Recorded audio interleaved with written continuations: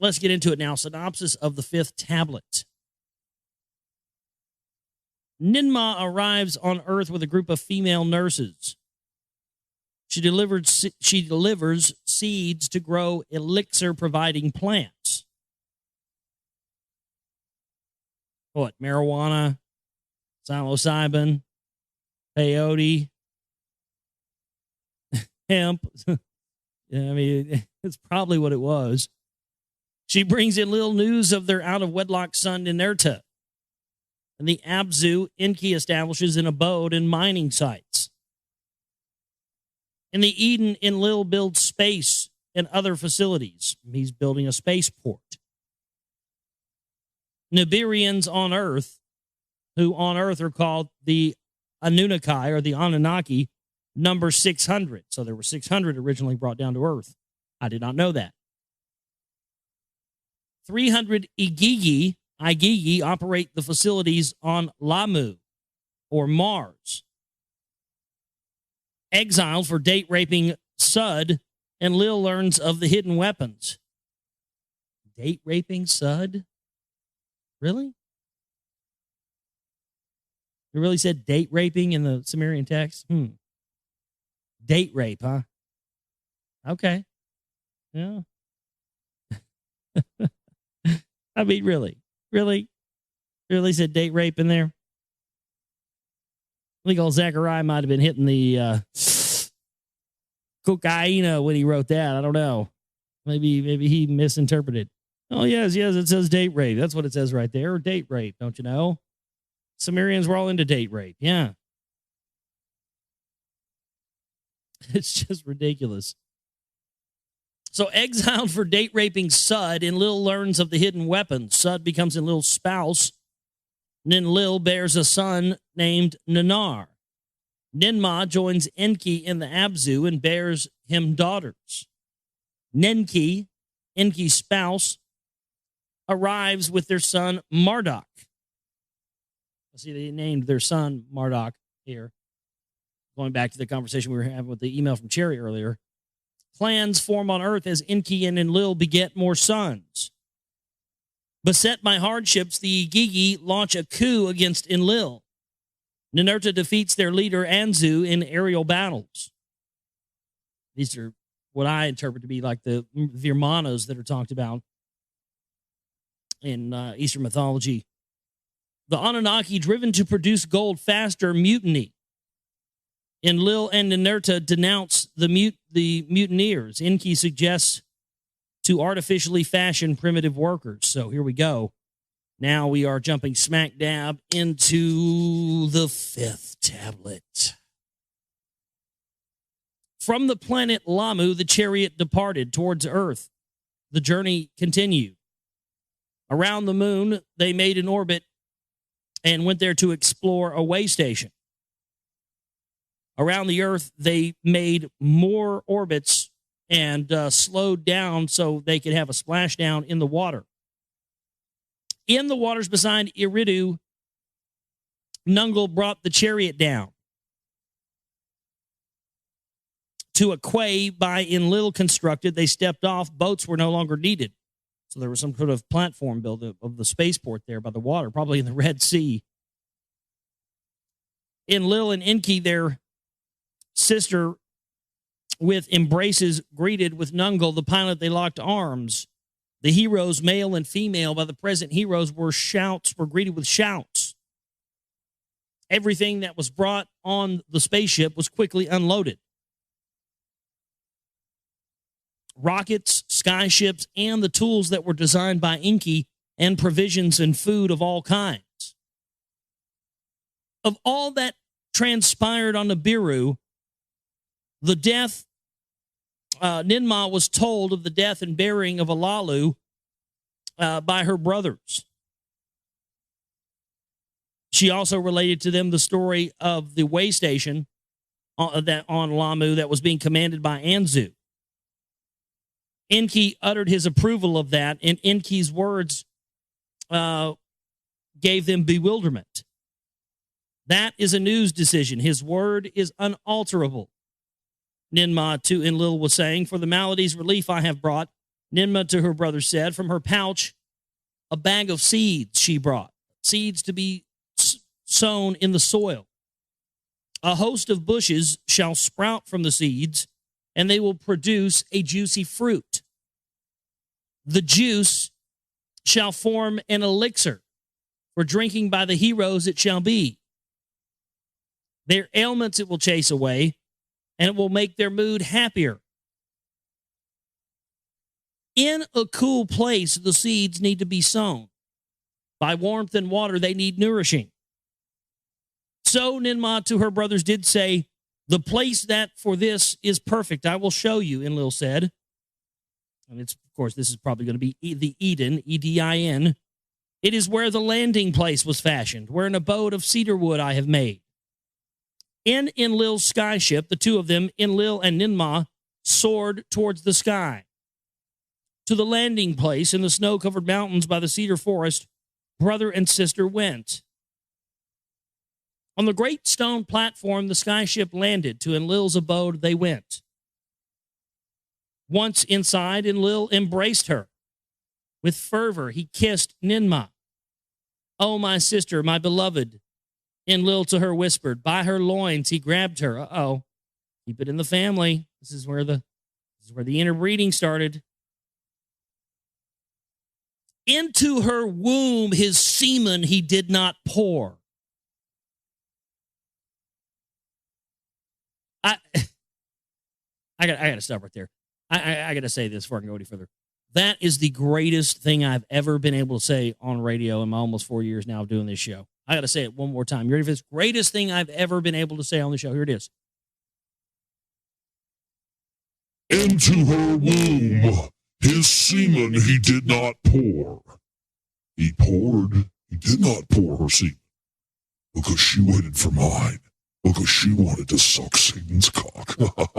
Yes. Into her womb his semen he did not pour. Oh, that's just beautiful. Poetry. So basically, he had sex with his sister, but he didn't come inside of her. He pulled out. Well, good job. I can't believe Sumerian text went as far as to tell us about pulling out. You know, there's a message in the Sumerian text. Yeah, there is a message in the Sumerian text, you dumb fucks. Pull out. Teach that to Britney Spears and her sister. My God, it's been there for thousands of years.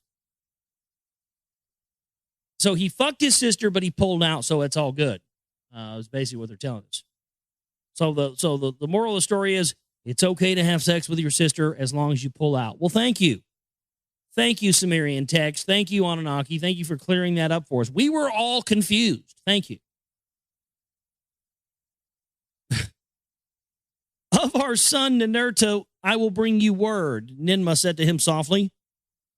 He is a young prince. He is ready for adventure, and he is ready to join you on earth. He is prepared.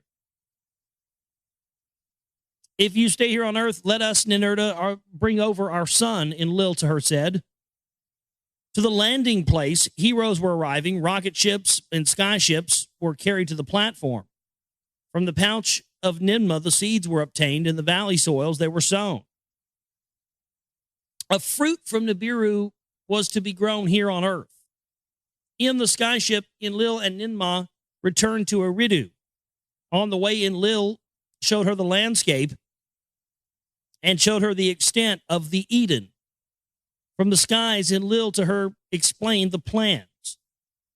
I have designed an everlasting plan, he was saying to her. That for which all-time construction shall determine I have laid out. That means he's talking about all-time construction. He's talking about, see, that's a very interesting thing. That's something I've come across in my research and wondered about, but never been able to really prove. He says, that for which all-time construction shall determine I have laid out. And what I mean, I take that to believe from my research is this. Now, I could be off the mark on this, but I'm going to tell you, I've come across that, but seeing that statement there is very telling. It seems that when you see the way that cities are laid out and the grids are laid out, and you can even look at official mainstream documentation on the civilization of Sumeria, the first civilization. And they got it right. Even when you go look at like the Library of Congress, real milquetoast, mainstream information, historical information regarding Samaria, you find that it talks about how they had societal structure that we follow to this day set up, one shot, one try. Where'd they get that knowledge from? They had sewage systems. They had, credit systems. They had a very sophisticated society that's not much different from ours today. And that's what he's saying here. And so when you see new cities built and you see the way these grids are built and the way they put them on certain parallels and things, it almost gives you the idea that the reason why we see, the Statue of Liberty, Queen Semiramis, going back to this time, or we see, Washington, D.C. built the way it is and these obelisks everywhere. It's almost as if it's in the elite's playbook that from this ancient creed from the Anunnaki that they have to continue to build throughout time in the way that Enlil had said that they had to build. Away from Eridu, where dry lands begin, I shall make my quarters.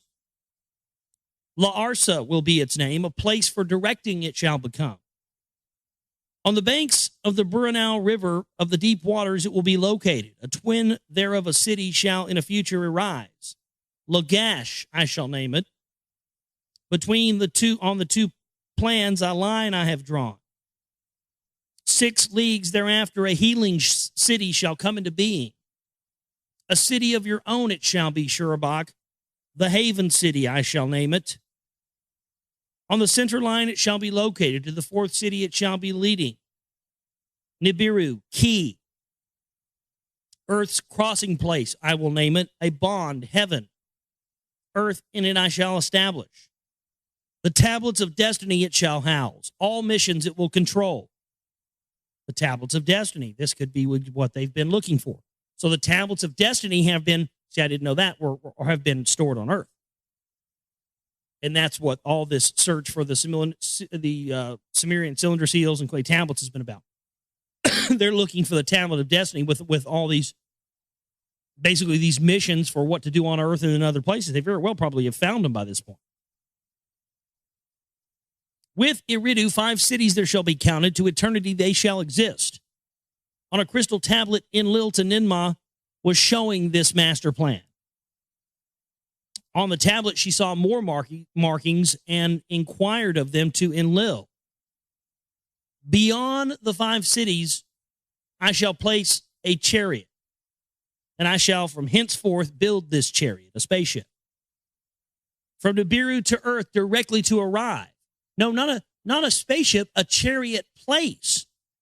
This is talking about a Stargate. Because he's not saying he's going to build a spaceship itself, a chariot or a skyship like they refer to it. It says a chariot place, meaning a place that is itself a chariot to carry you from one place to another. This is a Stargate. Let me read it again. That's exactly what this is.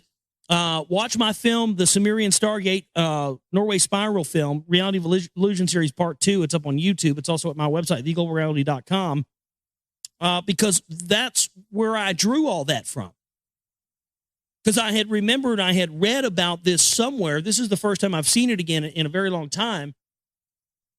Because I think I had seen, probably clips from this book posted on a website and stuff long ago, but never come across it again. And that's where I got that from was in that movie, because there are in that film I've got a picture of a Sumerian. It's like a big rock carving thing, and the guy's got a watch on. It just appears that he's in a fucking Stargate. So that's exactly what this is. So he's talking about the Anunnaki built a Stargate beyond the 5 cities. So if we determine exactly where these 5 cities are, and we know they're in the Middle East, we'd be able to determine where that Stargate is now, wouldn't we? Beyond the 5 cities, a chariot place I shall henceforth build. From Nibiru to Earth directly arrive. So meaning you can derive directly from Earth by just walking through this chariot place. There again, it's a portal. Enlil was responding to her. Why by Anu's plans for Lamu? Enlil was bewildered. Ninmah then understood. My brother, magnificent is your plan for the 5 cities. The creation of Shurabak, a city for healing, is my abode. For my own to be is a matter for which I am grateful. Beyond that plan, do not transgress your father. Do not offend your brother. You are as wise as you are beautiful, Enlil said to her. In the Abzu, ENKI plan, it was also conceiving plans on where to build his house. For where would he prepare a hero's dwelling? Where in the bowels of the earth to enter? So ENKI wanted to build his where? Underground in the bowels of the earth. Where the first underground, this is why people have found these, ancient underground tunnels under the earth. They were built there thousands of years ago. In his skyship, the extent of the Abzu was measured, and he did survey its districts very carefully. A distant land, the Abzu was, beyond the waters from the Eden it was away. A rich land it was, bursting with riches, perfect in fullness. Mighty rivers rushed across the region. Great waters there rapidly flowed. An abode by the following waters ENKI himself established. To the midst of the Abzu, to a place of pure waters, ENKI betook himself. In that land, the place of deepness, ENKI determined for the heroes into the earth for the bowels to descend. The earth sputter, ENKI there established there within the earth to make a gash. So he cut open the earth to make a way to go, to make tunnels into the earth. By way of tunnels, they reached earth's innards, and they hoped to uncover its golden veins, meaning they hoped to dig into the earth and pull the gold out. Nearby that which crunches and that which crushes he in place, which we determined that was some big mover, some big thing, that machine that did the work of mining the gold. The gold-bearing ores to crunch and crush and to be carried by the skyships.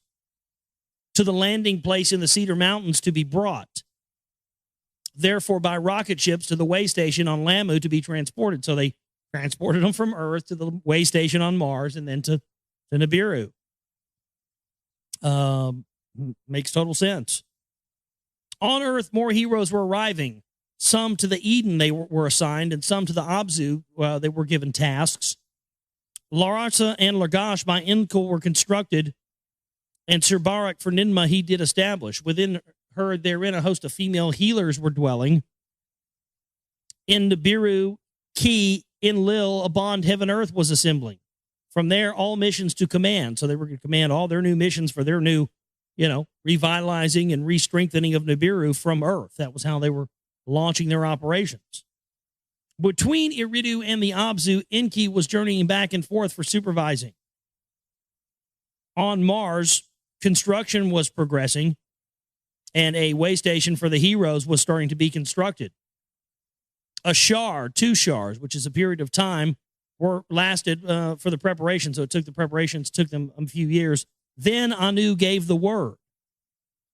And now you'll see where this came from. Again, much older than Christianity. Anu gave the word. We know what the word is. On earth, the 7th day it was. A day of resting. At the very beginning was decreed by ENKI on the 7th day. So the idea of the 7th day being day of rest goes back to the time of ENKI. Not way before the Bible, ladies and gentlemen. There you go. God damn, get over it. At every place the heroes were assembled. A message from Anu and from Nibiru they beamed overhead. In the Eden they were assembled. Enlil was there in command. And with him Ninma, her host of young ones by her side, was assembled. So they're assembled in Eden, assembled there in getting ready for something obviously to happen next.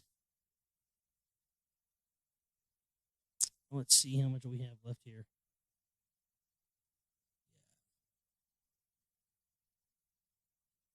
All right.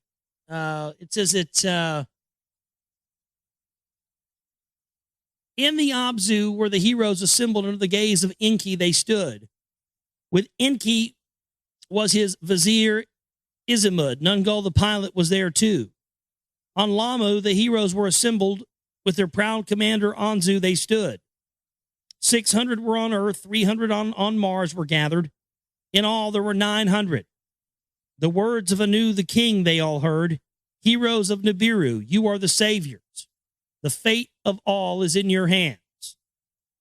Your success shall for eternity be recorded. By glorious names you shall be called.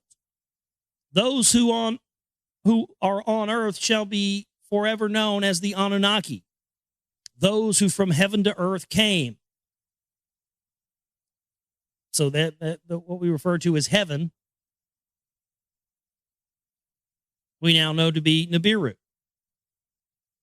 Those who are on Lamu, Mars, Igigi it shall be named. Those who observe and see shall they be. So saying that basically they've been, observing and watching the activities from their way station on Mars all of this time. Unbeknownst to us, that could have been that structure that guy found on Google Earth or Mars Google Images type thing recently. All that is required is ready. Let the gold start coming. Let Nibiru be saved. Now, this is the account of Enki, Enlil, and Ninmah. So this is actually where we left off last night. I just want to back it up a little bit. Their loves and espousals, and by their sons, their rivalries. The offspring of Anu were the three leaders, and they were all born by different mothers. Enki was the firstborn son. A concubine of Anu was his mother. Enlil was born by Antu, the spouse of Anu, who was born the legal heir he became. Ninmah was born by another concubine, a half-sister of the two brothers she was. The firstborn daughter of Anu she was. By her title name Ninmah, this was indicated. Greatly beautiful she was, full of wisdom, one quick to learn. Ea, as Enki then was named, see, they clarify that for you. Ea was called, or Enki was called Ea back then. And later on, as you're reading this, I talked about this last night, you'll hear them, they'll be calling him Enki, but when they're on Earth, Enlil will address Enki as Ea sometimes. It's like a nickname. You know how sometimes somebody's name will be Frank or John or David, and some families will just name that kid Bubba. I mean, I don't know if a lot of you are from, I mean if that's just a southern thing from where I'm from down here in Redneckville, but where I come from, people do that, Hey, Bubba. Hey, Bubba, get over here, Bubba. And they'll just call him Bubba's. And it's kind of, that's what it is, So he refers to Enki as Ea. That's kind of like a childhood name. As Enki was then named by Anu to espouse Ninmah, was chosen. And thereby their offspring would be the legal successor to the throne of Nibiru. Ninmah of Enlil, a dashing commander, was enamored. Oh, this is going to get into the incest is the best. Put your sister to the test stuff, isn't it? By him she was seduced. Into her womb he poured his seed. Uh-oh. I thought we had another thing where it said something about not pouring the seed into their womb. Uh-oh, he poured it. Uh-oh, he poured the seed in her. Ah, God, I just poured my seed in you, baby. And try saying that to your woman next time you're doing your business. Probably wind up with a snipped penis. A son from Enlil's seed she bore, and Inerta, the two have named him. Anu was angered by the deed. The dirty deed. Yeah, baby. As punishment, he forbade Ninmah to ever be the spouse of Enlil and made her be Ea's wife. Oh, that's fucked up. So, Ea, his bride-to-be, by Anu's decree, abandoned a princess named Damkina he instead espoused. Okay. A son and heir to them was born. Marduk, they named him. One in a pure pace born it meant. As for Enlil, a son not by espousal he had, a spouse by his side he did not have. It was on earth, not Nibiru, that Enlil found a wife. Ah, there you go. Okay. So they're on Nibiru, and they're kind of passing out wives and setting up who's going to be with who to continue the bloodline. Well, then it says here it was it on Nibiru that Enlil became espoused, meaning Enlil found and acquired a spouse. He acquired a spouse on earth. So this must have been what the Bible talks about with the Nephilim and mating with the daughters of man. Enlil, got down there and did some banging and created mankind and said, oh, we got a slave race. But unfortunately, because these folks who we're talking about here, obviously, if they're talking about the succession of their bloodlines, it's pretty clear these people weren't slaves, right? No, we're not talking about. So it was the arrogance of these, royal genetic seed bloodline Anunnaki. It was their arrogance to believe that they could create a slave race using their own DNA that would want to be or would be okay with their enslavement. It is not in our DNA to be enslaved. That's why it is natural to rebel against your slavery. Spiritual slavery, money slavery, job slavery, whatever it may be, relationship slavery. It is not within our construct to be enslaved. We didn't come from that. That's why we feel the need to break free from it. But they'll tell you you're crazy if you don't want to go along with it and be a good slave.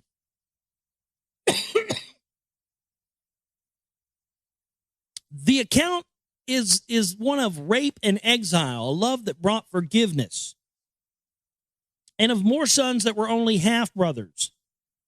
On earth it was summer. To his abode in the cedar forest, Enlil retreated. In the cedar forest, Enlil was walking in the cool of the day. In a cool mountain stream, some of Ninma's young ones that were assigned to the landing place were bathing. By the beauty and grace of one, Sud was her name, Enlil was enchanted. To his cedarwood abode, Enlil invited her. Oh, it's getting hot now. Oh, yeah. Here we go. We're going to get into some hot Sumerian text for you tonight here. Oh, yeah. It's going to get hot. To his cedarwood abode, Enlil invited her. Come partake with me in the elixir of Nibiru's fruit that grew here. To her, he said. Sud entered Enlil's abode, and he gave her a cup of elixir. Oh, what's in that elixir? Sud drank, Enlil drank it too. To her, Enlil, of intercourse he was speaking. Whoa, shit! Enlil is a pimp. P-I-M-P. The dude doesn't waste any time. So he rolls up on and sees this chick playing in the water. He ain't there 2 seconds. He's already inviting her back to the cedarwood abode. He hands her a cup of an elixir, and she doesn't even take more than a couple sips off this, and dude's standing over there with his cock out. Well, what do you think about it, baby? Are we going to have intercourse or what? Jesus Christ, slow down, dude. We get to know each other first before you go right into just, bam, cock is just out. No wonder humans are a bunch of fuck crazy maniacs. All we do is, Can I fuck it? No. Can I eat it? No. Can I kill it? No. Well, then I'm bored with it. Fuck it. I mean, seriously.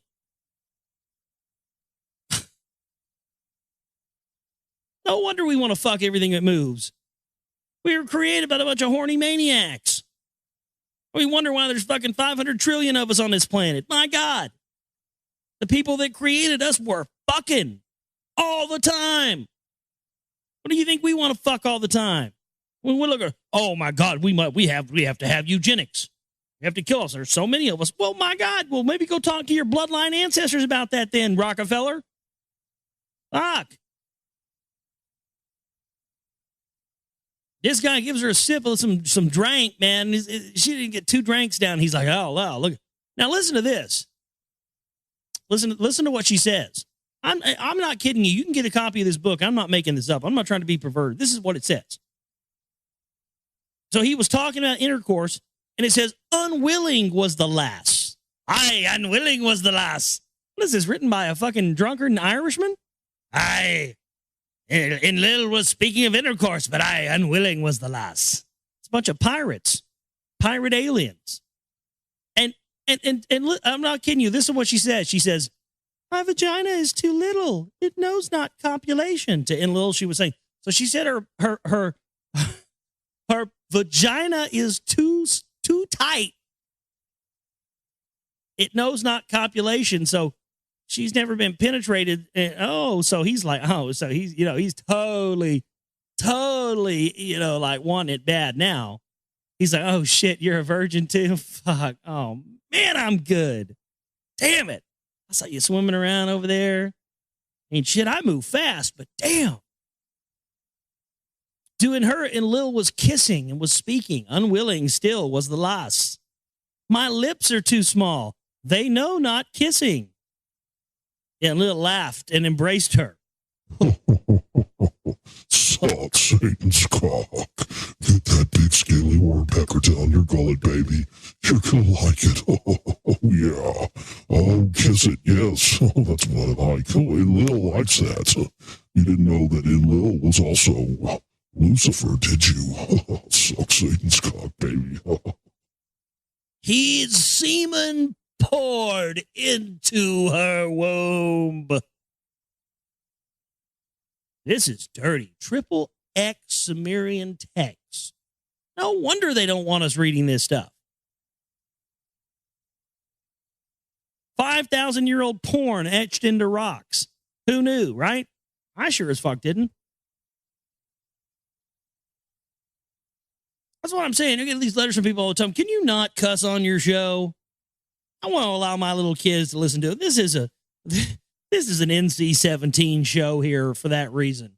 Because if I would have been reading this on air on some, FM station or something, or somewhere where I couldn't cuss, that wouldn't have been my fault. I didn't know all this stuff was in there. Literally, this is talking about my pussy lips are too tight and pouring semen into the womb. I didn't have any idea any of this stuff was in there. I'm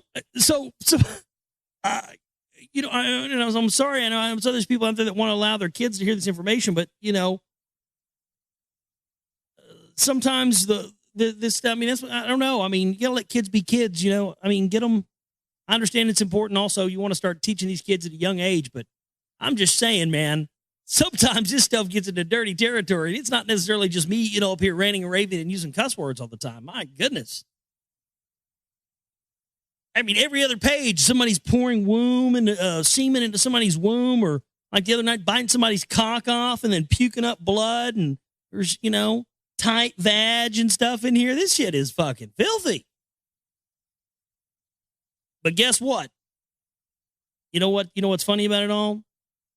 This is where all the teachings of the Lord came from, ladies and gentlemen. Yes, it is. Yeah. That's why they're trying to tell you, sex is sin and the devil. Don't have sex. That's why they do that. That's why those Christians do that. It's of the devil.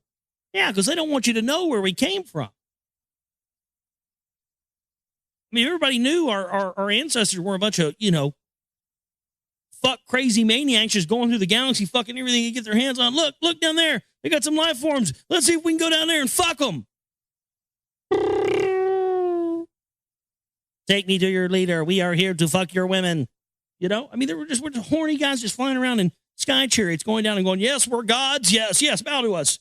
Yeah, I'm a god. Yes, I am your god. And never do anything that says anything bad about your god. Always make sure that your God comes first. Don't have sex. Don't do anything like that. No. Also, do you have anything I could fuck, by the way? Thanks. Yes, I am your God. Bow to me. Now give me something to fuck. That's pretty much what sound like these guys went around doing. It's totally out of control.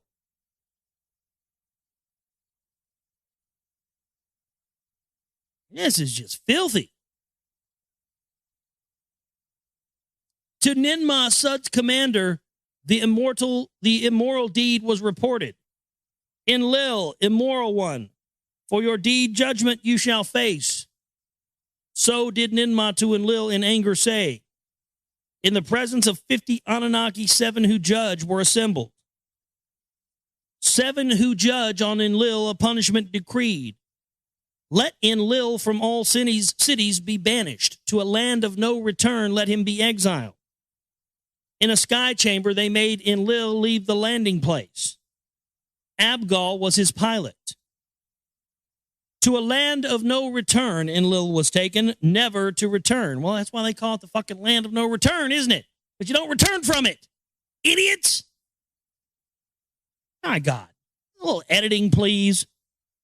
You guys are etching this out on fucking, clay tablets and shit, and you had time to repeat yourselves? I mean, you had room to repeat yourselves?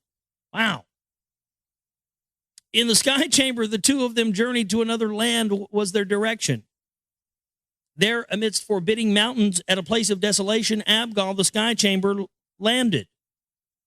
This, your place of exile, shall be, Abgal to Enlil was saying.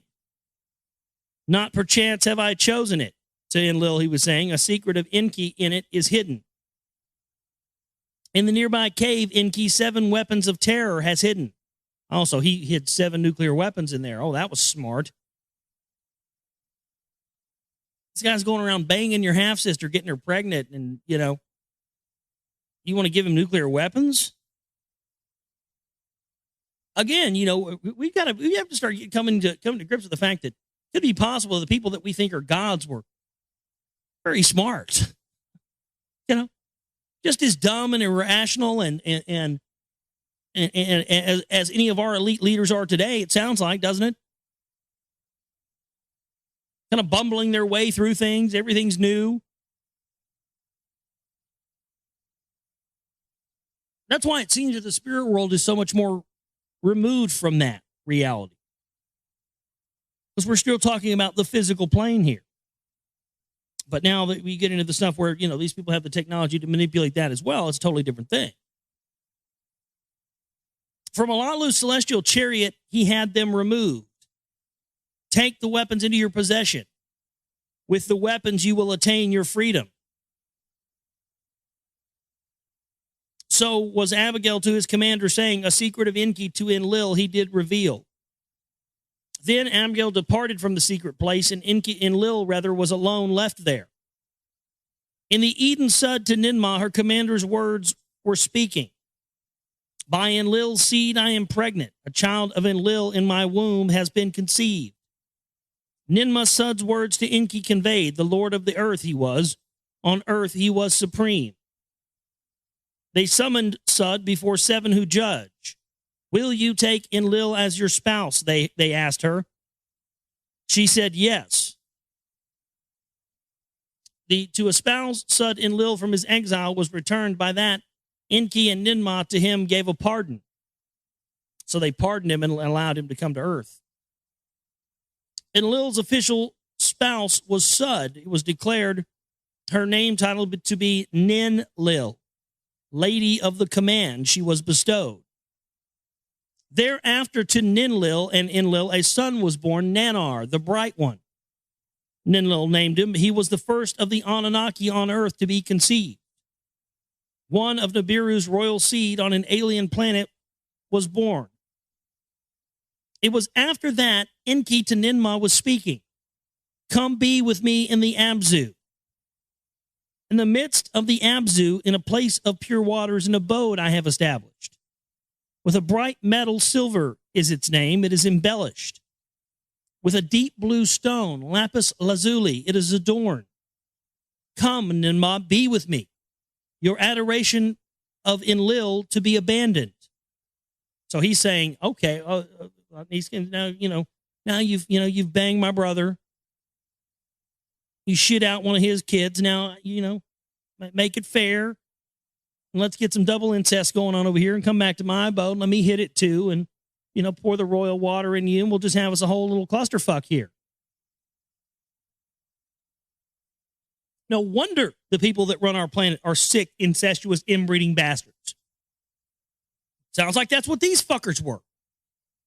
No wonder our elite interbreed and do all this stuff. My God, this is why.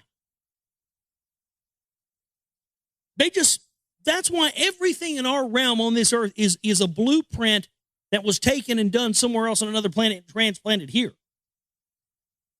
Again, that's the answer to the question of why humans are the only thing on this planet that just doesn't fit. Because we were planted here by a bunch of fucking inbred, disgusting idiots, it sounds like. No wonder we got a bunch of inbred, disgusting idiots running this planet. Hello? Everybody figure that out now? My goodness. I'm glad we figured that out. I'm glad we now know where the source of this comes from. It all makes sense to me now. No wonder these fuckers are like this. Sick. Enlil spoke loving words to her of how he intended, of what he intended for her. He spoke sweet words. You are still my beloved, he said to her. He embraced her and kissed her, and she caused his phallus to water. She caused his phallus to oh shit, he starts like, oh, fuck, stuff's coming out of it. We haven't even done anything yet. Oh, my God. Enki, his semen into the womb of Ninmah poured. Give me a son. Give me a son, he cried out. Damn, that's fucked up. Like this dude's like, pounding away and like he's rolling dice or something, Give me a son. Give me a son. Bet I'll six. Bet I'll six. Fuck, you rolling dice over there, dude? These people are fucked up. She took the semen into her womb. The semen of Enki impregnated her. Pastor Hage. One day of Nibiru was a month of Earth time for her. 2 days, 3 days, 4 days of Nibiru, like months of Earth they were. 5 and 6 and 7 and 8 days of month were completed. The 9th count of motherhood was completed. Ninmah was in travail. To a child she gave birth. The newborn was a female. On the banks of the river in the Abzu, a daughter to Enki and Ninmah was born. Enki, by a daughter, was disappointed. Kiss the young one, to him, Ninmah said. Kiss the young one. Enki to his vizier Ismid said, I desired a son. A son by my half-sister I must have. Again he kissed Ninmah by her loins and grabbed her. His semen into her womb again he poured. God damn, he didn't even wait. She just shits one out. He walks over there and goes, I wanted a son. You gotta wait a little while, dude. You can't just go sticking it in there right after she popped one out. Again, these are some dumb motherfuckers that created us.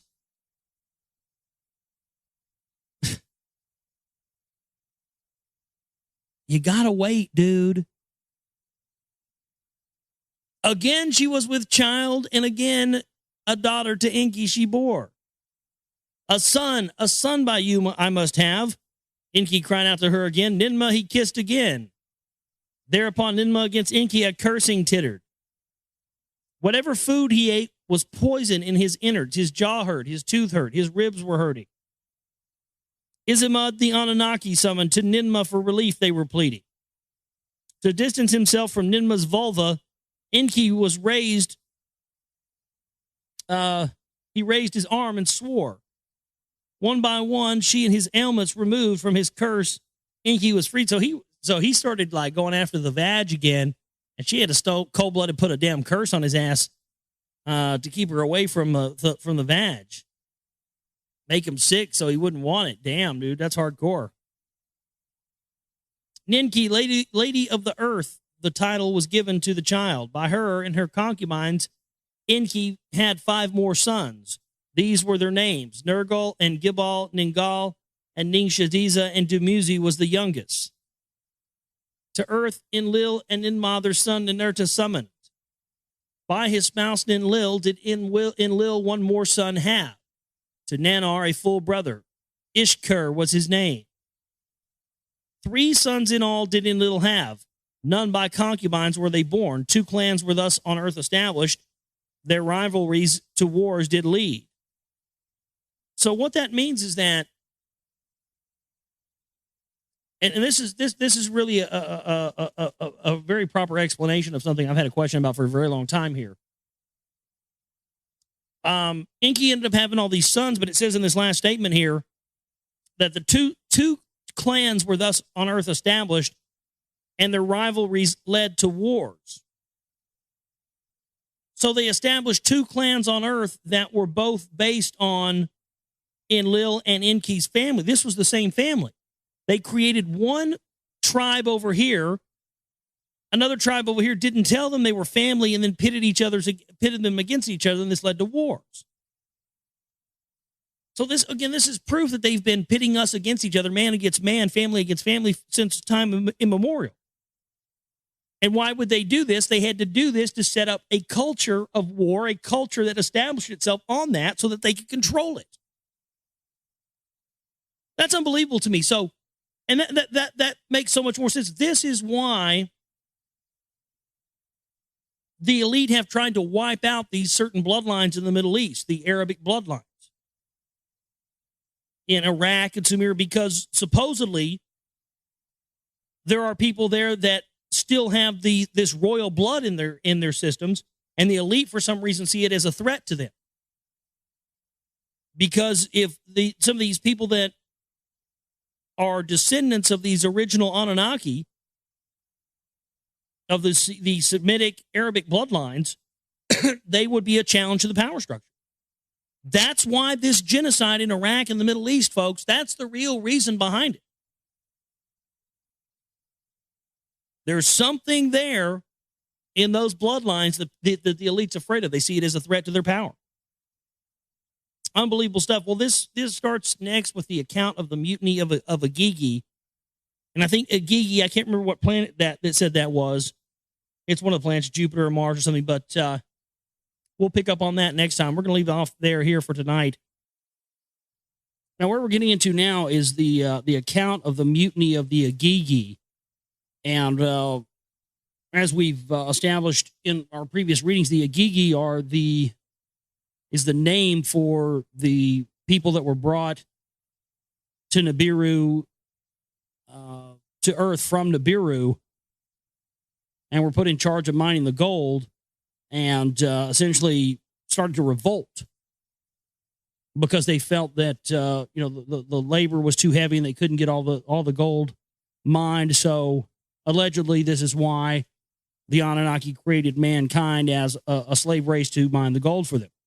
So that's what we're going to be getting into now, is this mutiny of the Agigi, and these workers basically saying, we're tired of this, no more. Now this is the account of the mutiny of the Agigi, and how Anzu was put to death for stealing the tablets of destiny and was punished.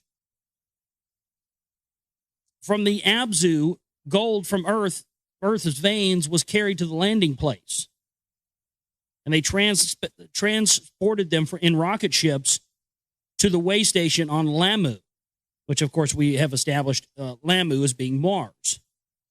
So right there, they sent rocket ships, and this is a 5,000-year-old text openly talking about rocket ships being sent to the way station, also on the 33rd degree parallel, from the transport station on the 33rd degree parallel in Cydonia on Earth, which is what we know as modern-day Mesopotamia, modern-day Iraq. From the planet Mars, the celestial chariots brought the precious metal gold to Nibiru. On Nibiru, the gold was fashioned into the finest dust, and it was employed to protect the atmosphere. Slowly, the breach in the heavens was healing. Slowly, Nibiru was saved. In the Eden, and here, of course, Eden is E-D-I-N, but we know it to be the same thing as what we know in biblical text as Eden, E-D-E-N. It's the origination. Now, again, it's just puts holes in modern-day Christianity left and right here. In the Eden, the 5 cities were perfected. ENKI in Eridu, a sparkling abode made upon the soil and raised it skyward. So he built a large house that was basically a skyscraper. Like the ziggurats at Ur is what I believe those to be. You ever seen the ziggurats at Ur? That's essentially what that is. Like a mountain, he raised it above the ground and built it in a good place. Damkina, his spouse, dwelt there, and he taught his son Marduk ENKI taught his son Marduk wisdom there. In Nibiru Key, in Lil, the bond heaven earth established, a sight it was to see. So he's talking about establishing, in Lil was basically the one in charge of establishing this link with heaven and earth and establishing Nibiru as heaven. And what we're told heaven is, heaven being Nibiru is what they claim here, or what they claim in these texts. At its center, a heavenward tall pillar was reaching the sky itself. On a platform that cannot be overturned, it was placed. There, with the words of Enlil, all settlements encompassed on Lamu and in Nibiru, they were heard. For their beams were raised, the heart of all the lands they could search. So they're talking about a beam that they can shoot on across great distances on any planet and tell if there's life there. Its eyes could scan all the lands, its net unwanted approach impossible made. In its lofty house, a crown-like chamber was the center. To the distant heavens it peered. This is like setting up the Watchers. This is where the term the Watchers came up. They had a beam that could look over everything and a tower that was up and into the heavens. So this is where the biblical term the Watchers came from. This is why they were called that. They had a beam. They could scan across the sky, and they could scan every living thing with it. So this is where the idea of the all-knowing God came from. It's not an all-knowing God. It's a technology that enables the user to be virtually an all-knowing God. You see? This is where all the mythologies of religion are held within these texts, if we're brave enough to look at them and not just dismiss them as, the ramblings of the crazy CIA agent Zecharia Sitchin. Again, as I talked about earlier, associating real truths with people who are easy to discredit. So then you attempt to use cognitive dissonance to try and negate the information. That's what that Zecharia Sitchin, another case of that. Towards the heavens, horizon was its gaze. The heavenly zenith was perfected. In its dark, hallowed chamber, 12 emblems was the family of the sun marked. Now that's interesting. 12 emblems. 12 tribes of Israel that allegedly correspond with 12 extraterrestrial races, which can then be communicated using the 12 jewels and the 12 stones of the ephod. Starting to see the pattern here. Ephod being, highly regarded in religious practice, Kabbalistic practices. It's extraterrestrial technology. On Emmys were the secret formulas of the sun and the moon, Nibiru and earth, and 8 celestial gods recorded. The tablets of destinies in the chamber their hues emitted. With them Enlil saw all comings and all goings on. So Enlil was the one that was put in charge of this all-seeing technology, the real all-seeing eye. That's what the real all-seeing eye represents. The all-seeing eye of Enlil. Representing his, that's why you saw the government group, Total Information Awareness. That's why they use that. The eye in the sky. You've heard that song, right?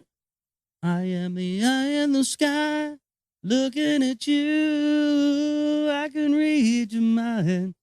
There you go. By Earth's quick orbit, they were disturbed. Of the elixir, they had only small rations. See, that's another thing. These Anunnaki started noticing that when they came to Earth, because our orbit is so quick, they age a lot quicker. Which goes to explain why the elite are wanting these portals and stuff to open, because allegedly they can't break free of the Earth because of the etherical barrier, the Van Allen radiation belts that's placed around our Earth, which won't permit humans to break free from it without massive exposure to radiation. So building these stargates and these different things where they can jump from one planet to another very easily is very important to the elite, because they want to be able to jump to another planet that has a different orbit and thus slow down their aging cycles. That's undoubtedly what they've been doing. This, of course, this technology goes back. It's admitted that the Anunnaki had this technology. Hell, they admit that they had The technology to shear off the tops of the mountains down there where the Nazca lions are in Peru, to carve the lion, half man, half lion helmet face on Mars that we talked about earlier here. They talked about another device that would bring back a dead man to life. In the Eden, the Anunnaki toiled. In the Abzu, the work was more backbreaking. By teams, the Anunnaki were sent back to Nibiru, and new teams were arriving on Earth. The Igigi on the Lamu dwelling were the loudest in complaining. So it was the ones that were on Mars, essentially, I guess, that were complaining the most. When from Lamu to Earth they descend, a rest place, they were demanding a rest place on Earth. With Anu, did Enlil and Enki exchange words, and then they consulted the king. Let the leader come to Earth and with Anzu have discussions. So Anu did say to them. Anzu to Earth from the heavens descended, the words of complaints to Enlil and Enki he delivered. Let Anzu of the workings gain understanding. Enki to Enlil was saying, I will the Abzu show him and reveal to him the bond of heaven and earth. To the words of Enki, Enlil consented. Enki to Anzu, the Abzu did show, the toil in the mines to him he presented. Enlil invited Anzu to Nibiru, and it let him enter the hallowed dark chamber. In the innermost sanctuary of the tablets of destiny to Anzu he explained. What the Anunnaki were doing in the 5 cities was explained and shown to Anzu. To the Igigi who at the landing place were arriving, he promised relief. To discuss the complaints of the Igigi, he then returned to Nibiru. A prince among the princes was Anzu, of royal seed his ancestry could be counted. Evil thoughts filled his heart when to the bond of heaven and earth he returned. He was scheming to take away the tablets of destiny. In his heart, he was planning to take control of the decrees, D-E-C-R-E-E-S. In his heart, he was planning to take control of the decrees of heaven and earth.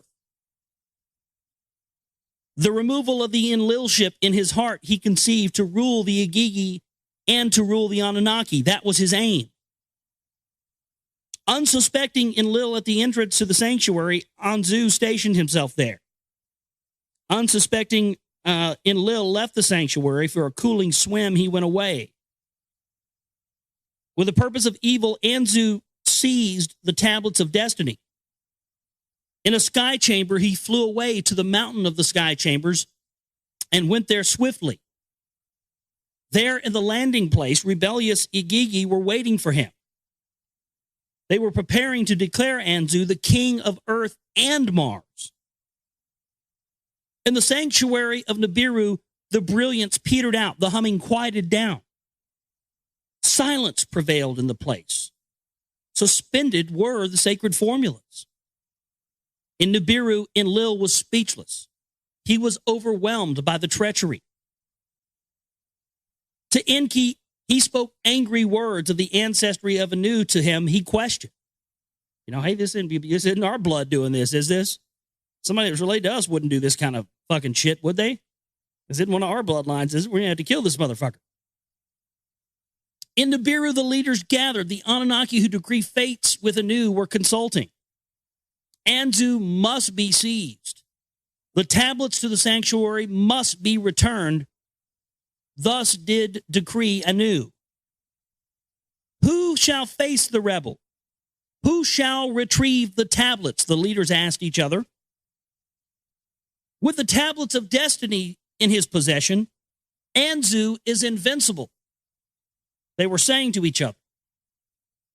Ninurta, by his mother, encouraged from the assembled, and he stepped forward.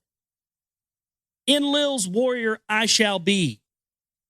Anzu I shall vanquish, Ninurta was saying. That's pretty badass. The woman stepped up. One of the guys, you notice that? One of the women steps up and says, I'll kill this motherfucker. Fuck it, let's go, let's ride, you know? Wasn't a dude. No. This is the woman that steps up. Let's ride. Let's go fuck this dude up. Come on, let's go do a kick door on this mother. Let's fuck this dude up. I'm ready. I'm the chick. Let's go. Yeah, dudes biting off cocks. I guess the women got to step up and, you know, control some stuff here. To the mountainside, Ninurta said, Ninurta, I'm sorry. I guess Ninurta is a female. So Ninurta set his course. I thought they said Ninurta was a female. I must be getting confused here. Okay, apparently Ninurta is a male, so I take that back. To the mountainside, Ninurta set his course to vanquish the fugitive Anzu he undertook. Ninurta was mocking Anzu from his hideout. You motherfucker, you suck. I'm coming to get the tablets, bitch. You know, mocking him. The tablets are my protection. I am invincible. Ninurta directed lightning darts at Anzu. But the arrows could not approach Anzu. They turned backwards and fired back away towards him. The battle was stilled. Ninurta's weapons Anzu did not vanquish. ENKI then to Ninurta gave counsel. With your whirlwind, stir up a storm. Let the dust cover Anzu's face. Let the wings of his skybird ruffle. So this is, ruffle the wings of his skybird. And again, they're using the terminology of a skybird as a ship. This is a space battle. And they're using weather warfare weapons and changing the weather and, you know, basically exploiting the territory of Earth as their weapon. Sound familiar? Wonder where these guys in charge got it from.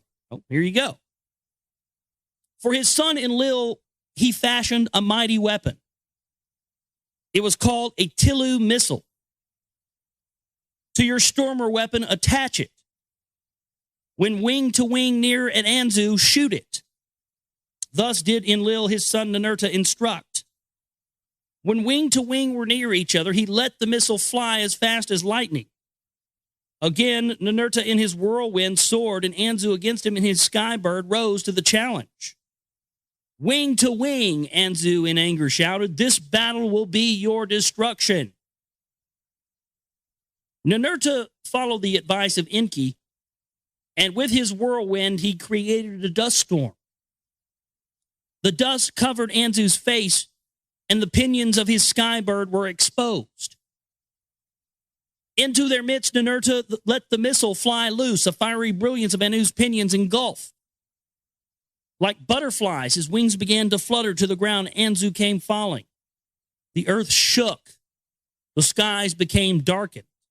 Well, why do you think that is? He shot a nuclear weapon at his ass.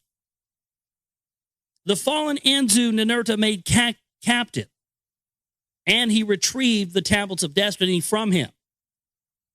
From the mountaintop, the Igigi were watching. When Ninurta came to the landing place, they trembled and kissed his feet. Ninurta, the captive Abigail and Anunnaki, he set free. To Anu and Enlil, his victory, he announced. He then returned to Nibiru, and in its innermost chamber, he reinstalled the tablets. Once again, the brilliance therein returned. The hum of MEs in the tablet were restored. I don't know what this MEs is. This hum of something of MEs. Figure out what that is. ME. Anybody out there know? Send me an email. Before the seven who judged Anzu, a judgment was taken. Enlil and Ninlil, his spouse, ENKI and his spouse Ninki, the one beforehand as Demkina was known. The sons of Nanar and Marduk were there. Ninmah was also in the judging. Ninurta spoke of the evil deeds that there were no justification for. Let death be the penalty, he said. The Igigi were right by complaining. A rest place on earth they do need.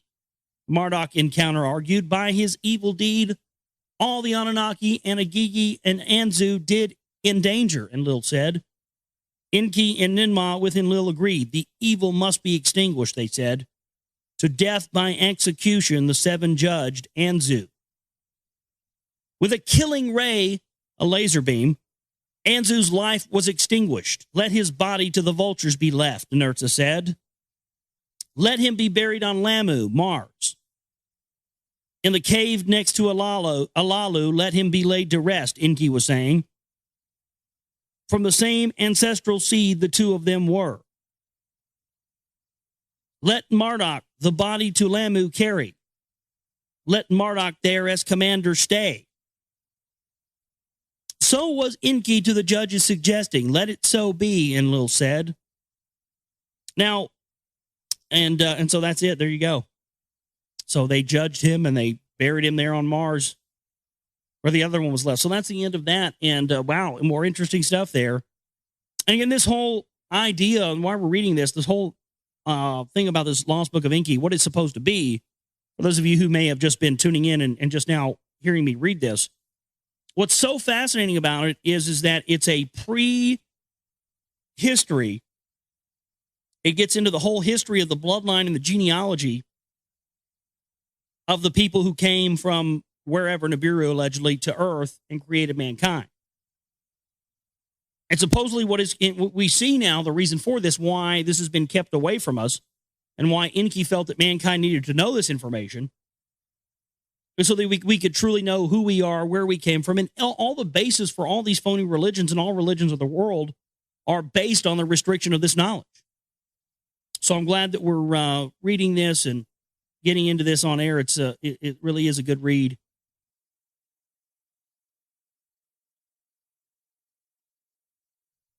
But we're at the end of tablet number 5.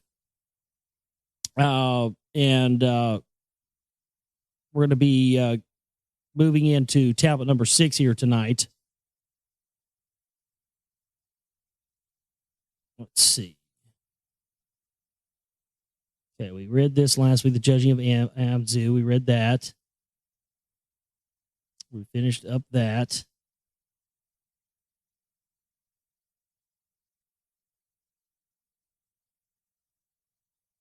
What was not conceived of was the unrest by the new coming Anunnaki who in the Abzu toiled. Okay, that's where we left off. Truth be said, ENKI, to what was brewing, heed was not given.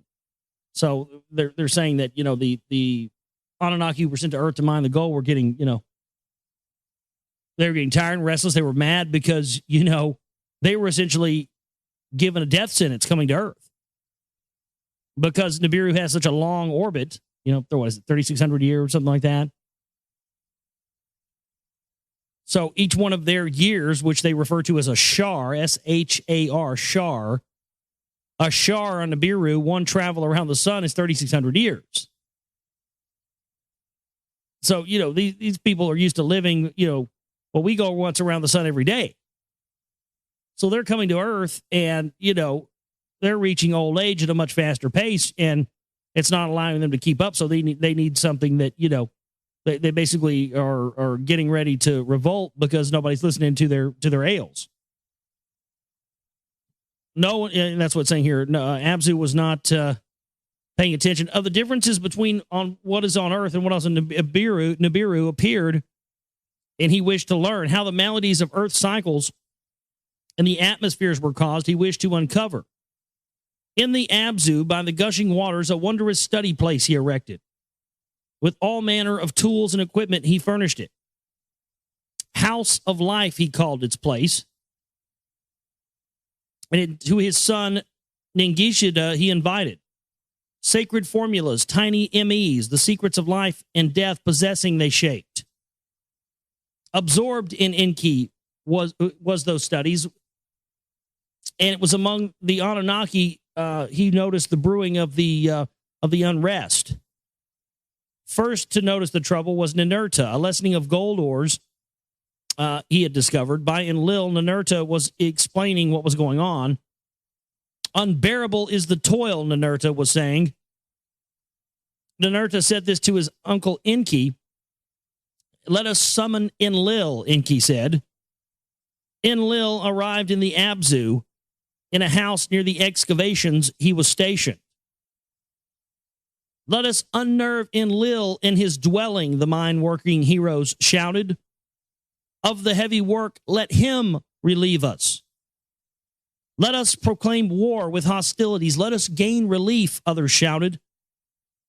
The Anunnaki in the excavations, the words of incitement heeded. To their tools they set fire. Fire to their axes they put. They troubled ENKI, chief officer of the mining in the tunnels. They seized him. They held him as they went to the doorway of Enlil's dwelling. It was night and halfway through the watch.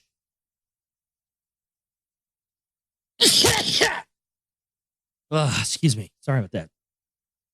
I felt it coming. Enlil's dwelling was surrounded. They had their tools held as torches high in the air. Kalkal, the gateway's guardian, bolted the door and aroused Nusku. Nusku, Enlil's vizier, roused his lord, got him out of bed, and said, "My lord, your house is surrounded by battling Anunnaki." Enlil summoned ENKI to his presence. "What do my own eyes see? Is it against me that this thing is done?" Thus was Enlil to them, saying, "Who is of the hostilities? Who is the instigator of these hostilities? Who's the one that is trying to get this going here? Who's responsible for this?" Thus Enlil was saying to them, "Who is the instigator of these hostilities?" "Every single one of us has these hostilities," the Anunnaki declared. "The toil is excessive. Our work is heavy. The distress is great. The work is causing the trouble," ENKI to Anu was saying. "The lamentation is heavy. Every day the complaints we hear. The gold must be obtained," Anu was saying. "The work must continue. Release ENKI for consolations," Enlil to the hostile Anunnaki said.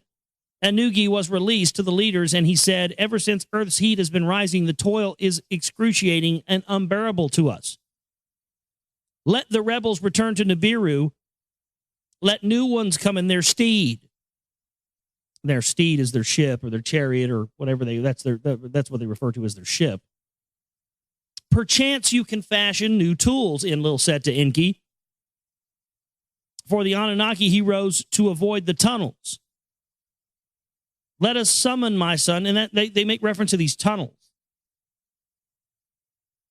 as if they found tunnels that were already existing that were under the ground. See, as if the inner earth, world was already there prior to the Anunnaki coming to the earth. That's where they reference that a couple of times, and you don't ever see people really key in on that. I've noticed this a couple of times since I've been reading this, that they reference when they were digging into the earth to find the gold, they found all these massive tunnel systems under the earth, and they had to find a way around them. So I think that goes a long way towards this idea that, the whole inner earth thing was there long before there were humans on the earth. "Let me summon my son Ningashita and would take counsel with him." They summoned him to the house of life. He huddled with ENKI and exchanged words with him. ENKI said that a solution is possible. "Let us create a Lulu, Lulu, a Lulu. That's a human, a primitive worker. The hardship work they will take over. Let this being carry the toil of the Anunnaki on his back." Astounded were the besieged leaders, speechless indeed they were. Who ever heard of a being created fresh? A worker who can do the work of the Anunnaki. They summoned Ninma, one who of healing and succor was much knowing. ENKI's words to her they repeated. Who ever heard of such a thing? To her they asked. The task is unheard of, she said to ENKI. All beings have a seed from which they have descended. So that's an interesting conundrum there, isn't it? And that's why at the beginning of this book, they describe the genealogical and historical record of the Anunnaki and the importance of the bloodlines to them. And they describe their entire lineage on Nibiru. And that was a very interesting sort of capsule thing to look at, because it tells us 100% why the importance of the bloodlines is there for the elite running Earth today. And so right here, Ninma says, we can't just create a being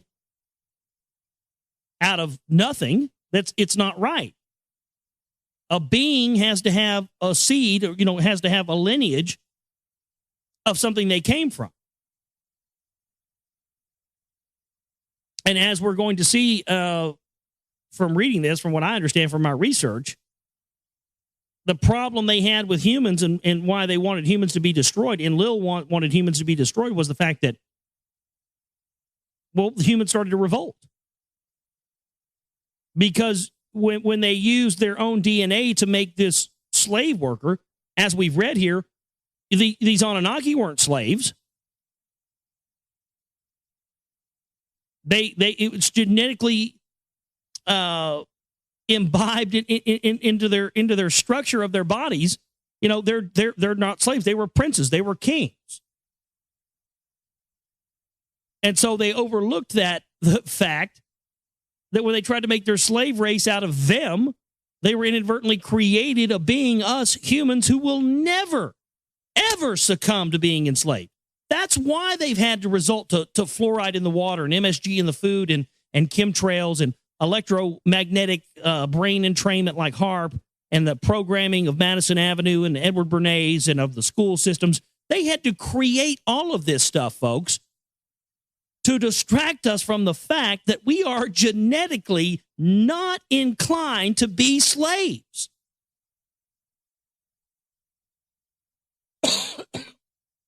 And so each and every one of you out there, from now on, in your daily life, when you're doing your slave job or whatever it is, always remember, never forget that you are not designed to be a slave. So your lack of wanting to participate in their system has, people try to tell you, oh, you're just a bum, or you're just lazy, or you're blah, blah, blah, because you don't want to have a job and work in their system. You're a bum, you're lazy. No. You are trying to call me names because you are not hip to the fact that you are not supposed to be a slave. Just because you're comfortable in your slavery doesn't mean me or you or anybody else has to be. We were not meant to be slaves. It was a misjudgment. They made a mistake. They thought they could just, create something on this planet out of some stuff that was existing there and have themselves a slave race and, to do their work, and they'd be done with it. But it was a big time error in judgment on their fact, and we see that from their other history of what we've read, and this is why ENKI, who was also what y'all wanted. These texts that we're reading, the Lost Book of ENKI. For those of you that don't know, these texts are the very core texts that the elite have not wanted us to see for years and years and years, and have wanted us to misinterpret, because these are the texts that he set up the Brotherhood of the Snake with, the Brotherhood of the Serpent. This is the stuff that mankind is supposed to know. And the reason we're supposed to know this is we're supposed to know that our true ancestors made all of the mistakes, nuclear war, they killed their planet, they made all these mistakes with technology, warfare, they wiped out most of their planet with nuclear weapons. And ENKI says at the beginning of this that the reason he's having the person scribe this and write it down and put it there for mankind is so that mankind can find out what their forefathers did. And since we are from them and from their DNA, we have a very good chance, and of course, more than a chance, it's here, of going down the same road that they went down. But if you have this information, you can keep our planet from going down the same road these Anunnaki went down, allegedly, then their whole system comes crumbling down, doesn't it? This is why the priest class and the Vatican and the Jesuit order and all this stuff were created. To give people bullshit stories and not give them the context about things that could change the whole course of human history just by knowing and understanding them. This is our calling here. They are telling us, look, don't go down the same route we did. Don't do what we did to your planet. And this is why people have, tried to downplay this text and try to get you to not look at it and hear it. Well, that's why we're reading it on the air, because no more. You are not supposed to be a slave, and you should never feel bad about not succumbing to someone who wants to enslave you, be it emotionally or financially or anything else. All beings have descended from a seed, one being from another over eons to develop us. No one ever came from nothing.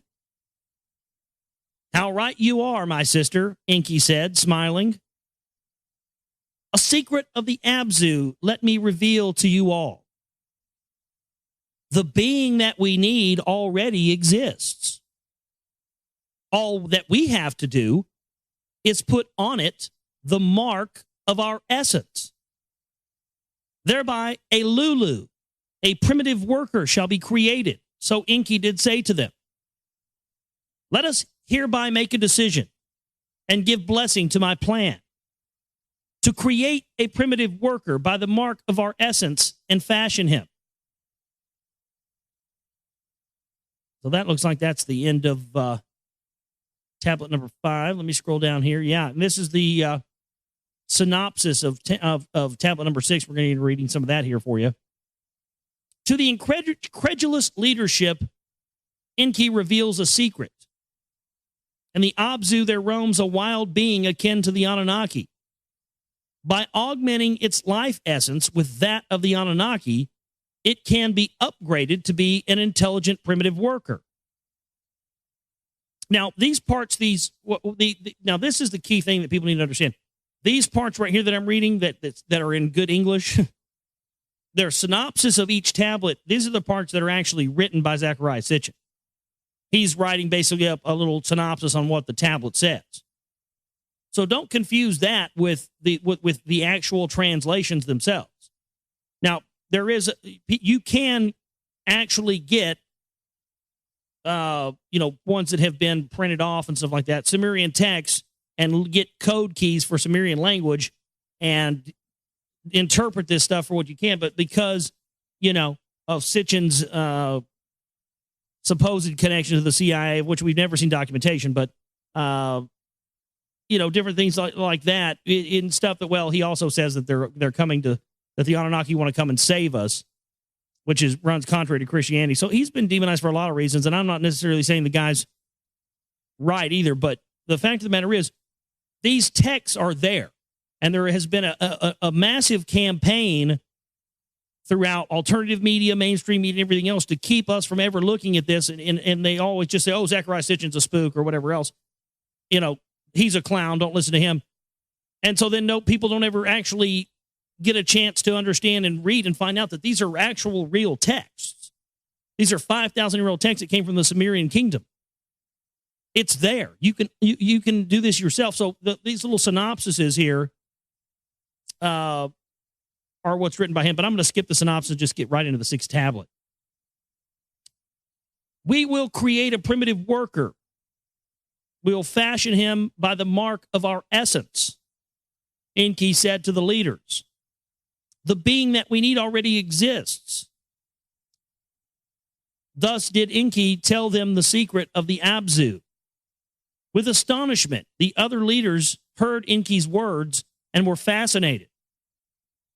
There are creatures in the Abzu, ENKI was saying. They walk erect on 2 legs. Their forelegs they use as arms. With hands they are provided. Among the animals of the steppe they live. They do not dress in any garments. They do not wear clothes. They eat plants with their mouths. They drink water from the lake and the ditch. Shaggy with hair is their whole body. Their head hair is like a lion's. With gazelles they jostle. With teeming creatures in the waters they delight.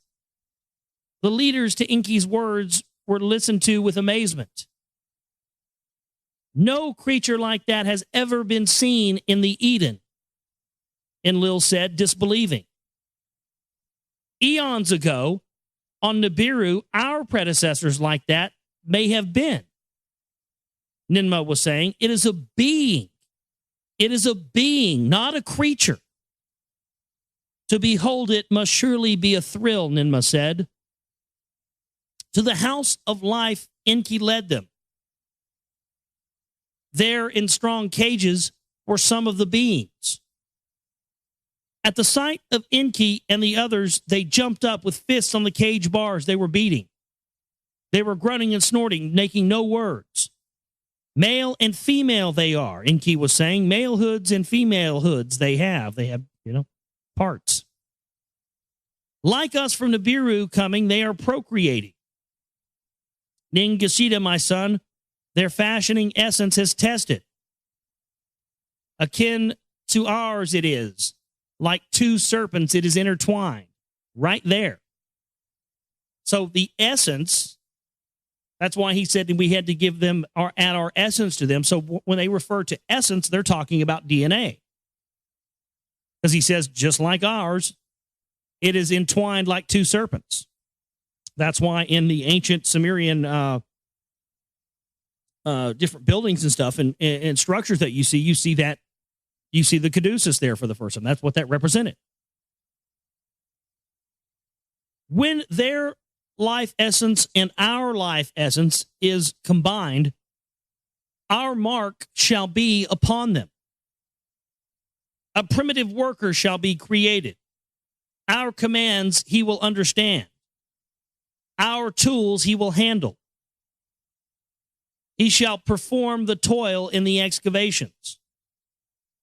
To the Anunnaki, in the form of the Abzu, relief shall come. So with enthusiasm, ENKI was saying, with the excitement of his words, and Lil was hesitating. This matter is one of great importance. On our planet, slavery has been abolished long ago. Tools are the slaves, not other beings. So you see, they're having problems with this because, they know slavery's not right. They know they're not slaves. So, they're having a sort of moral conflict here of making another being, enslaved, which with good reason, you should always be against enslaving another being of any kind. A new creature, non-existing, you wish to bring into being.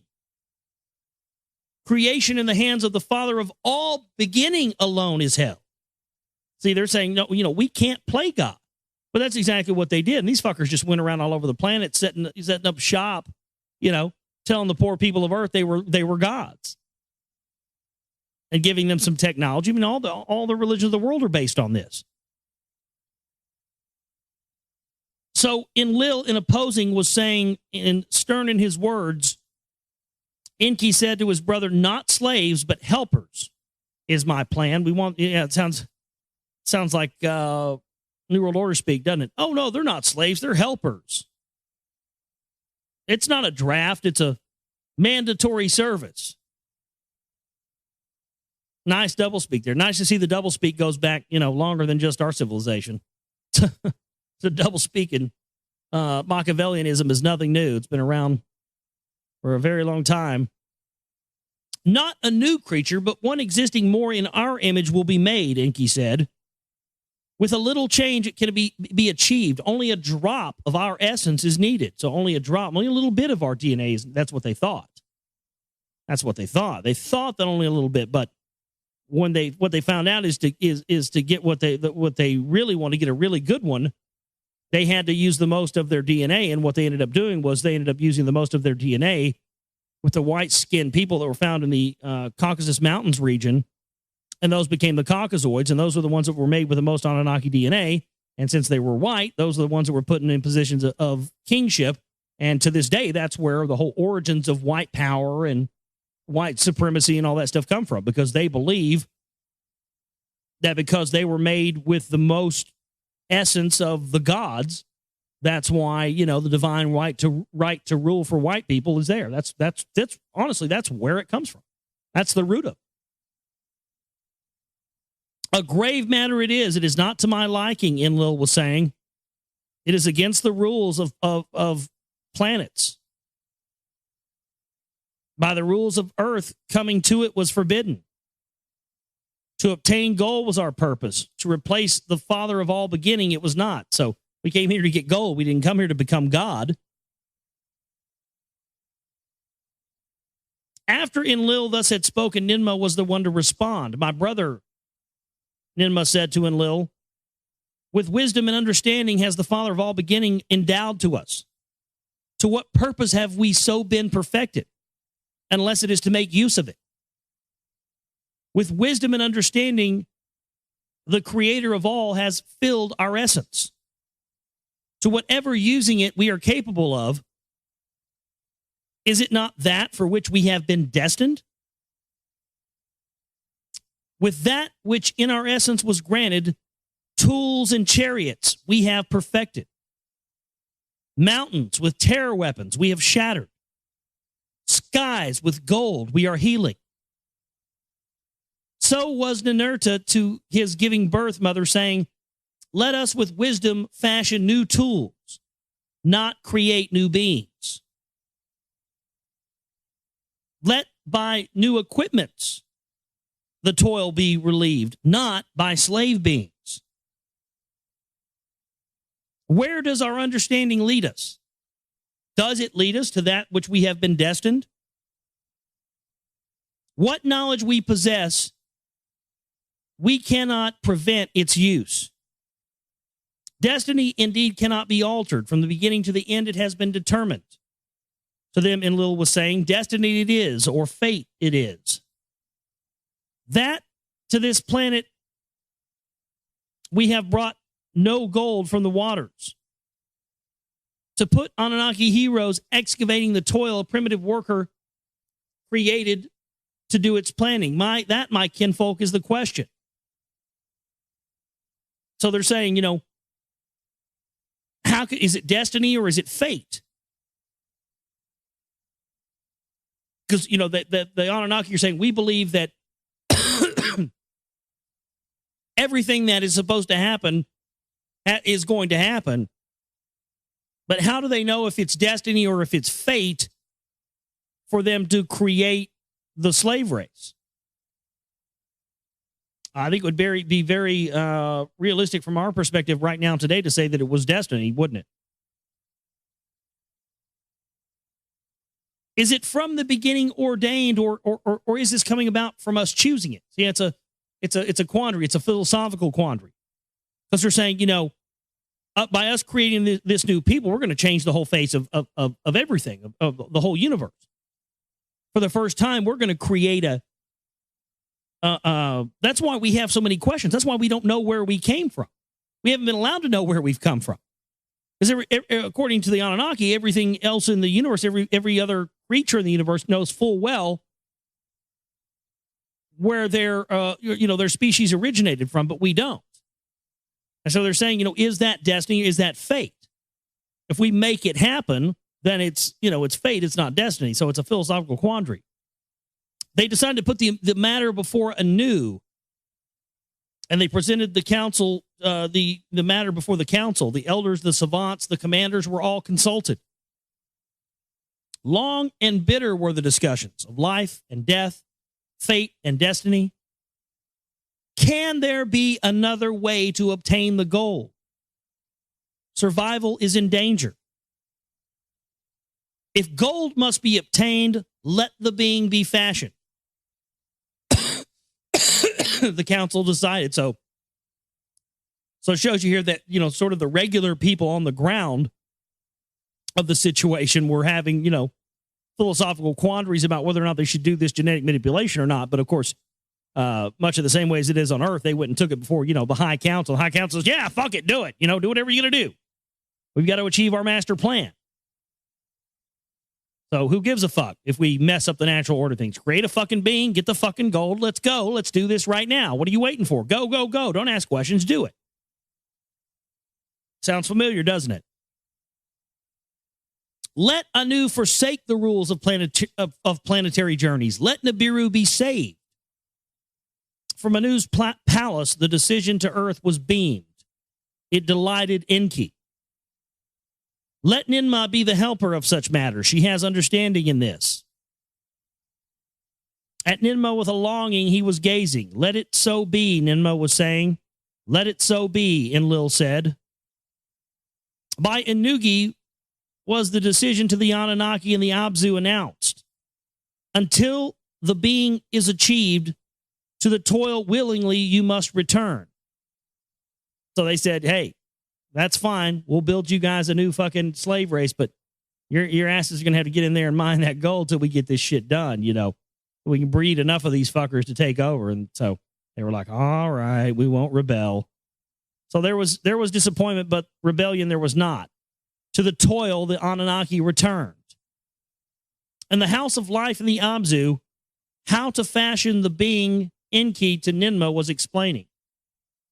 So he starts talking to his sister Ninmah about how they're going to create the slave race and how they're going to do it and the technicalities of it.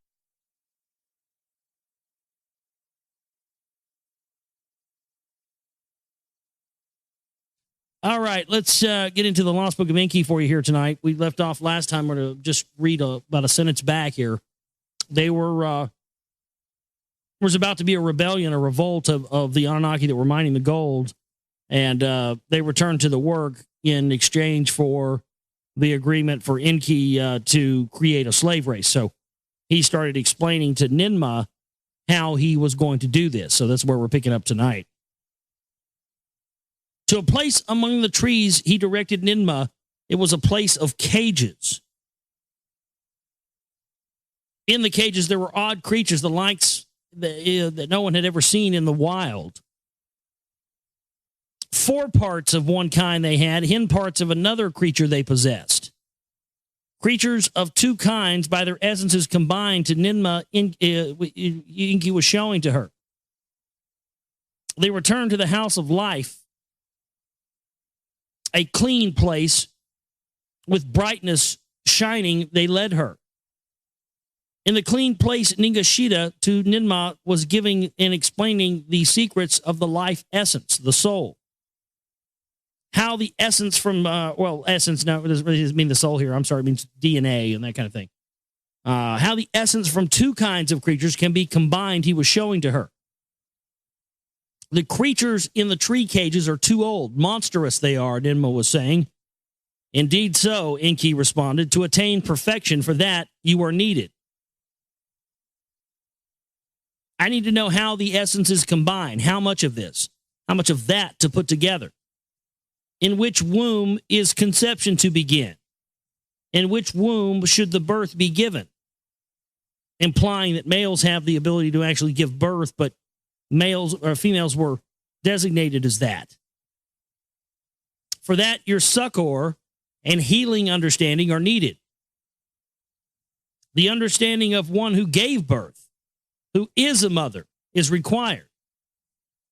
A smile on the face of Ninmah because of the 2 daughters that by ENKI she mothered and she well remembered.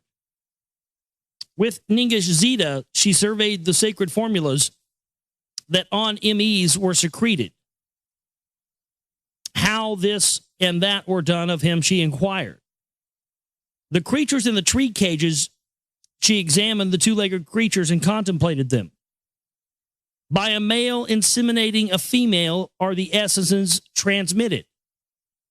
The 2 entwined strands separate and combine an offspring to fashion. Let a male Anunnaki, a 2-legged female, impregnate. Let a combination offspring be born, Ninmah did say. That we have tried, and it has resulted with failures. ENKI responded to her. There was no conceiving, there was no birth. Now, this is the account of how the primitive worker was created. How ENKI and Ninmah, with Ningashita assisting, this is how the being was fashioned. They tried another way to obtain the admixture of essences. How the 2 strands, the double-strand DNA. How to combine another, how to combine the 2 strands of essences together, another way must be found.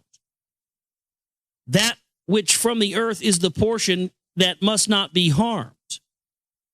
To receive our essence in graduations, it must be shaped. So they want to slowly add more and more of their own DNA to these earthbound creatures. from the ME formulas of Nibiru's essence, only bit by bit could be attempted. In a crystal vessel, Ninmah was preparing a mixture. The oval of a female two-legged creature she gently placed. With ME Anunnaki seed, she impregnated the oval. That oval she put back into the womb of the two-legged female. This time there was conceiving. A birth was indeed forthcoming. The allotted time for birth giving the leaders awaited with anxious hearts, seeking the results. The allotted time arrived and there was no birth giving. In desperation, Ninmah made a cutting. That which was conceived with tongs, she drew out. A living being it was. With glee, ENKI shouted, "We attained." Ningazita with joy cried out. In her hands, Ninmah, so I guess they had to cut the umbilical cord. They didn't know about that. Once they did that, they were like, okay, cool, we got this. With joy, she was not filled. Shaggy with hair all over was the newborn. His foreparts like that of the earth creatures. His hind parts like that of the Anunnaki. They let the two-legged female nurse the newborn with her milk for him to suckle.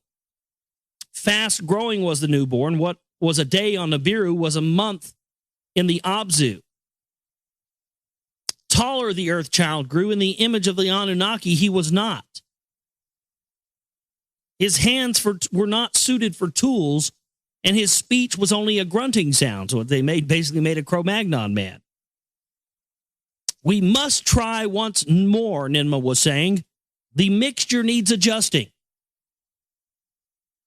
Let me try this or that, and let me try this endeavor again, she says. With ENKI and Ningazita assisting, they repeated the procedures. The essences in the MEs, Ninmah carefully considered. One bit she took from one bit she took out from another. Then in the crystal bowl, the oval of an earth female she inseminated. There was conception. At the appropriate time, there was birth giving. This one more in the likeness was in the likeness of the Anunnaki. They let his birth mother suckle him. They let the newborn child grow. Appealing he was by his looks. His hands were shapen to hold tools. His senses they tested. They found they're deficient. This earth child could not hear. His eyesight was faltered. Again and again, Ninmah rearranged the mixtures of the ME formulas. She took bits and pieces. One being had paralyzed feet. Another, his semen was dripping. So there's just sperm just falling out of this creature. What the hell is that? One hand had trembling hands. Another had a malfunctioning liver. One had hands too short to reach his mouth. One had lungs that were unsuited for breathing. ENKI was disappointed by the results. A primitive worker is not attained to Ninmah, he was saying. What is good or is bad in this being by trials I am discovering. Ninmah responded to ENKI, to continue for success, my heart prompts me. Once more an admixture she made. Once more the newborn was deficient. Perchance the shortfall is not in the admixture, ENKI was saying to her. Perchance neither in the female's oval nor in the essences is the hindrance. Of what the earth itself is fashioned of, perhaps this is what is missing. Not of Nibiru's crystals use the vessel, of the clay of the earth make it. So this is the idea, mankind being created in God's image. Or in the idea of God creating mankind out of clay, these clay vessels. We have the reptilian statues that were stolen out of the Iraq National Museum that were also made out of clay. So she was putting the oval, the egg, in this crystal vessel that came from Nibiru, and ENKI saying, no, make it from the earth. you're going to make a human creature, it has to come from the earth. The earth has to be involved in it. You can't just put it in the stuff that came from another planet. It's got to come from the earth because you're making it out of the earth.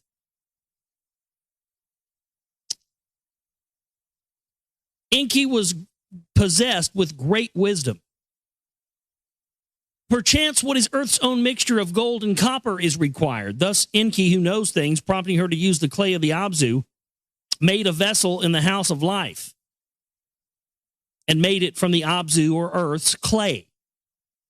As a purifying bath, that's why they call clay earth. Earth and clay. As a purifying bath, she shaped the vessel within it to make the mixture. Gently into the clay vessel, the oval of an earth female was placed. The life essence from an Anunnaki's blood she extracted and placed in the vessel. By the ME formulas, the essence was directed, bit by bit, correct bit in the vessel was placed.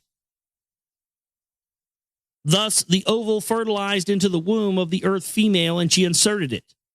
There is conception, Nimma with joy announced. The allotted birth-giving time they awaited. At the allotted time, the earth female began to travail. A child, a newborn, was forthcoming. With her hands, Ninmah extracted the newborn. It was a male. In her hand, she held the child. His image she examined. It was the image of perfection. In her hand, she held up the newborn. ENKI and Nigashzita were present. With joyful laughter, the three leaders were seized. ENKI and Nigashzita were backslapping. Ninmah, ENKI embraced and kissed. Your hands have made it, ENKI said with a gleaming eye to her. They let the birth-giving mother suckle the newborn. Quicker than a child on the Nibiru, he was growing. From month to month, the newborn progressed. From a baby to a child he was becoming. His limbs for the tasks were suited. Speech he knew not. Of speaking he had no understanding. Grunts and snorts were his utterings.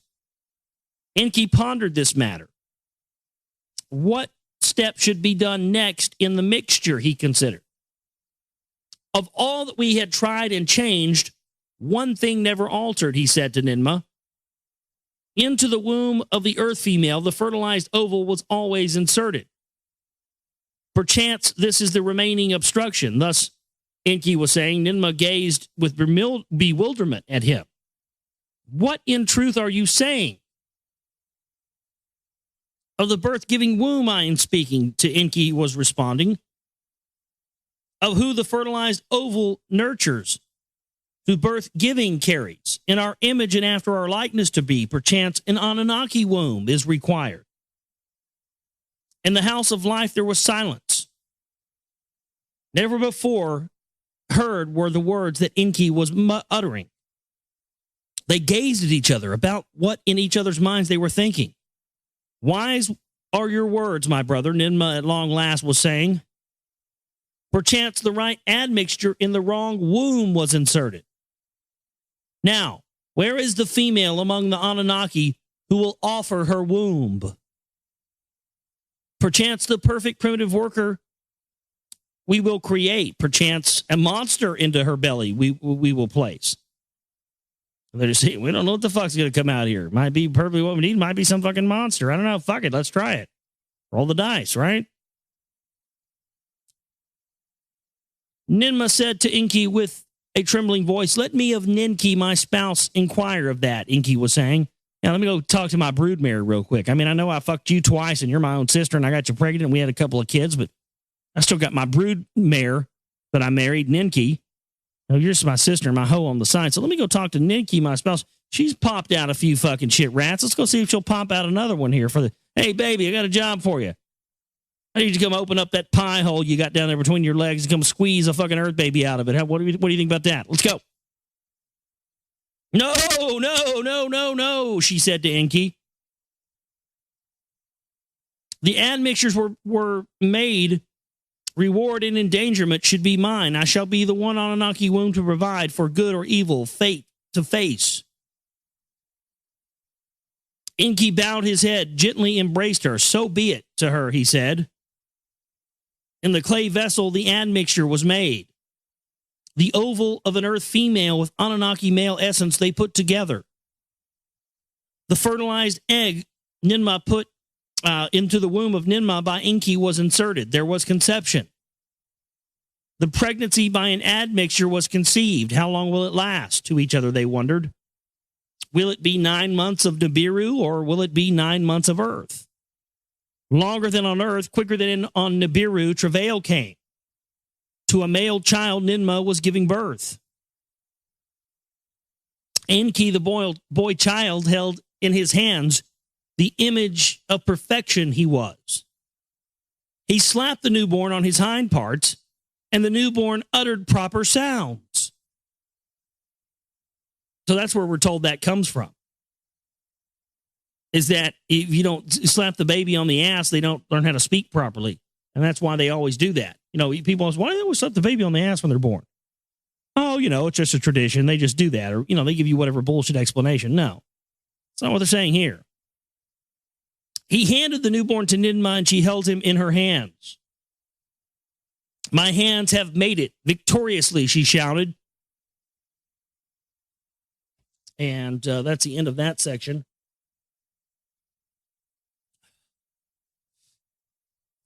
Let me get a drink here. All right. Now this is the account of how Adamu, by his name, was called Adamu, being Adam, and the beginning of the Adamic race.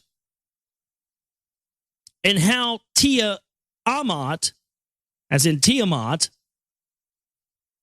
as a counterpart female, was fashioned for him. The newborn's visage and limbs were carefully examined by the leaders. His ears were in good shape, and they were not clogged. His limbs were proper, his hind parts like legs, foreparts were shaped like hands. Shaggy like the wild ones, he was not. Dark black his head hair was. Smooth was his skin, smooth as the Anunnaki skin was. Like dark red blood was its color. Like the clay of the Abzu was its hue. They looked at its malehood. Odd was its shape. By a skin was its forepart surrounded. Yeah, he had a foreskin. Unlike that of the Anunnaki malehood, it was a skin from its forepart was hanging. That's supposedly why they do that. That's why the Jews do the circumcision. You know, I mean, you've got the 12 tribes of Israel, the 12 tribes of Judah, 12 extraterrestrial races. Supposedly that's why they cut the foreskin off and the rabbis suck the blood out of it and shit. And they literally do that. You can look it up. I'm not making that up. There's pictures of it online. If you don't fucking believe me, look it up. Rabbis cut the fucking foreskin off and suck the blood out of it off of the baby. It's a fact. They do that because they are trying to make the offspring of the Anunnaki, it's to take us and basically make us like them. Keeping the foreskin is supposed to make you, actually make you more human, I suppose. Let the earthling from us, the Anunnaki, by this foreskin be distinguished, so ENKI was saying. The newborn was beginning to cry. Ninmah held him close to her chest. Her breast she gave him. The breast he began to suckle. And supposedly that's what one of these reptilian clay statues stolen from Iraq depicts. You can see the depictions of it, but supposedly that's what it is. It represents Ninmah suckling the human, the child, the crossbred child they made to her breast. You can see that. And where did those statues go and why were they stolen? Question we all need to ask. Perfection we did attain. Ningazita with elation, he said. ENKI was gazing at his sister, a mother, a son, not Ninmah, and a being he was seeing. And what name will you give him? ENKI inquired. A being he is, not a creature. Ninmah cast her hand upon the newborn's body. With her fingers, his dark red skin, she was caressing. Adamu, I shall call him. One who is like earth's clay. One who is like the earth, the clay of the earth. That will be his name. For the newborn Adamu, they fashioned a crib in the corner of the house of life. They placed him. A model for primitive workers we have indeed attained, ENKI was saying. Now a host of workers like him are needed. A model he indeed shall be. As for himself, like a firstling he shall be treated. From toil he himself shall be protected. His essence alone as a mold shall be. So was ENKI saying, by this degree, Ninmah was greatly pleased. From here on out, whose fertilized ovals, whose womb are going to carry the fertilized ovals, Ningishita was asking. The leaders pondered the matter, and Ninmah offered a solution. From her city, Shurabak, Ninmah summoned female healers, and she explained the task required to them. To the crib of the Adamu she led them, the newborn earthling to perceive. To perform the task is not a commandment, Ninmah said to them. Your own wish is the decision. Of the female Anunnaki assembled, 7 stepped forward. 7 accepted the task. That's an interesting number. Let their names for all time be remembered, Ninmah said to ENKI. Their task is heroic. By them, a race of primitive workers shall come into being. The 7 stepped forward, each one on her name was announcing the names Ningishita had recorded. Ninima, Shuziana, Ninmada, Ninbara, Ninmug, Musardu, and Ninguna. These were the names of the 7 who by their own wish were to be birth mothers on earth. Earthlings they were to conceive and carry in their wombs. Primitive workers they were to create. In 7 vessels of the clay of the Abzu they were made. Ninmah placed ovals of the 2-legged females in their wombs. She extracted the life essence of Adamu, and bit by bit she inserted into the vessels. Then in the male part of Adamu, an incision she made, a drop of blood to let out. This is a sign of life be that the flesh and soul have combined. Let it forever proclaim. So the combining, it represents, okay, they let the drop of blood out when they circumcise them, and it represents the combining of the flesh and the soul, which is exactly what the rosy cross on the Rosicrucian order means. The flower, the rose on top of the cross, represents the soul, the non-material part of the body, being crucified upon the body, the physical being trapped. So what they're saying here is that when the drop of blood comes out from the circumcision, that is a sign of life and the combination of the flesh and soul. So if a rabbi sucks that blood out, they take the blood of the combination of the flesh and soul into their bodies. I don't know about you, but that sounds like some cannibalistic alien shit right there if I've ever heard of it. Ugh. She squeezed the male part for blood, 1 drop of blood in each vessel she added to the mixture. In this clay mixture, earthling with the Anunnaki shall be bound. In this clay mixture, earthling to the Anunnaki shall be bound, Ninmah was saying. She was pronouncing an incantation. Now, that's interesting. You read Masonic historians, people like Manly P. Hall, they talk about the Kabbalistic origins of the creation of life. In the beginning, there was the Word. And that when you master the Kabbalistic system, of which I don't think you can even go into until you're what, in your 40s or something like that? But supposedly, if you really, truly master it, you can master the ability to create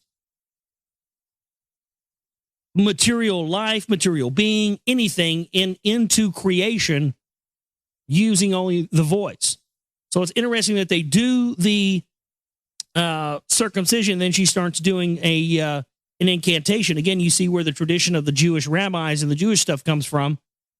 12 extraterrestrial races, 12 tribes of Israel, 12 stones on the ephod communication alien device. Start to see the pattern here, folks.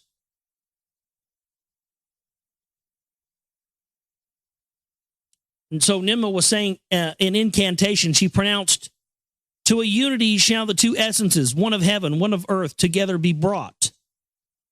That which is of the earth and that which is of Nibiru shall be forever bonded in a blood kinship."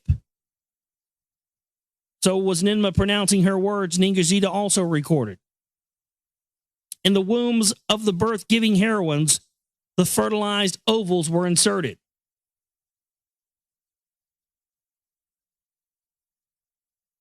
There was conception, with anticipation was the allotted time counted.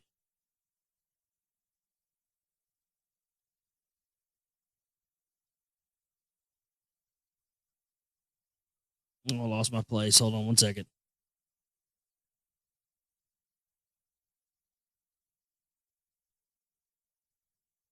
So with Ninmah pronouncing, in the wombs of the birth-giving heroines, the fertilized ovals were inserted. All the allotted time, 7 male earthlings were born. Their features were proper, good sounds they were uttering. By the heroines, they were suckled. 7 primitive workers have been created. Let the procedure be repeated. 7 more to undertake the toil.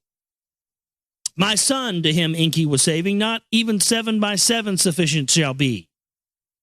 Of heroine healers too much is required. Forever their task will be this way. Indeed, the task is too demanding. Glow beyond enduring it is. Female ones we have to fashion, ENKI was saying, for males to be their counterparts. Let them each know each other as one flesh, the two to become. Let them by themselves procreate on their own to the childbirthing make. To primitive workers by themselves give birth, Anunnakis, females to relieve. The formulas you must change from male to female, make the adjustment. For a counterpart to Adamu is to be fashioned in the womb of an Anunnaki female. Conception is needed. Inca gazed at Ninmah directly. Before she could speak, he raised his hand. Let me this time, Ninki, my spouse, summon, with a strong voice, he said. If she is willing, let her be the mold for the female earthling to create. They to the Abzu, to the house of life, summoned Ninki. They showed her Adamu, and all the matters of this situation were explained to her. Of the task that is required, they gave explanations of successes and danger to her. By the task, Ninki was fascinated. Let it be done, she said to them. Yeah, fucking, here you go. I'll open up. Yeah, fucking put that bitch in me. Yeah. I'll shit one out for you.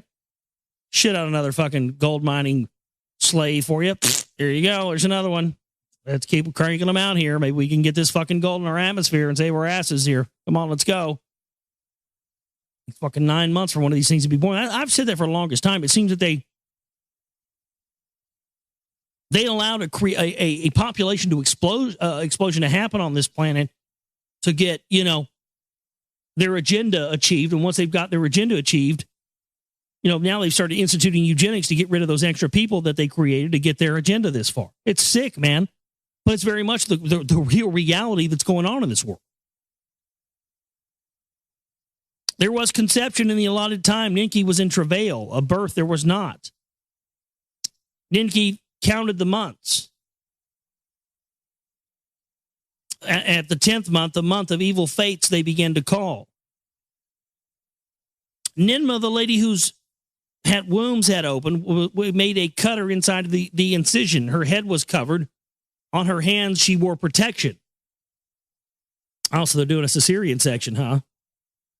A female to birth was given. The newborn's visage and limbs were then carefully examined. Of good shape were her ears. Her eyes were not clogged. Her limbs were proper. Hind parts like legs, foreparts for the hands were shaped. Shaggy she was not. Like beach sands was the hue of her hair, blonde. Her skin was smooth, as that of the Anunnakian smoothness and color it was. Ninmah, the girl child, held in her hand, she slapped her hind parts. Proper sounds were uttered from the newborn. To Ninki, the spouse of Enki, she then handed the newborn to be suckled, nourished, and raised. A name will you give her? Enki inquired. A being she is, not a creature. In your image she is, after your likeness.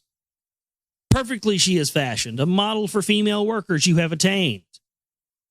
Ninki cast her hand upon the newborn's body.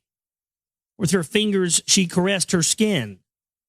Tiamat, let her name be, the mother of life. Like the planet of old, which the earth and the moon were fashioned, let her be called. From her womb's life essences of other birth givers shall be molded.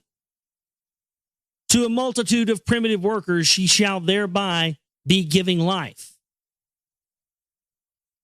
Thus was Ninki saying, the other words of concurring were uttered.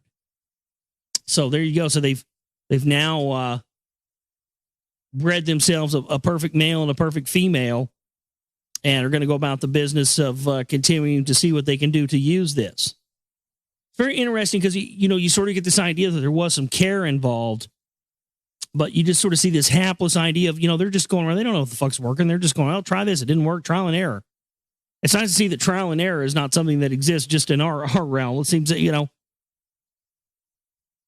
but this is where the elite get this idea of, experimenting on animals and doing experimenting on humans. And this mentality comes from the quote unquote gods, the ones that fashioned mankind. That's why our rulers are so bloodthirsty and do the kind of things that they do. Because it's in their fucking DNA. It's in their blood to do that. It is genetically programmed into the elite to always do nothing but the continuation of the great work, and be damned anything that gets in its way. Be damned how many people it kills. The only thing important is their work, and you see them saying that here. The only thing that's important is that we mine the gold. The only thing that's important is that we fashion a slave race. Whatever we have to do to get our agenda accomplished is what we have to do. And, whether it's right or wrong, it doesn't matter. We just got to try this until we get it to work. And you see that sort of same thing happen with countries and governments and everything today, don't you? You guys are like, fuck it, let's just keep trying until we get it right, Unbelievable stuff there. Great stuff out of Lost Book of ENKI.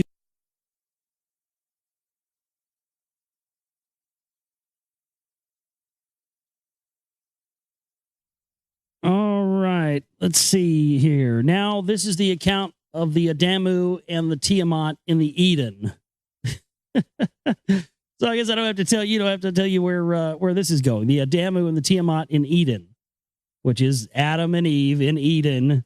But here it's Adamu and Tiamat in the Eden, Edin. See, well, it just smashes the whole idea of all that's original stuff that came from the Bible. Yeah, yeah, right. Long before that, Bubba. Here we go. So this is basically the original story of Adam and Eve, I suppose. Here we go. And how they knowing of procreation were given and to the Abzu expelled. The Abzu, I guess, is earth or the land. After Tiamat in the womb of Ninki, she was fashioned. And 7 vessels of the clay of the Abzu made Ninmah ovals of the 2-legged females.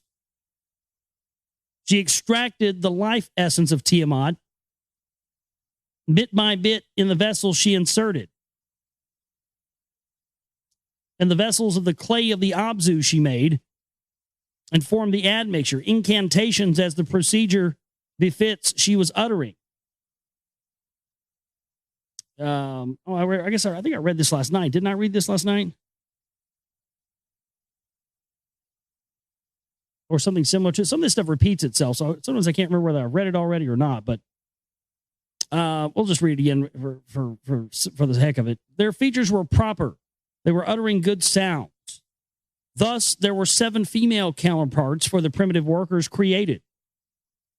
7 male and 7 female did the 4 leaders create for them.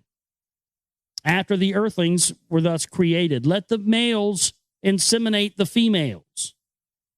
Let the primitive workers themselves beget offspring. So was ENKI saying to the others, after the allotted time, offspring's other offspring will beget. Plentiful will be the primitive workers' numbers.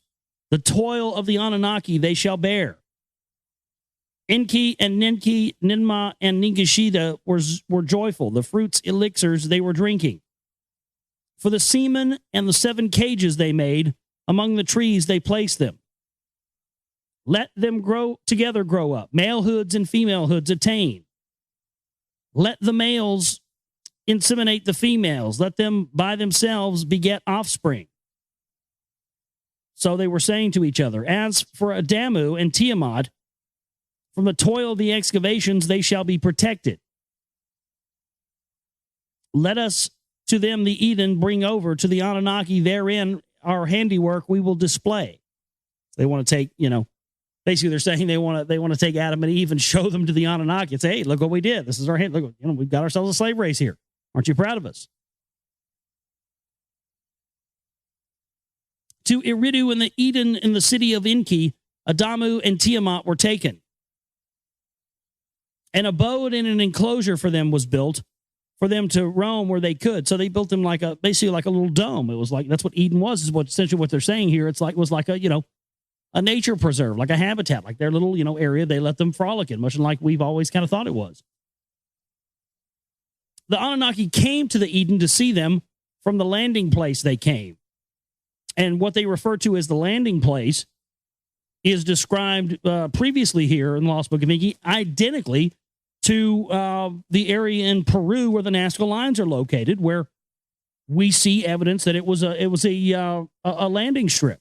They even describe here in the Lost Book of ENKI the shearing off of the mountaintops, which are indeed there in Peru where the Nazca lines are.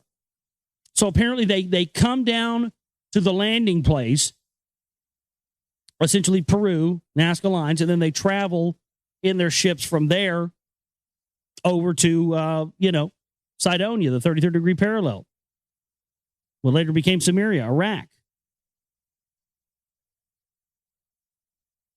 Enlil came to see them, and his displeasure was diminished once he saw them. Ninurta came to see them. Ninlil did as well. From the way station on Lamu, which is Mars, Marduk, the son of ENKI, also came down to see. It was a sight most astounding. A wonder of wonders it was to behold. Your hands have made it. The Anunnaki were the fashioners. The Agigi who were between Earth and Lamu shuttled and were also agog. Primitive workers have been fashioned. Our days of toil now can end, they were all saying. In the Abzu, the newborns were growing. For their maturing, the Anunnaki were anticipating. ENKI was the supervisor. Ninma and Ningishita also came. In the excavations, the Anunnaki were grumbling. Patience to impatience gave way. Inugi, their overseer of ENKI, was often inquiring.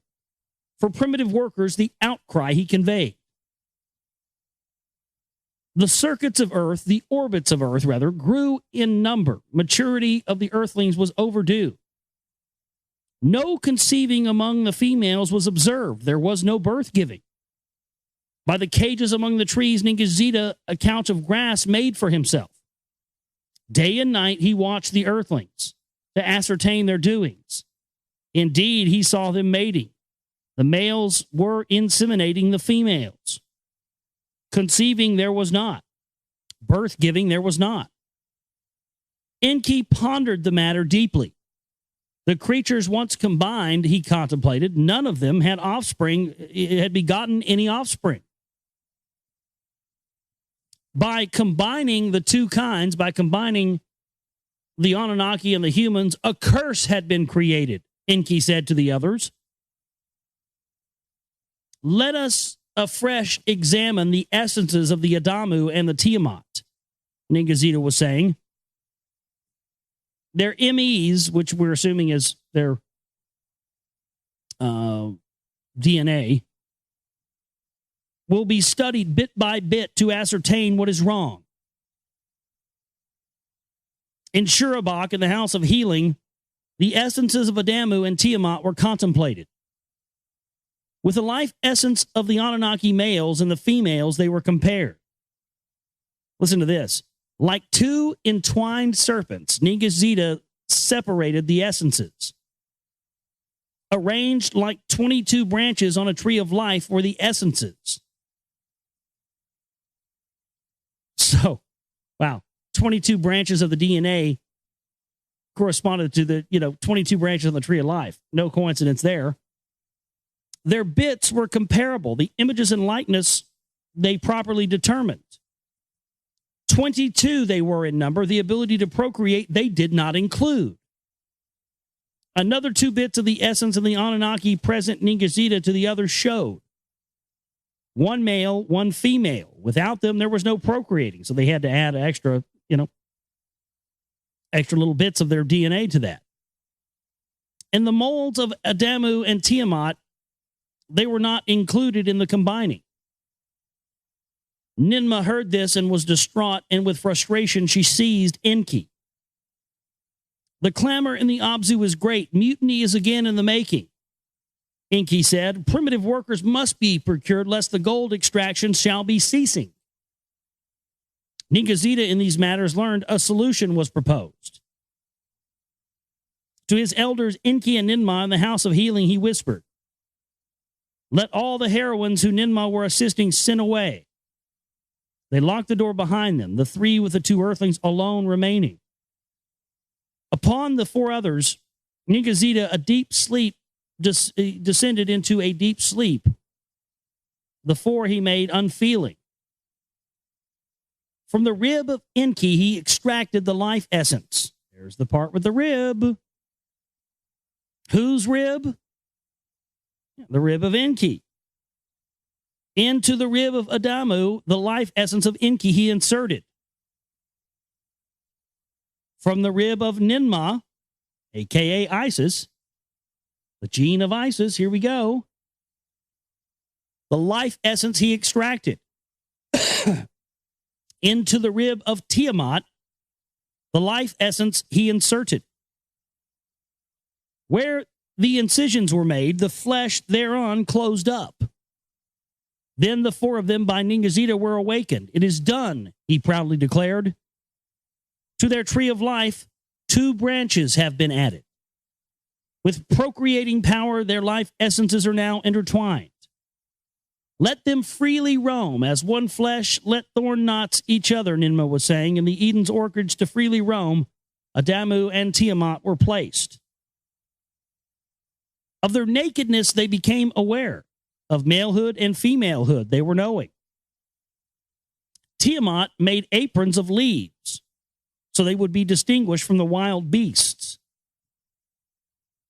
In the heat of the day, Enlil was strolling in the orchard. He was enjoying the shade there. Without expectation, Adamu and Tiamat he encountered. He noticed the aprons on their loins. What is the meaning of this? Enlil wondered. He summoned ENKI to explain it to him. The matter of procreation ENKI explained to Enlil. The 7 and 7 had failed to Enlil, he admitted. Ningazita examined the life essence and noticed that an additional combining was needed. Great was Enlil's anger. Furious his words were. The whole thing was not to my liking. For acting as creators, gods, I had opposed. The being that we need, it already exists. Even you said this, ENKI. All we needed to do was put our mark on it. Thereby we would fashion primitive workers. Healing heroines put them at risk. Ninmah and ENKI were in danger. To no avail it was all. Your handiwork was a failure. Now the last bits of our essence to these creatures you have given. to be like us in procreation, knowing perchance our life cycles on them you will bestow. He's saying, yeah, this is where you get into the moral conflict between the brothers Enlil and ENKI. Because on the one hand, they both were in agreement that, they needed to fashion a primitive worker race. But Enlil's idea was to basically make, a non-conscious, animal essentially that would do the work. And when they couldn't get that to happen, that was when, ENKI and the whole clan decided that, hey, we've got to put some of our DNA inside of them to make them be able to make what we need. But Enlil here is saying that perchance our life cycles will be, he's having a problem because they're saying, you're going to bestow our life cycles onto them. And that right there explains why humans have we should live for a lot longer than we do. The Anunnaki they orbit around the sun once every 3,600 years. So 1 year, which is a shar on Nibiru, is 1 year for them. But they started noticing when they came to Earth, that's why they had to build the slave race, that they were growing old and aging and dying rapidly here on Earth. And so Enlil's problem with this was that, you were going to create, by using their DNA, a species that would have a relatively short life because of the rapid orbit of the Earth around the sun. So he was concerned with that. And we'll find out later, this is why, of course, Enlil ordered the Great Flood and ordered mankind to be wiped out. But because ENKI had love and compassion and saw the primitive workers as, his creations, this is where he allegedly created the Ark, the spaceship, and, kept the DNA essences inside of them so that they could, continue to thrive. And that's what this whole book of ENKI is supposedly about, is this is his account, the account that he attempted to use to set up the Brotherhood of the Serpent in order to teach mankind in secret the history of the Anunnaki so that we would not repeat those same mistakes ourselves. And of course, they just relegate this stuff to the fringe and act like it has no historical context when it, in fact, very much does. So, thus Enlil did speak angry words to ENKI. ENKI, Ninmah, and Nigazita were summoned to pacify Enlil with words. My lord Enlil, Nigazita was saying, knowing for procreation they were given. The branch of long living to their essence tree was not. Ninmah then spoke up to her brother. So they're again, admitting right there that they could add, more essence to the DNA, which would make them live longer, but they didn't do that. So maybe that's what we should be looking for. How can we add stuff to our DNA to make us live longer? Obviously, it can be done. There's proof right there. Why isn't science on that? They know. They're full of well aware of that. I think Kissinger and Rockefeller are in their fucking 90s, and they're in better shape than some of us are.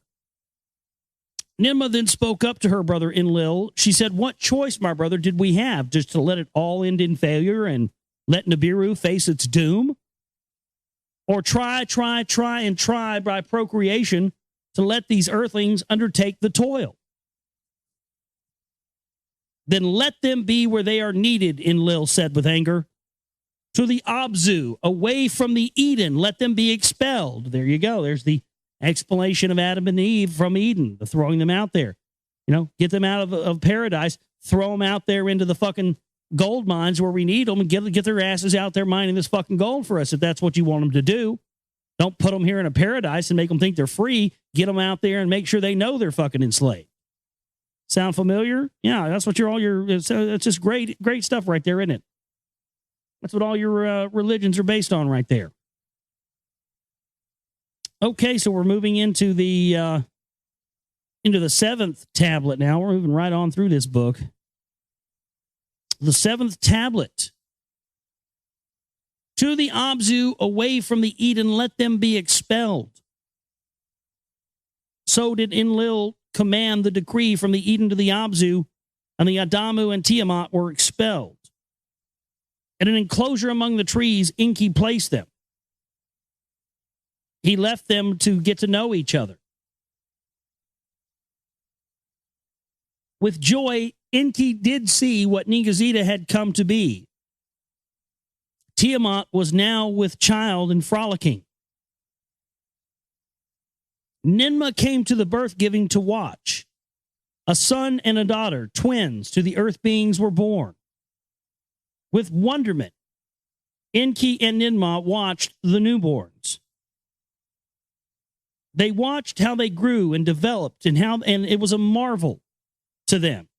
Days were as months, months to earth years accumulated. By the time Adamu and Tiamat had other sons and daughters, the first ones were by themselves procreating. Before one shar of Nibiru had passed, the earthlings were proliferating. With understanding were the primitive workers endowed, of commandments they were comprehending. To be with the Anunnaki they were eager, for food rations they toiled well. Of heat and dust they did not complain, of backbreaking they did not grumble. Of the hardships of the work of the Anunnaki and the Abzu were relieved. The vital gold was now coming to Nibiru, and Nibiru's atmosphere was slowly healing. The Earth mission was proceeding with satisfaction to all. Among the Anunnaki, those who from heaven to earth came, there was also espousing and procreation. The sons of Enlil and Enki from sisters and half-sisters from healing heroines took spouses. To them on earth, sons and daughters were born. Here we go. The watchers, they were watching Adam and Eve grow, watching their progression. And now what are these watchers doing? They're procreating with these earth beings that have now been born and having children by them. Uh-oh. This is going to be problems. This is going to be trouble. Though by the life cycles of Nibiru they were endowed, by earth cycles they were quickened. When on Nibiru they would still be in diapers, on earth they became a child. When who on Nibiru began to crawl, they on earth were running around. Special joy there was when to Nanar and Ningal twins were born. A daughter and a son they were, Iana and Utu, by Ningal they were named. With them, a third generation of Anunnaki on earth were present. For the offspring of the leaders, tasks were allocated. Some olden chores were divided easier among the offspring. They were made to the olden chores. New tasks were added. Upon the earth, the warmth was rising. Vegetation flourished. Wild creatures overran the land. The rains were heavier. Rivers were gushing. Abodes, houses were in need of repair. Upon the earth, the heat was increasing. The snow-white parts with water were melting. I see, global warming. Weren't any cars running around back then, but the earth started getting hotter, right? And the ocean started to rise. No SUVs running around doing that back then, right, guys? The bars of the seas of the oceans were not containing. From the depths of the earth, volcanoes and fire and brimstone were belching. The grounds were trembling each time the earth was shaking. In the lower world, the snow-white-hued place, the earth was grumbling. At the tip of the Abzu, Enki made him a place for observing. So the earth's undergoing catastrophic changes. The watchers have now mated with their creations. In other words, they've created these, this slave race and themselves, had children with them. And this is where you start to see the beginning of the separation of the bloodlines. And we're going to start moving into more and more of this, these cataclysmic changes happening on Earth, the judging of the creatures, the rest of that, the finding between Enlil and Enki. It's getting interesting. So page 152, remember that, page 152, that's what we'll pick up next time. And boy, good stuff there tonight out of the Lost Book of Enki. To his son Nergal and his spouse Ereshkigal, he therefore entrusted command to them. A thing unknown, an untoward thing thereunder is brewing. Negal to his father ENKI said, in Nibiru Key, the place of the bond of heaven and earth, Enlil was watching the heavenly orbits go by. By the emise of the tablets of destiny, celestial motions he was comparing. There is turmoil in the heavens, Enlil said to his brother ENKI. From the planet Laranu, the place of the way station, Marduk to ENKI, his father, was complaining.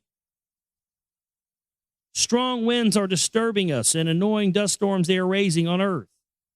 So Marduk to his father ENKI was beaming his words. In the hammered bracelet, turmoils are occurring. Upon the earth, brimstones from the skies were falling. Pitless demons, havoc causing violently, they approach the earth. Now, what's interesting is this being caused because of the orbit of Nibiru coming close to the earth and the cataclysmic effects that it's said to have on our planet when it gets close to it? That's what I think this is. That's what I think they're referring to. I could be wrong about that. Into flaming fires in the sky, they were bursting. In a clear day darkness, they were causing storms with evil winds that raged around. Like stony missiles to the earth, they were attacking. Well, the hammered bracelet is the asteroid belt. So I guess the asteroid belt started hammering the earth with asteroids. Kingu, Earth's moon, and Lamu, which is Mars, was too affected by these havocs. The faces of all three were covered with countless scars. Enlil and ENKI to Anu the king were beaming urgent words. They alerted Nibiru's savants. The earth and the moon and Lamu, Mars, are facing an unknown calamity. From Nibiru, the savants were responding, and their words from the leaders' hearts were not calming. In the heavens, the family of the sun were taking stations. The celestials, of whom Earth is the seventh in a row, were choosing places. Again, 5,000-year-old text here, folks. In the heavens, Nibiru was approaching. The sun's abode it was nearing. By the seven in a row arraigned was Nibiru distracted. The path through the hammered bracelet it was missing. From the bracelet, bits and pieces it had been displacing. So Nibiru is passing close to Earth in its orbit around the sun, and it starts displacing pieces of the asteroid belt, and those start hammering Earth and the moon and Mars. Bereft of the celestial bar, Lamu with Mumu near the sun were crouching. In the heavens, Lamu was abandoning her glorious dwelling place.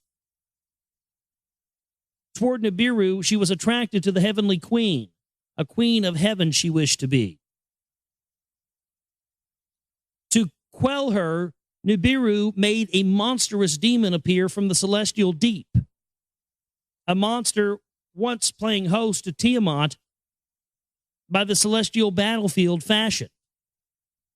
From this celestial deep made its way by Nibiru and was from its slumber awakened. From the horizon to the midst of heaven like a flaming dragon it was stretched. 1 league was its head, 50 leagues was its length, awesome was its tail. By day the skies of earth it darkened. By night upon the face of the moon a spell of darkness it cast. To her brothers, the celestials, Lamu was calling for help. Who will obstruct the dragon? Who will stop and kill it? She was asking. Only valiant Kingu, once Tiamat's protector, stepped forward to respond. To intercept the dragon in its path, Kingu was making haste. Fierce was the encounter. A tempest of clouds upon Kingu was raised. By its foundations, Kingu was shaken from the impact, and the moon quaked and shaked. Then the heavenly havoc was calmed. Nibiru was returning to its distant abode in the deep, meaning it was going back to its normal orbit. Lamu did not abandon its place of dwelling. The stony missiles upon the earth in Lamu ceased their raining. ENKI and Enlil with Marduk and Ninurta gathered. They undertook a surveying of the havoc on earth. The foundations of the earth ENKI surveyed, and he examined what had befallen of its platforms. The depths of the oceans he measured. In earth's far corners, the mountains of gold and copper he scanned. Of the vital gold there will be no shortage, ENKI was saying. In the Eden, Ninurta was the surveyor, where mountains trembled and valleys shook. In his skyship, he soared and journeyed. I mean, here we are, 5,000-year-old Texas, openly talking about people flying around in fucking skyships. No big deal. Now, again, ask yourself why this is the first thing they did when they invaded the Iraq National Museum in 2003. Why did this the first thing they did was go in and get, text like this so we can't see them anymore? I mean, duh, hello. The landing platform was intact. In the valleys of the north, the earth's fiery liquids were pouring. So Ninurta was telling his father Enlil about sulfuric mists and bitumens that he was discovering. On Mars, the atmosphere was damaged. Dust storms were interfering with life and work. So Marduk said to ENKI, I wish to return to Earth. He disclosed to his father. Enlil, to his olden plans, betook himself. What cities and their tasks he planned, he reconsidered. A chariot place in the Eden must be established, to the others he was saying. So he wants a landing pad in the Eden. He doesn't want to have to land over at the Nazca lines in Peru and fly all the way over anymore. No, he wants front row service. The olden designs of the layout on the crystal tablet he showed to them. The conveying from the landing place to the way station on Lamu is no longer certain. To soar toward Nibiru from Earth, we must be able to do, Enlil was saying to them. For the count since the first splashdown, the count of 80 shars it was. So they've now been on Earth 80 shars, which a shar is how long it takes the Nibiru to go around the Earth, but the Earth goes around the sun, to go around the sun, but the Earth goes around the sun much quicker than that. So they age a lot faster. Now, this is the account of the journey to the moon by ENKI and Marduk. Well, you've seen some of David Hatcher Childress's research. He's got some evidence, pictures, photographs, where he's taken, a picture of the moon, and it serves a close-up, from telescopes from 1 year, and then shows that same area 2 years later, and you can see tracks, and you can tell where stuff has been mined. Somebody's been up there mining on the moon for a very long time. Who? Well, I'll leave that up to you to guess. But I have a feeling that's where it's going to go here. They're probably looking for gold and all that stuff on the moon. Now this is the account of the journey to the moon by ENKI and Marduk, and how ENKI determined the three ways of heaven and the constellations. Let the place of the chariots near Bad Tibiara, the metal city, be established. From there, let the gold from Earth to Nibiru in the chariots be directly carried. So Ninurta of Bad Tibira, the commander, to them the words he was saying.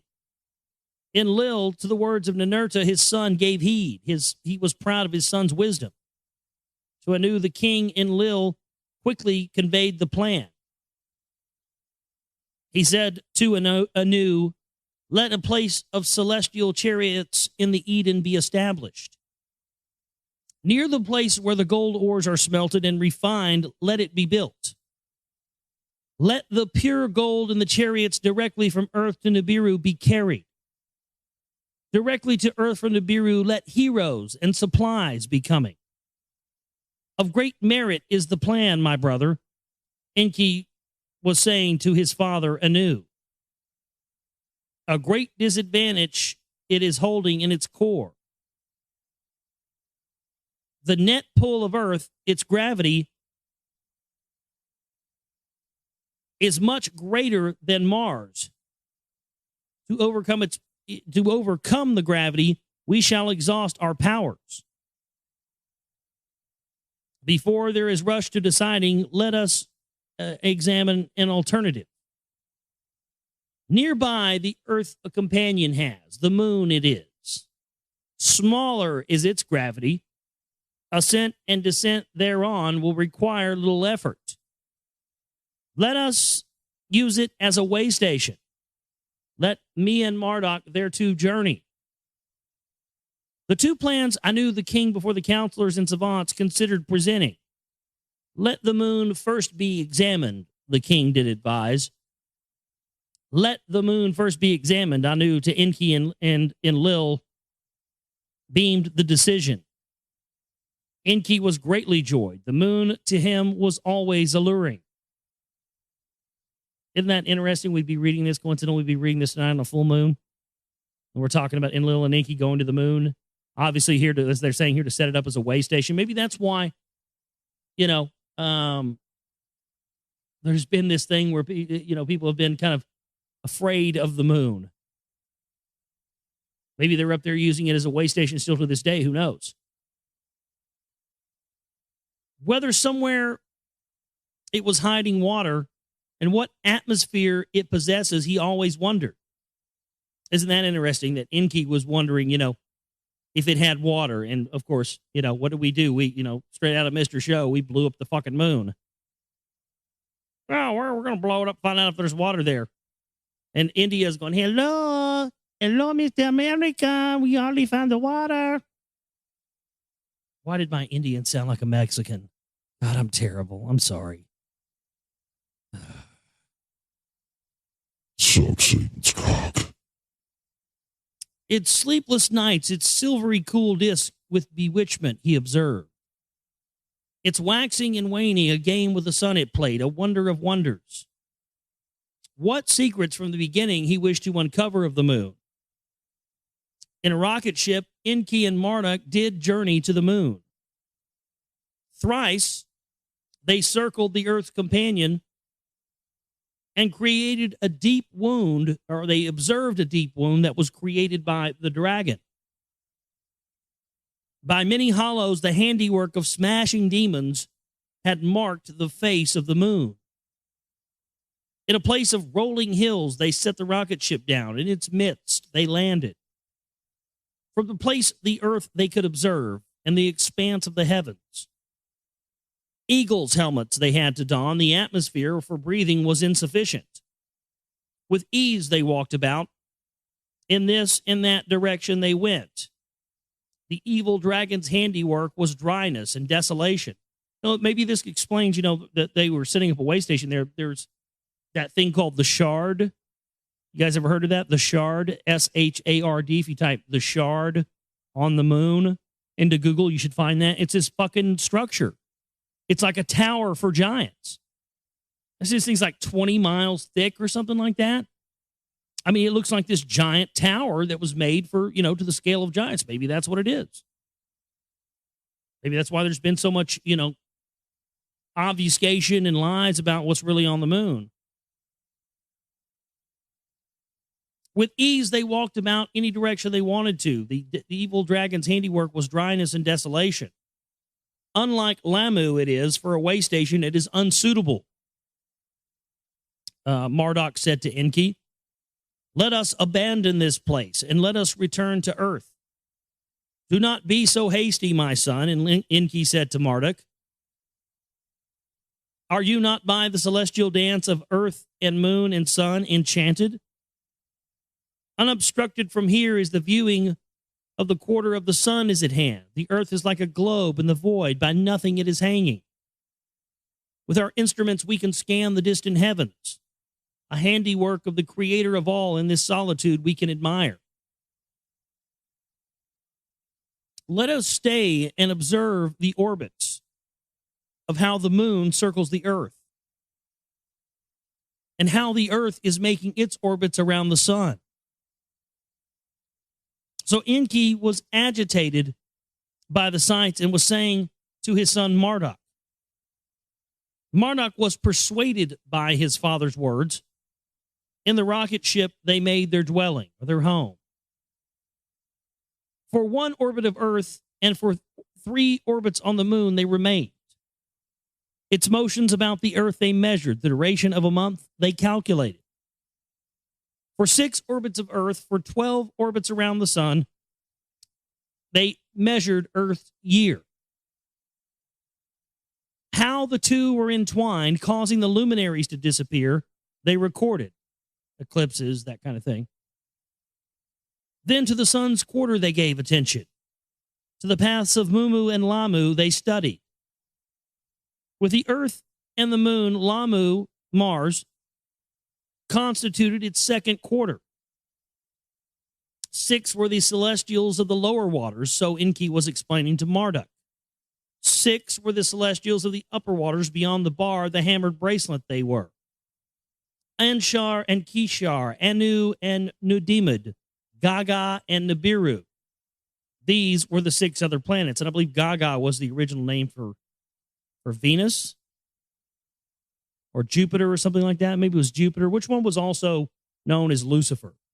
Is that Venus or Jupiter? One of those. Well, whichever one it is, that's what Gaga relates to. So there you go. Lady Gaga, Lady Lucifer, blah, blah, blah. We already see that. We already knew that. But, you know, I want to point that out since we're reading from 5,000-year-old text here.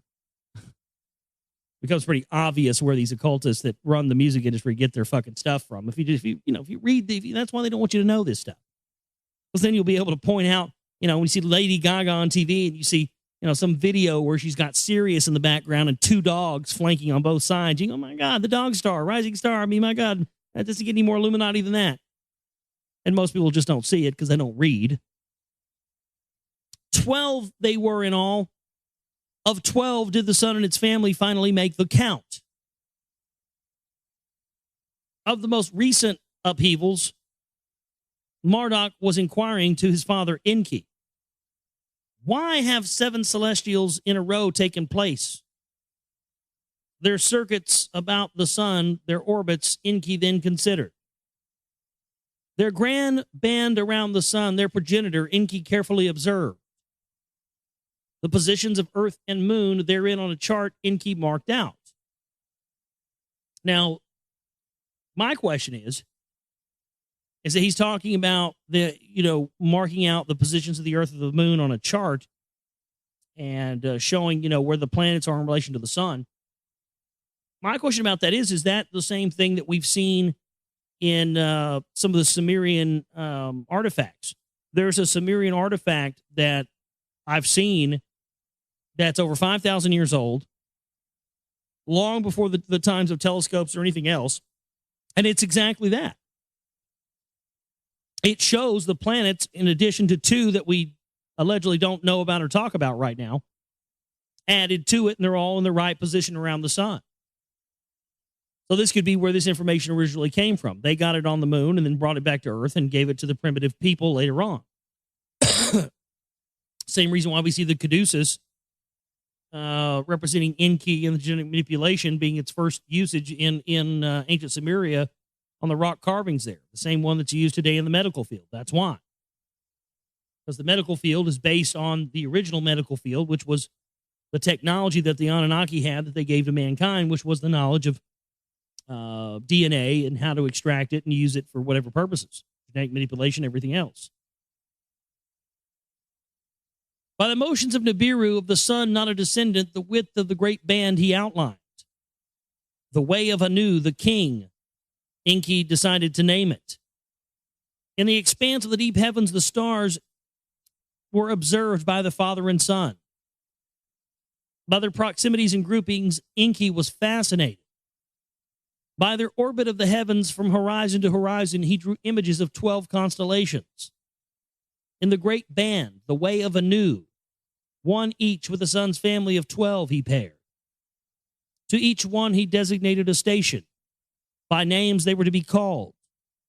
And notice how anytime they always say that anytime anything is given a name, when you give it, they indicate that giving a name to something separates it from being, just an animal or something. It actually indicates that it's a living spiritual entity.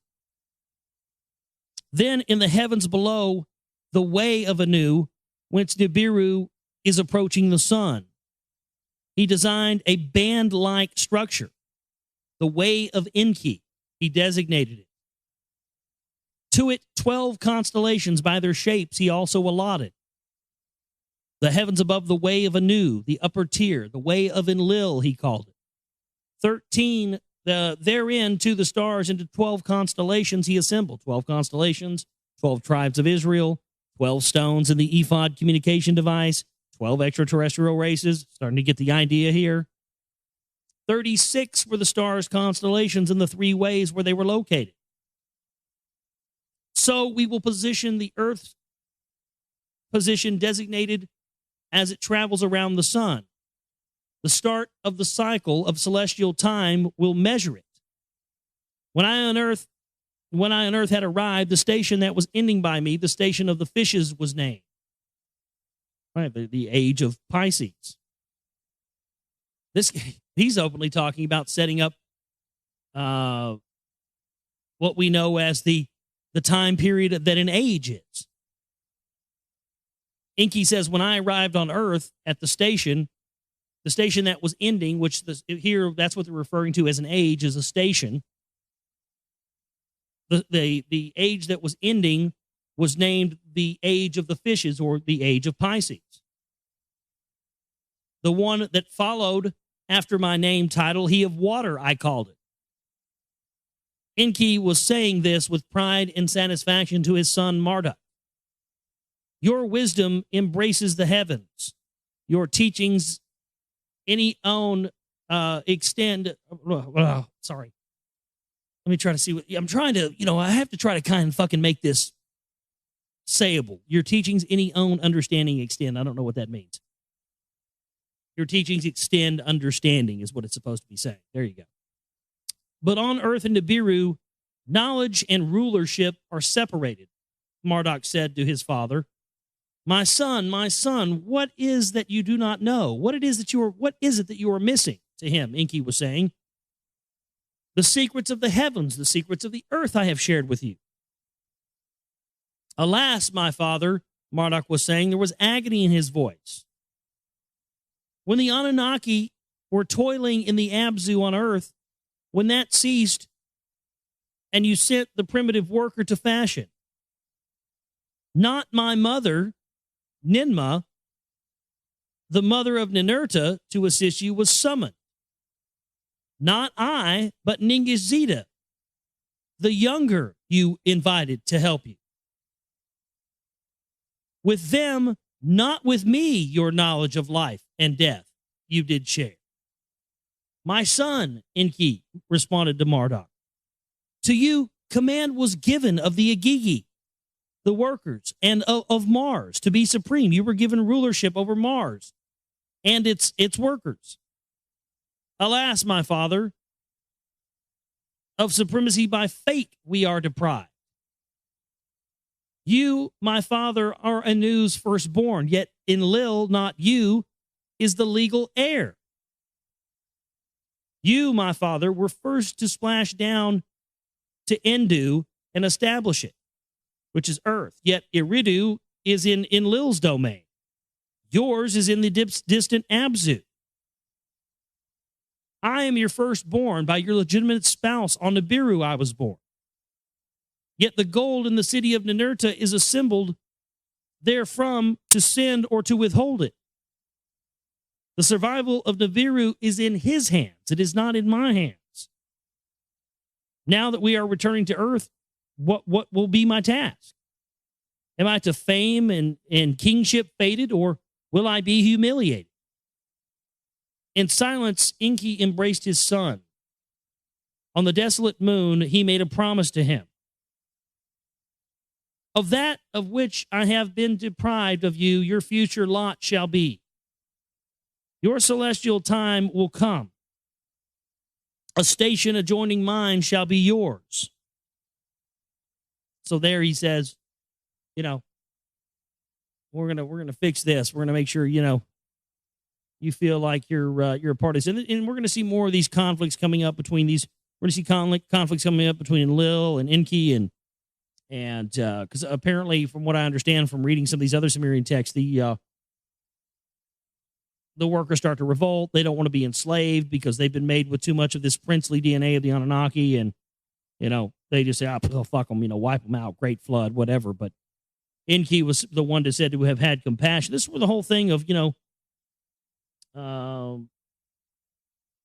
Lucifer and the devil and Jesus. I mean, you see where all these myths come from. All this stuff originates out of ancient Sumeria, and this is the big reason why there's been such a moratorium on this info, because they really don't want people, it really just don't want people to see that. Unbelievable stuff there.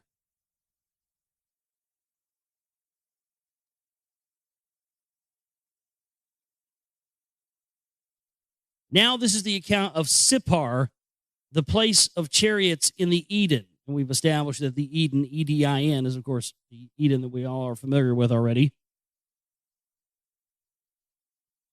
For many, this is the account of the Sippar, the place of the chariots in the Eden, and how the primitive workers were returned to Eden. So the primitive workers that were cast out of Eden were then returned to Eden. So this is where we're picking up tonight. For many circuits of the earth, from the earth were father and son absent. No plans were implemented on earth. And on Lamu, Mars, the Agigi workers were in turmoil. Enlil sent Anu secret words about his concern and beamed them from Nibiru to Anu. Enki and Marduk have gone to the moon. For countless orbits now they are staying. What they are doing is a mystery. What they are scheming is not known. Marduk has abandoned the way station on Lamu, on Mars. The Agigi are agog. By dust storms, the way station has been affected. What damage there is to us is not known. The place of the chariots in the Eden must be established. Therefrom, the gold can be carried directly from Earth to Nibiru. No way station on Mars shall henceforth be needed. The plan of Ninurta it is. Great matters, great understanding in these matters he has. Let him establish a place of the chariots near the Bad Tibiara establishment. Let Ninurta be its first commander. Anu gave much consideration to the words of Enlil and said to him, Enki and Marduk are returning to the earth. What have they found out about the moon?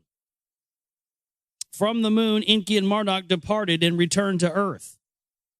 Of the conditions there, they gave an account. A way station is unfeasible now, they reported. Let the place of the chariots be built, Anu was saying. Let Marduk be its commander, Enki was saying to Anu. The task is set aside for Ninurta, Enlil was shouting angrily. For the Agigi, the Anunnaki workers, their command is no longer needed. Marduk has knowledge of these tasks. Of the gateway to heaven, let Marduk be in charge. So Enki did say to his father. Anu contemplated the matter with much concern. Rivalries have now affected the sons. With wisdom, Anu was endowed. With wisdom were his directions. The place of the chariots for the new ways the gold is to handle is designated. Let us henceforth come in the hands of a new generation place. Neither Enlil nor Enki, neither Ninurta nor Marduk shall be in command. Let the third generation take responsibility. Let Utu be the commander. Let the celestial place of the chariots be built. Let Sippar, the bird city, be its name. This was the word of Anu, unalterable. It was the word of a king. In the 81st Shar, or year of Nibiru was the construction started. The plans of Enlil it followed. Nibiru Key was in the center. A navel of the earth by Enlil it was designated. As on circles by their place and distances in the olden cities they were located. Which is another reference to what we discussed earlier here in the book with the creation of the face on Mars. See, they like to, the interesting thing about, according to these texts, is that the Anunnaki had they had a hard-on for building stuff in similar locations as to how they built it on Nibiru. It's very premeditated. See, this is why you had the face on Mars on the 33-degree parallel on the place on Mars known as Cydonia, where pyramids were also found. And then, of course, in the area of ancient Mesopotamia, which is now Iraq, it was once firstly known as Cydonia as well, also located on the 33rd-degree parallel. So they really had a penchant for building things where they liked building things that was familiar to them. They would build things, it seemed, that were very close and similar to how they had it on their own planet, so it would remind them of that. Like an arrow from the lower sea, they were arrayed pointing towards the mountains. A line on the twin peaks of Arata to the skies in the north reaching, he drew. Where the pointing arrow, the Arata line intersected. The place for Sipar, the earth's place of the chariots, he marked out. To it, the arrow directly led from Nibiru Key by an equal circle, precisely located. Ingenious was the plan. By its precision, all were made to wonder. In the 82nd Shar, the construction of Sipar was completed. To the Heru Utu of Enlil, the grandson, its command was given. An eagle's helmet was fashioned for him, and with eagle's wings he was decorated. It was the first chariot from Nibiru to come directly from Sipar, and Anu was traveling there as well. To view for himself the installations that he desired and to marvel at what was attained that he wanted. For the occasion, the Agigi by Marduk commanded from Mars to come to Earth. From the landing place from the Abzu, the Anunnaki were assembled. There was backslapping and hailing, a feast and a celebration. For Anu Mana, Enlil's granddaughter, singing and dancing presented. With affection, Anu kissed her. Anu Nitu, Anu's beloved, he fondly called her. Before departing, Anu assembled the heroes and the heroines. A new era has begun, he was saying to them. Supplied directly with the golden salvation, forthcoming is the end of our toil. Once enough gold for protecting has been piled in storage on Nibiru, the toil on earth can be diminished. Heroes and heroines can return to Nibiru. Thus did Anu the king promise the assembled and extend a great hope for the future to them. A few more shars of toil, and homeward bound they shall be. With much pomp did Anu to Nibiru soar back. Gold, pure gold, with him was carried. His new task, Utu, with cherish performed. Ninurta of Bad Tibara retained command. Marduk did not return to Lamu with his father. Over the lands he wished to roam in his skyship to comprehend the earth. So he just said, fuck it, I'm not going back. I'm going to fly around Earth and see if I can go set myself up as a god somewhere, I'll find myself a fucking primitive people, give them technology, give them some little knowledge, have sex with their daughters, and set myself up as a god. Fuck, I got things to do. I'm out. Sounds like that's exactly what these guys did, right? Of the Agigi, some on Mars and some on Earth, Utu was made the commander of. Anu returned to Nibiru. He had great expectations of the leaders on Earth. With renewed vigor, they returned to their labor. Gold began to quickly amass, and thereby the Anunnaki believed they were going to be homeward bound quicker. It says gold, it just, words it in a weird way, but that's what they're saying. That, alas, was not what came to pass. And the Abzu relief, not continued toil, was the Anunnaki's expectation. Now that the earthlings are proliferating, let them provide the labor. So were the Anunnaki and the Abzu saying. In the Eden, the tasks were greater. More abodes, more provisions were required. For primitive workers, to the Abzu, they were confined. In the Eden, the heroes clamored. For 40 shars, only relief the Abzu provided. The heroes in the Eden shouted, "Our toil has increased beyond endurance. Let us have the workers too." While Enlil and Enki were debating the matter, Ninurta took the decision into his own hands. With 50 heroes, he led an expedition to the Abzu. They were armed with weapons.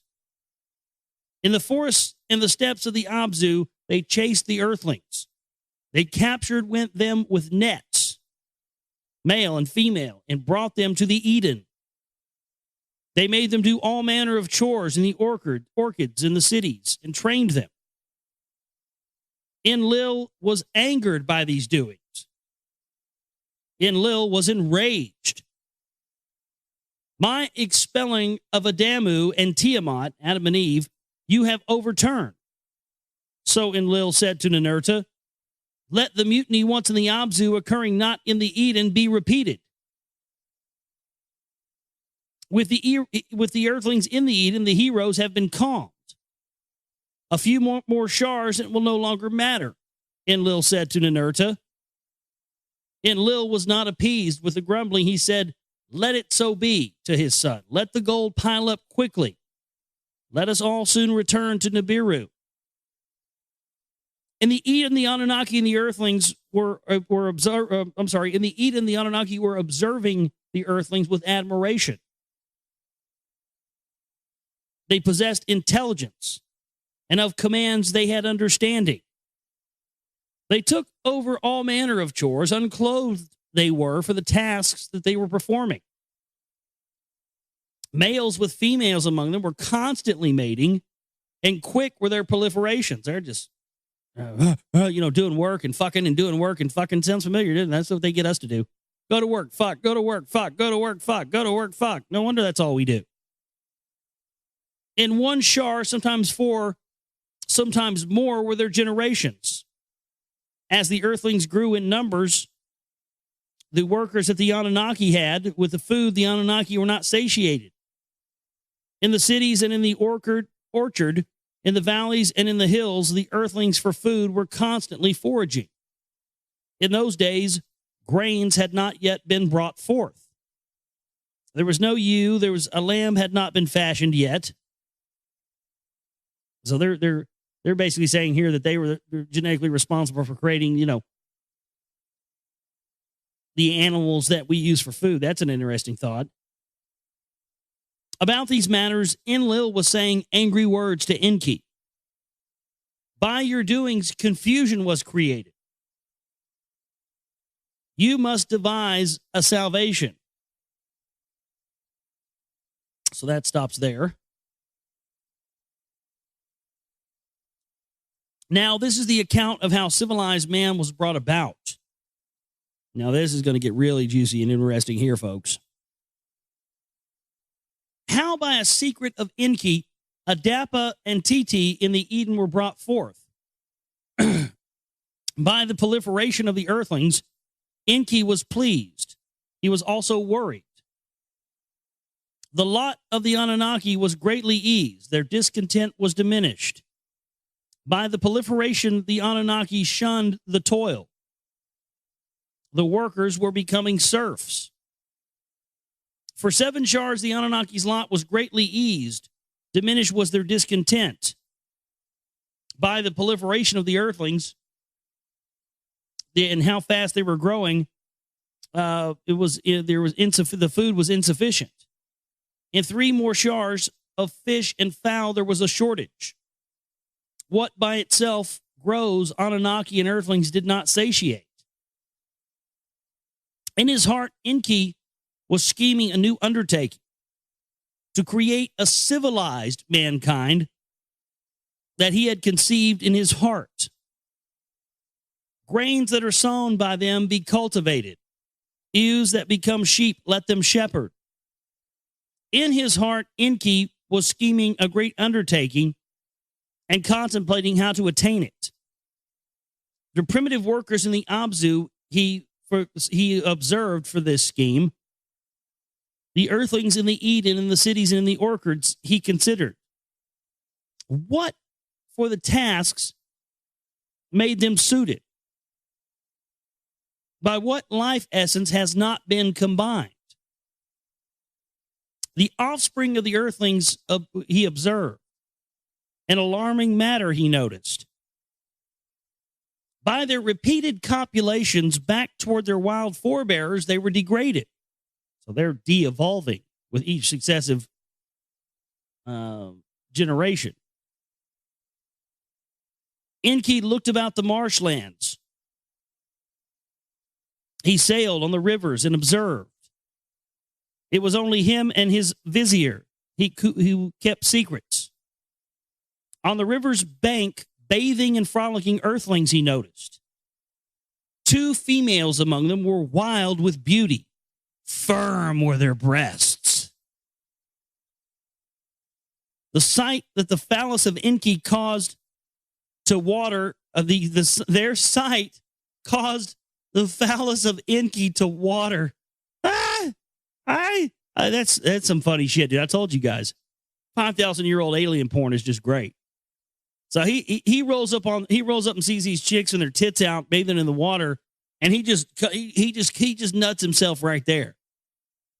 I mean, that's what it says. He saw him, was like, just auto rubbed one out just right there, dude. Their sight caused the phallus of ENKI to water. I want to hear. I'd like to hear Captain Kirk say that line. The sight caused the phallus of ENKI to water. A burning desire he had. Shall I not kiss the young ones? ENKI was asking. I will row the boat for you to kiss the young ones, Izimud said to ENKI. ENKI stepped onto dry land. A young one, ENKI called to him, a tree from the fruit she offered him. ENKI bent down to the young one and embraced her and kissed her lips. Lips, sweet were her lips, firm with ripeness were her breasts. Into her womb he poured his semen. In a mating he knew her. Into her womb she took the holy semen. By the semen of the Lord ENKI she was impregnated. The second young one called to him. She offered him berries from the field. ENKI bent down and embraced her and kissed her on the lips. Sweet were her lips, firm with ripeness were her breasts. This guy didn't waste any time, man. He rolls up, sees him, kisses on the lips, and just proceeds to pouring the semen. Not squirting it or spurting it, just straight pouring it, as if ENKI's just rolling around with like pitchers full of sperm, dude. Here, I'm going to pour this shit in you, girl. Bend over. I mean, that's fucking dirty. Into her womb he poured his semen. In a mating he knew her. Into her womb she took the holy semen.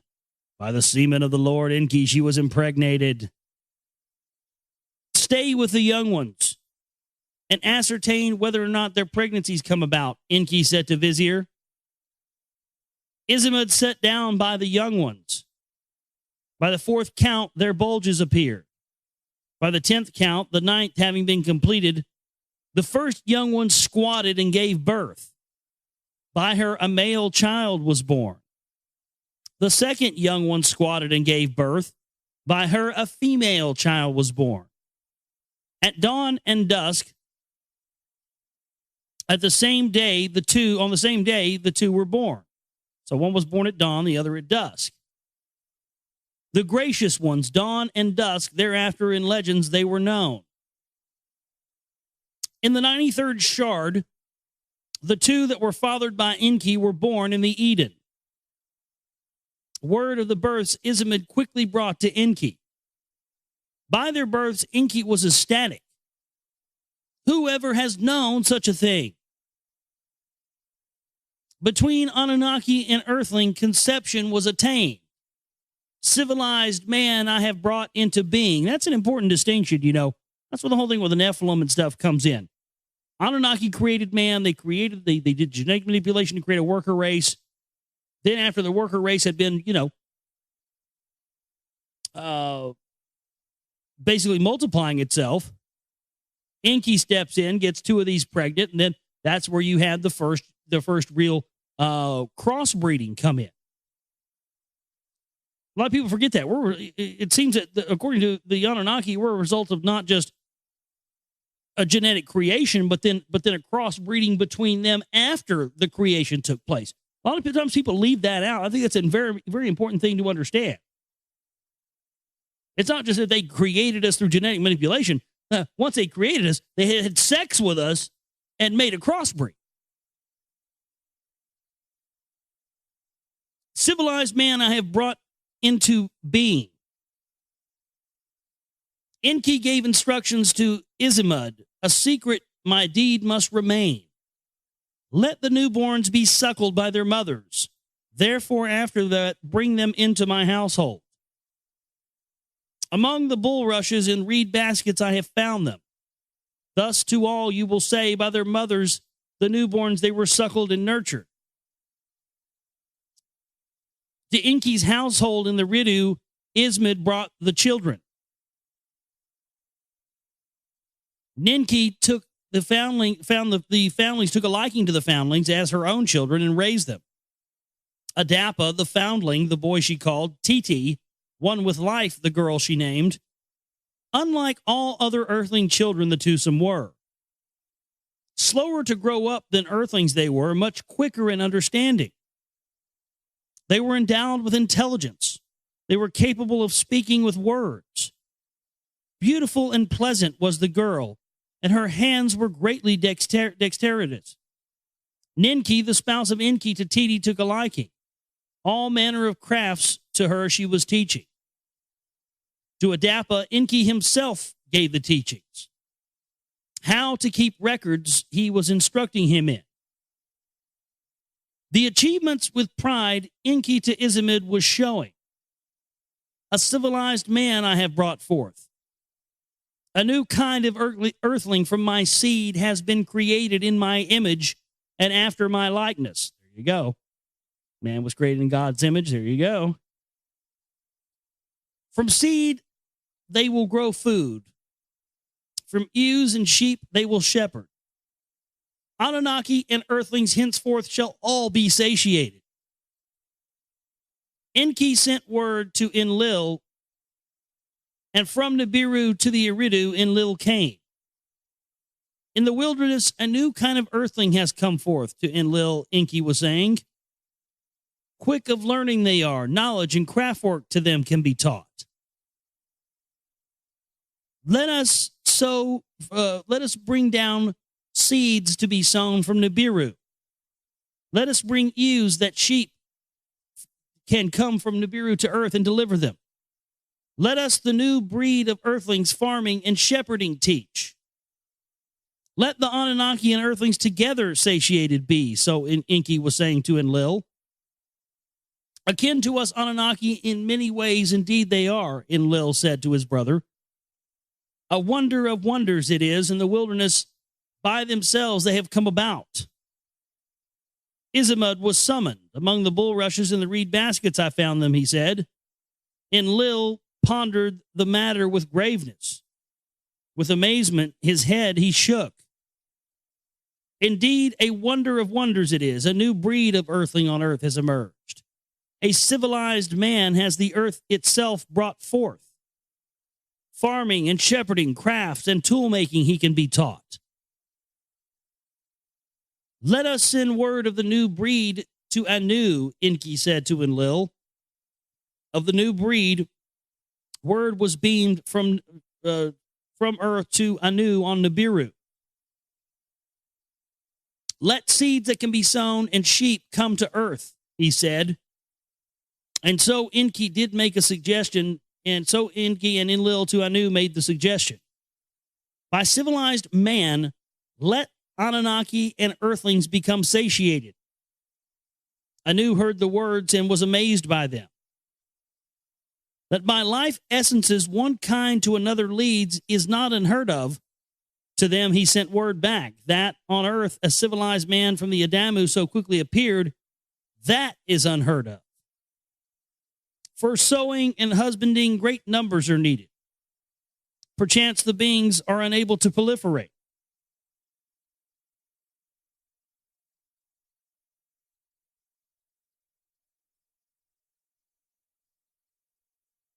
Did I lose my spot? No, I didn't. It just scrolled down too far. Give me just a second. While the savants on Nibiru contemplated the matter, in Eridu, occurrences of import took place. Adapa, in a mating Titi knew into her womb, he poured his semen. Uh-oh. More semen pouring going on, more crossbreeding going on. There was conception, there was birth giving. To twins, 2 brothers, Titi gave birth. Word of the birth to Anu was beamed to Nibiru. The twosome for conception are compatible. Proliferation by them can occur. Let on earth farming and shepherding begin. Let us all be satiated. So ENKI and Enlil on Nibiru did say to Anu, let Titi in Eridu remain. The newborns are to be suckled and nurtured. Let Adapa, the earthling, to Nibiru be brought. Anu did declare his decision. So that's the end of the 7th tablet. We'll read the synopsis of the 8th tablet, and we'll get into that next time on the broadcast. This is the synopsis of the 8th tablet. Adapa's wide understanding amazes Nibiru's savants. On Anu's orders, Adapa is brought to Nibiru, an earthling's first ever space journey. ENKI reveals Adapa's parenting truth to Anu, and ENKI justifies his deed by the need for more food. Adapa is sent back to start farming and shepherding. Enlil and ENKI create crop seeds and sheep lines. Ninurta teaches Ka in crop cultivation. Marduk teaches Abel shepherding and tool making. Fighting over water, Cain strikes and kills Abel. Cain and Abel. Cain and Abel. Kain and Abel. Yeah. Ha ha. Cain and Abel. There you go. Cain is tried for murder, sentenced to exile. Adapa and Titi have other offspring who intermarry. On his deathbed, Adapa blesses his son Sati as his heir. A descendant, ENKI, is taken from Marduk to Lamu. So, crazy stuff there. And, wow. Getting more into the genetic manipulation. And apparently, that's where we start to see the problem. The original, a lot of times historians and researchers don't specify this. They created the original workers to mine the gold. That was it. ENKI found them beautiful and decided to do some crossbreeding, have a little fun, get his dick wet, and boom. Then you have apparently have modern, what we call modern civilized human beings. I don't know what makes it so civilized, but that's what they say anyway. And apparently, as the story goes, they ordered man to be wiped out, and it didn't happen. So it seems that we're just here as a result of a bunch of these aliens from some other civilization just dicking around, rolling dice, and now we're here. That's just great, isn't it?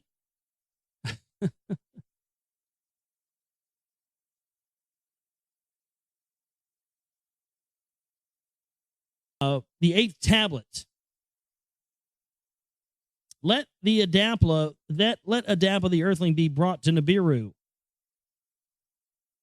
Anu declared. Enlil was not pleased by this decision. Who would have ever thought that this would happen? That by a primitive worker fashioning like us, we would become with knowledge, endowed between heaven and earth to travel. On Nibiru, the waters of long life he will drink. The food of long life he will eat. Let one of us Anunnaki become the one of earth. So was Enlil to Enki and the other Lee saying that by the decision of Anu, Enki too was not pleased. Sullen was his face after Anu had spoken. After Enlil had spoken, Enlil agreed with his brother Enki. Indeed, who would have thought of this? The others said to Enki. The brothers sat and contemplated. Ninmah was also deliberating with them. The command of Anu cannot be avoided to them, she said. Let Adapa by our young ones to Nibiru be accompanied, his fright to diminish, to Anu things to explain. So Enki did say to the others, let Ningishzida and Dumuzi his companions be. By the way, Nibiru for the first time, with their eyes they shall also see. By Ninmah was the suggestion favored. Our young ones born on earth of Nibiru are forgetting its life cycles by those of earth and are overwhelmed. Let the two sons of Enki, as yet unmarried, also travel to Nibiru. Perchance brides there for themselves they shall find. When the next celestial chamber from Nibiru arrived in Sipar, Elbrat, a vizier of Anu, stepped off from the chamber. I have come to earth to fetch the earthling Adapa, he said to the leaders. The leaders to Labrat presented Adapa. Titi and her sons to them they also showed. Indeed, in our image and after our likeness they are, so did Elbrat say. To Elbrat, Ningishzida, and Dumuzi, sons of Enki, were presented. To accompany Adapa on his journey they have been selected, he said to Enki. Anu, his grandchildren, Anu will be very pleased to see his grandchildren. So did Alabrust also say. To hear instructions, Enki summoned Adapa to him. To Adapa he said, Adapa, to Nibiru, the planet which we had come, you will be going. Before Anu, our king, you will come. To his majesty you will be presented. Before him you shall bow. Speak only when asked. To questions give short answers. New clothing will be given to you. Put on these new garments. A bread on earth not found they will give to you. The bread is death. Do not eat it. In a chalice, an elixir to drink they will give to you. This elixir is death. Do not drink it. With you, Ningishzida and Dumuzi, my sons, will journey. Hearken to their words, and you shall live. So did Enki instruct Adapa. This I shall remember, Adapa said. Enki, Ningishzida, and Dumuzi summoned. They summoned the Adapa and gave him a blessing and advice. Before I knew the king, my father, you are coming. To him you shall bow and pay homage. By princes and nobles, do not be coward. Of them you are equals. To bring Adapa back to earth is your mission. By Nibiru's delights, be not charmed. This we shall remember, Ningishzida and Dumuzi said. His young one, Dumuzi, Enki embraced and kissed him on the forehead. The wise one, Ningishzida, Enki embraced on the forehead, he kissed him. A sealed tablet he placed, unseen, in the hand of Ningishzida. To my father Anu, this tablet in secret you shall give. So Enki did say to Ningishzida. Then the two with Adapa to Sipar departed. To the place of the celestial chariots they went. To Ilbrat, Anu's vizier, the three of them themselves presented. To Ningishzida and Dumuzi, the garb of Agigi was given. Like celestial eagles they were dressed. As for Adapa, his unkept hair was shaven. A helmet as that of an eagle he was given. Instead of a loincloth, a tight-fitting vestment he was made to wear. Between Nigazita and Dumuzi, inside that which ascends, he was placed. When the signal was given, the celestial chariot roared and shuddered.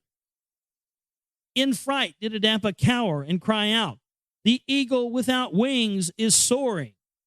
This guy's flying in a fucking UFO and freaking out. Holy shit, we're flying off the ground. Oh my God. You know, somebody with no reference for technology, it's unbelievable. Upon his sides, Ningazita and Dumuzi placed their arms, and with soothing words they calmed him.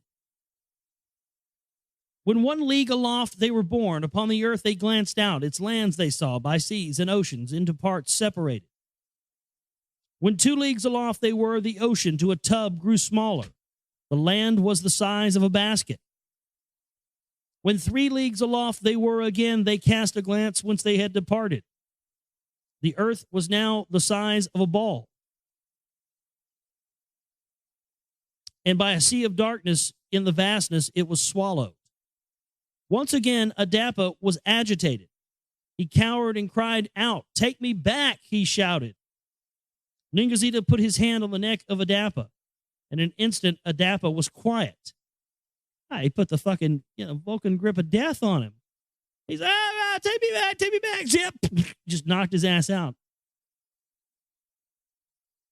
Captain, this Adapa is not logical. When they landed on Nibiru, there was much, much curiosity. The children of ENKI, born on Earth,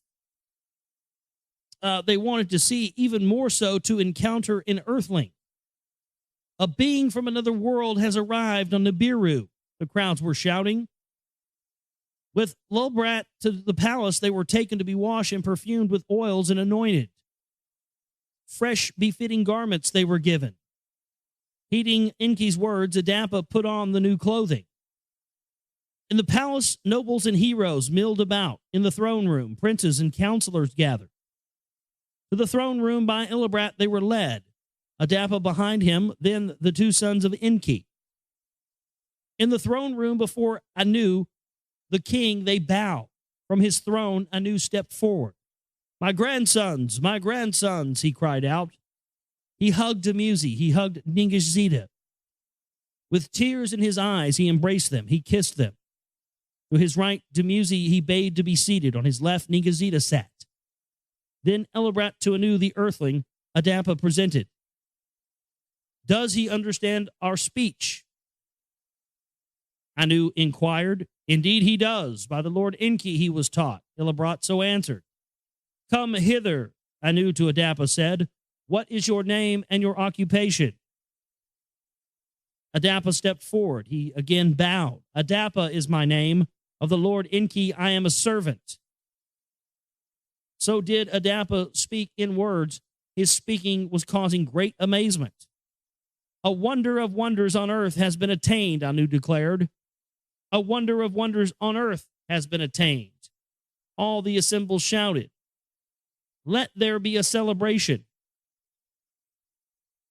Let us, our guests, thus welcome, Anu was saying. To the banquet room, Anu, all who were assembled, led to the laden tablets that he happily gestured. I just want to say this. Let's stop right there.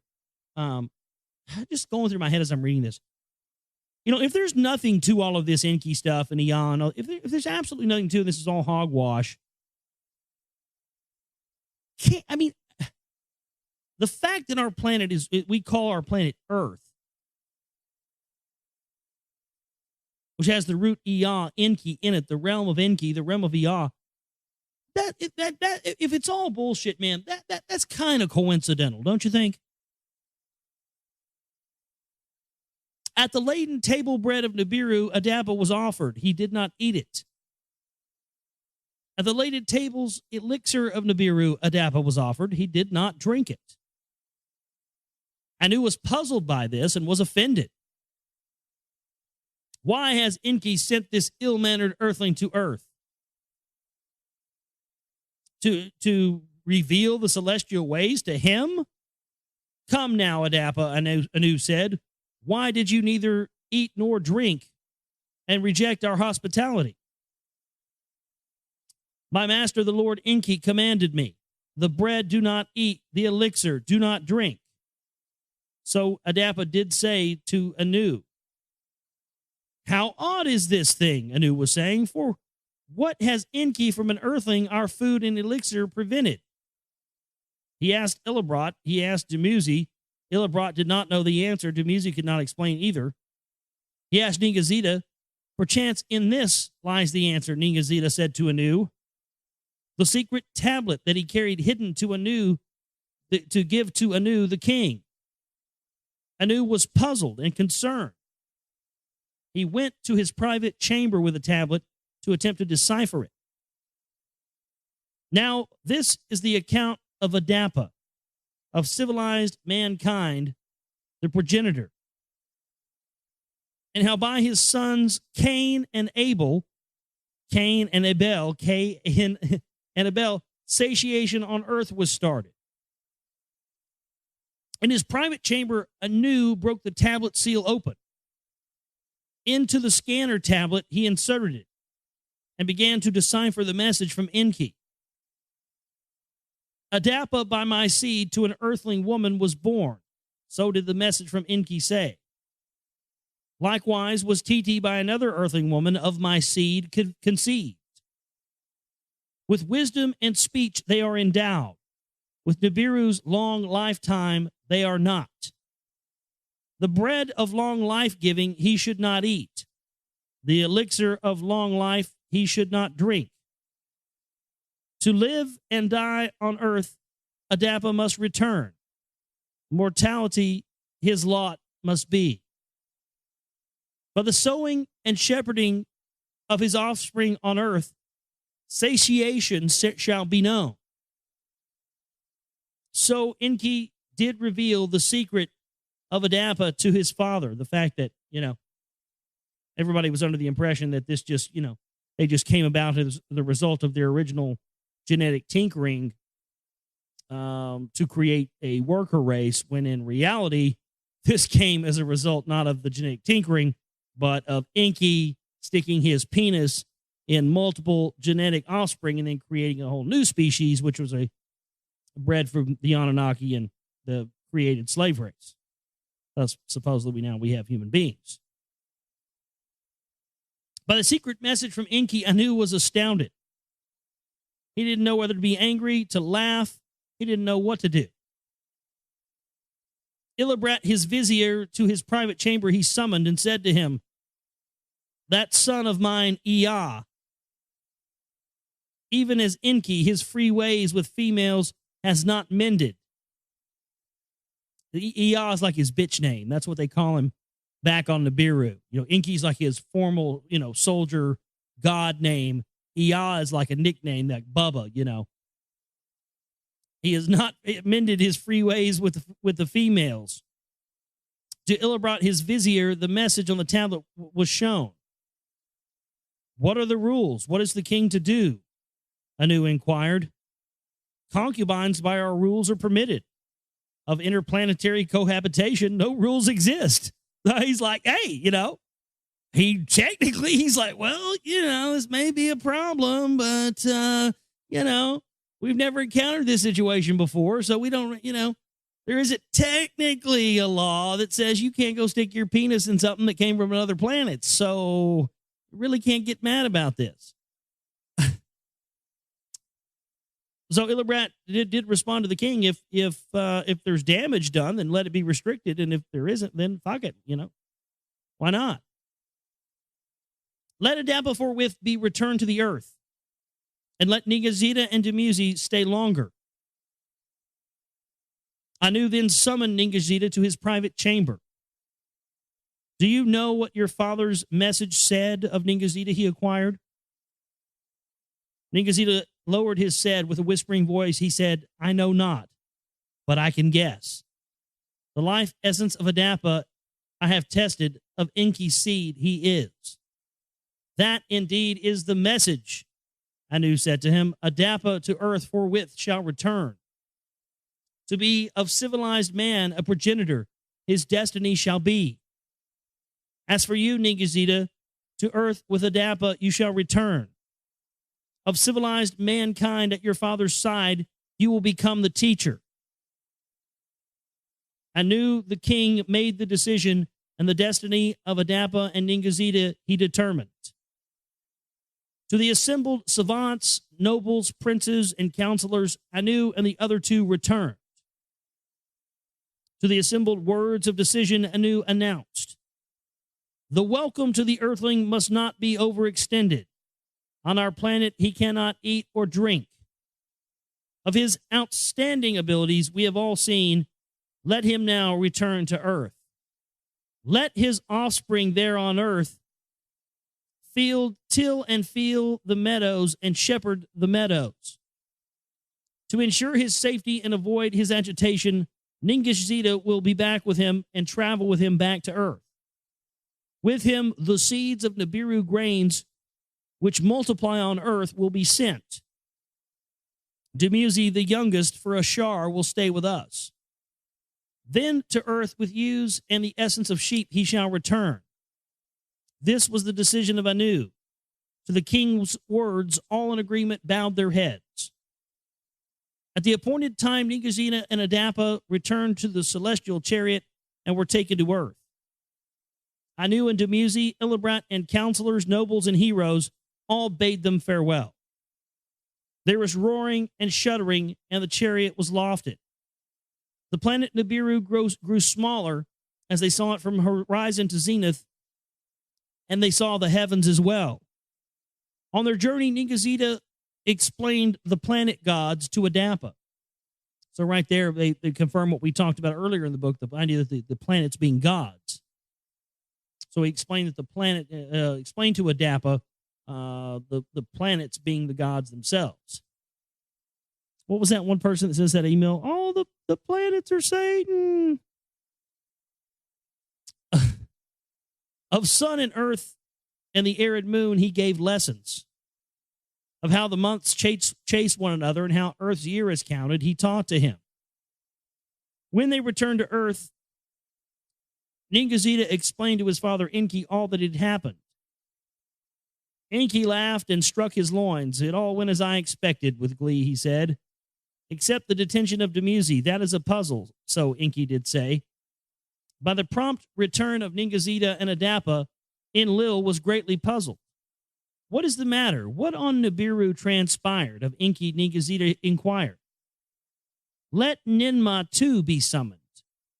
Let me hear from her also what transpired," ENKI said to him.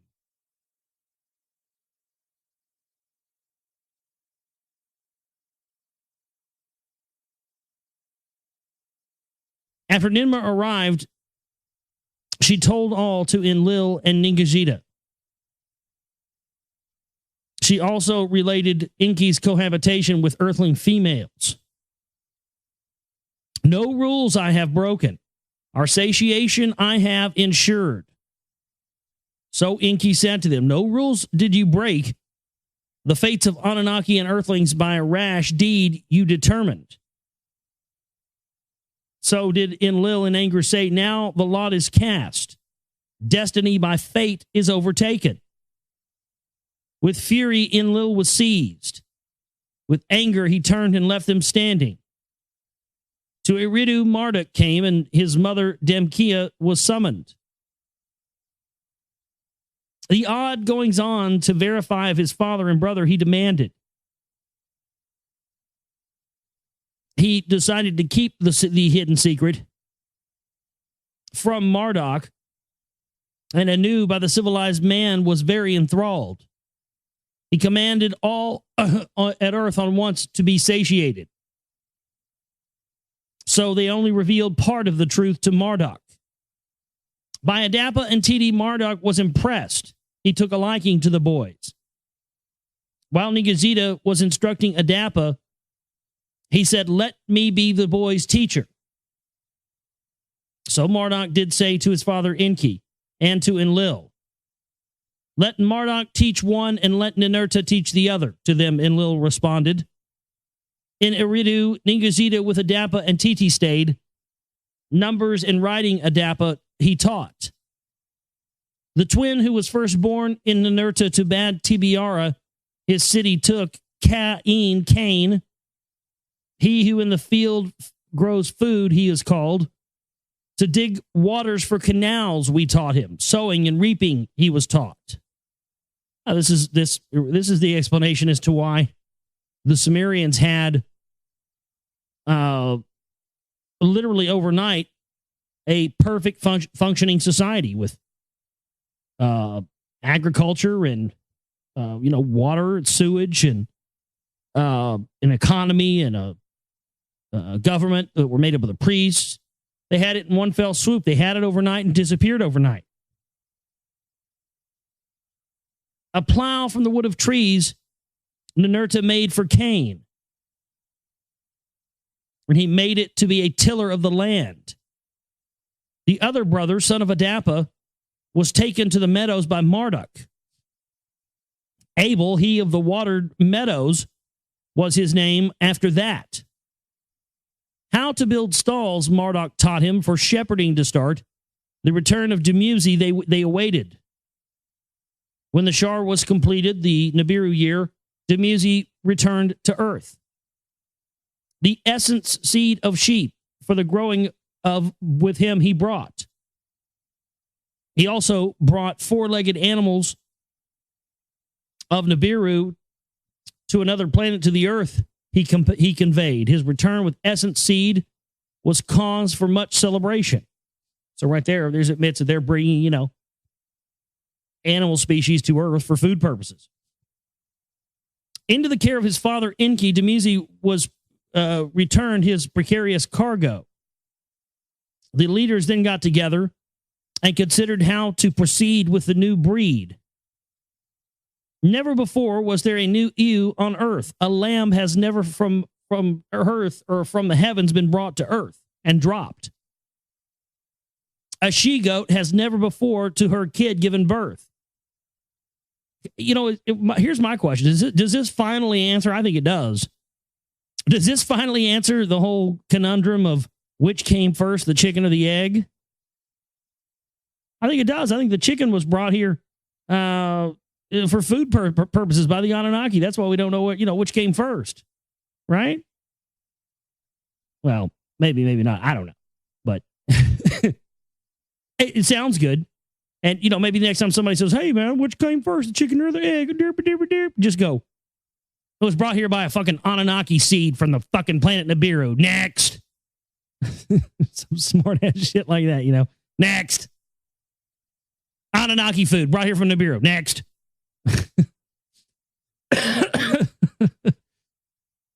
Weaving of sheep's wool has never before been established. The Anunnaki leaders, Enlil and Enki, Ninmah and Ningishita, were the creators. A creation chamber, a house of fashioning, they decided to establish. Upon the pure mound of the landing place in the Cedar Mountains, it was established. Near where the elixir seeds by Ninmah were brought and planted there was the creation chamber established. There was the multiplying of the grains and the ewes on earth had begun. Of Cain for sowing and reaping, Ninurta was the mentor. Of Abel, the arts of ewe and lamb rearing and shepherding, Marduk was the mentor.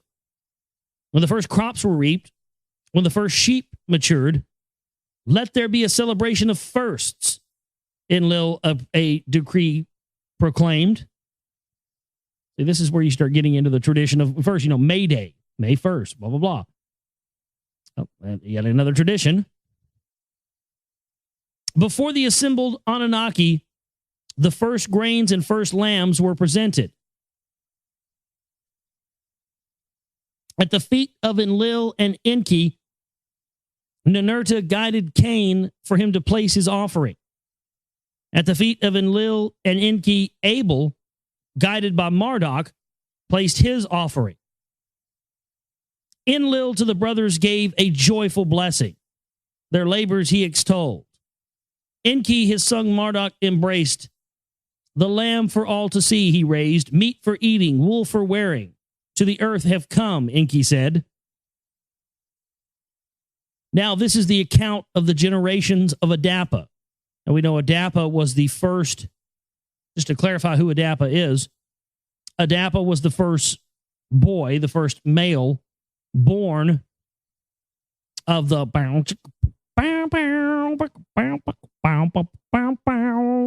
Hey, this is ENKI. I'm here on the Global Reality. I've come back to tell you. Oh, that sweet earth pussy. It's so good, baby. I can't resist. Oh, yeah. I'm back. Oh, ENKI. But yeah, so he was the first result of the little hanky-panky alien sex going on where, ENKI decides to break him off, dip his spoon in the pudding for one more go, and he's the result of that. Now this is the account of the generations of Adapa and the killing of Abel by Cain and what thereafter transpired. After the celebration of first was over, there was a sullen look on Cain's face. By the lack of ENKI's blessing, he was greatly aggrieved. As to their tasks, the brothers returned to them, and Abel was boasting before his brother. I am the one who brings abundance. I am the one who satiates the Anunnaki. I am he who gives strength to the heroes, who wool for their clothing provides. Cain, by his brother's words, was offended. To his boasting, he strongly objected. It is I who the plains luxuriates, whose furrows with grains makes heavy, and whose fields birds multiply, and whose canal fish become abundant. Sustaining bread by me is produced. With fish and fowl, the Anunnaki's diet I variate. On and on the twin brothers, each other disputed. Through the wintertime they argued. When summer began and it was not raining and the meadows were dry, the pastures dwindled. Into the fields of his brother Abel drove his flocks from the furrows in the canals to drink water. Cain was angered by this. He commanded his brother to move the flocks away. Farmer and shepherd, brother and brother, words of accusation were uttered. They spat on each other, and they fought each other with their fists. Greatly enraged, Cain picked up a stone and struck Abel in the head with it. Again and again he hit him until Abel fell. His blood was from him was gushing. Oh yeah, Cain and Abel, they really should. Yeah, this motherfucker's, he's stoning this bitch to death. Bam, take that. You like that? That's more where that come from. Take that. He's just not stopping on him. He's going nuts. Blood was gushing from him. When Cain saw his brother's blood, he shouted, Abel, Abel, my brother. Motionless on the ground, Abel remained. Yeah, you beat his fucking brains into oblivion with a rock, dude. He ain't getting up from that. From him, his soul had departed. By the brother whom he had killed, Cain remained, and for a long time he sat crying. It was Titi who was shown of the killing first by a premonition. In a dream vision, as she was sleeping, she saw Abel's blood in the hand of Cain. She awakened Adapa from his sleep, and she told him her dream vision. A heavy sorrow fills my heart. Did something terrifying happen? So Titi did say to Adapa, greatly agitated she was. In the morning, the two from Eridu departed. To the whereabouts of Cain and Abel they went. In the field they found Cain. By the dead Abel he was still seated. A great cry of agony, Titi shouted. Adapa spread mud on his head. What have you done? What have you done? To Cain they shouted. Silence was Cain's answer. To the ground he threw himself and wept. Adapa returned to Eridu city, and he told what had happened to the Lord ENKI. ENKI confronted Cain with a fury. Accursed you shall be, he said to him. From the Eden you must depart. Among Anunnaki and civilized earthlings you shall not stay. As to Abel in the fields, his body cannot for the wild birds remain. As the Anunnaki custom is, he in a grave below a stone pile shall be buried. How Abel to bury ENKI to Adapa and Titi show, for the custom was not known to them. For 30 days and 30 nights, Abel was mourned by his parents. To Eridu for judgment, Cain was brought. The exile sentence to pronounce ENKI wished. For his deed, Cain himself must be slain, so Marduk said with anger. Let the 7 who judge be assembled. So did Ninurta, mentor of Cain, say. Who ever heard of such an assembling? Marduk shouted. That for one not from Nibiru, Anunnaki leaders shall be called to judge? Is it not enough that one by Ninurta mentored the one by me and that was favored has been killed? Is it not that as Ninurta and Anzu did vanquish, so did Cain in against his brother rise? Like the fate of Anzu, Cain's fate should be. His life breath should be extinguished. Marduk said in anger to ENKI, Enlil, and Ninurta. Ninurta was saddened by the words of Marduk. She sat with silence. Let me with Marduk, my son's words, have words in private with my son, to them, ENKI said. He went into private chambers with Marduk. My son, to Marduk, ENKI softly spoke, your agony is great. Let us not agony with agony compound. A secret that is on my heart has heavily emburdened me, and let me tell it to you. Once upon a time, as by the river I strolled, the 2 earthling maidens caught my fancy. Bow, chicka, bow, chicka, bow, chicka, bow, bow. By them from my seed were Adapa and Titi conceived. Yeah, I mean, according to this guy, he's pouring just, he's just walking around with just pitchers full of sperm, and he just walks over to some girls, spread them. And he just like poured, because that's what it says. Poured his semen into her. He just, hey, what's going on? Oh, it's just a pitcher of semen. Oh, would you like if I poured some in you? Oh, we could create a new species. It'd be great. Come on. Here you go. I wouldn't suggest trying that at the bars, though, guys. There was always that one guy that would, everybody's known this guy. Everybody's know this guy, and everybody's known somebody like this, guaranteed. This guy, he would go up to every single chick at the bar and go, and just straight up, just out of the blue, walk up to him and go, hey, you want to fuck? And he'd get slapped and kicked in the nuts, and he'd just keep going back for more, dude. Hey, you want to fuck? Get out of my face, creep. Hey, you want to fuck? And eventually, at the end of the night, you'd see him throwing up the deuces, dude, going out to the parking lot with some chick. Because eventually he got to one, and eventually one said yes. Oh, man. So a new kind of earthling, a civilized man, was brought upon earth.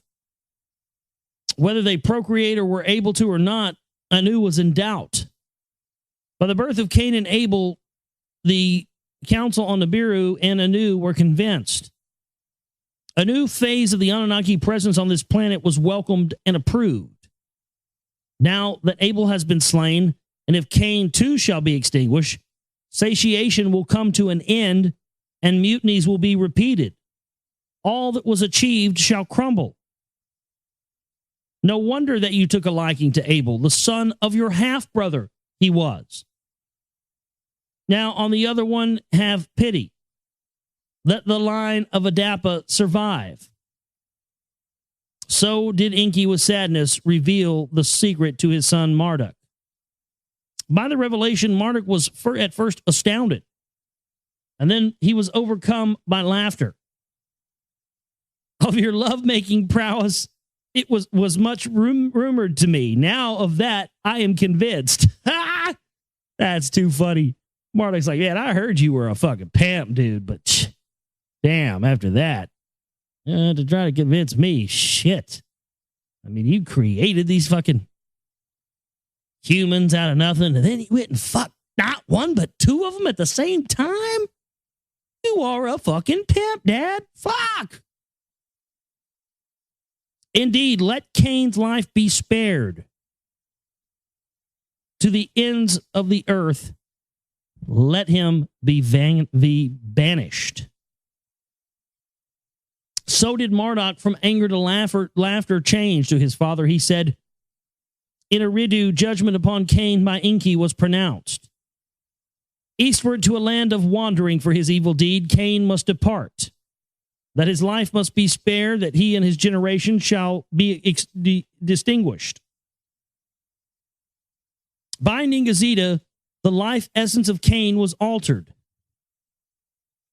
That his face, a beard, should not grow, Cain's life essence, Ningazita, changed. With his sister Awan as a spouse, Cain from the Eden departed. To the land of wandering he set his course. Now the Anunnaki sat among themselves and wondered. Without Abel, without Cain, who shall for us grow the grains and make the bread? Who shall be the shepherd and multiply the flocks? Who will provide wool for the clothing?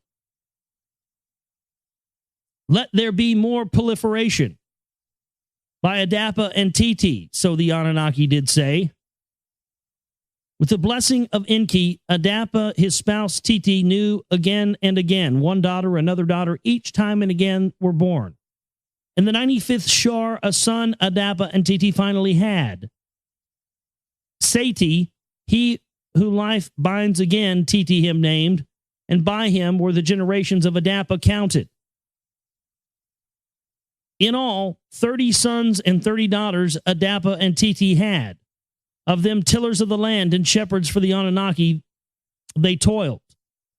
By them did satiation to the Anunnaki and civilized earth beings come back. In the 97th Shar, to Sati, a son by his spouse Azura was born.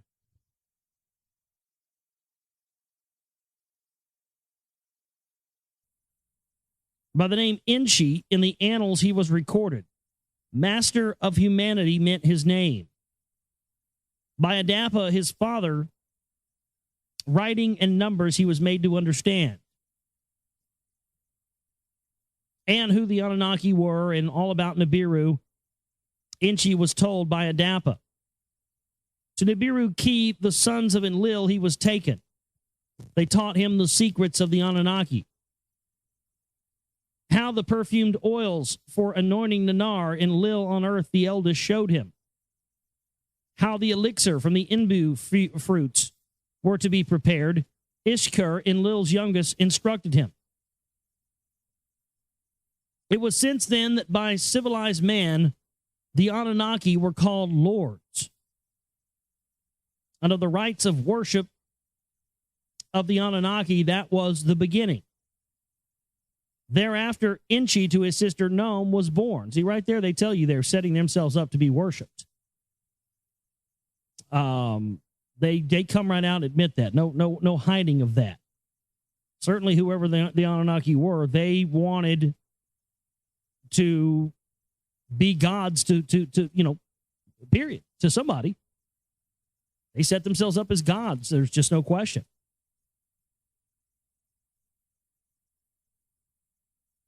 For by Nibiru in Bad Tibiara he was tutored. He learned of the furnace and kiln there. With bitumens, how to make fire, how to smelt and refine, he was taught. And the smelting and refining of gold for Nibiru, he and his offsprings toiled. In the 98th Shar, this matter of record came about.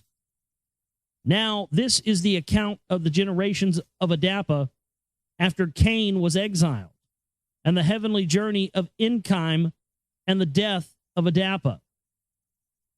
Adapa being the, first proto-human, essentially.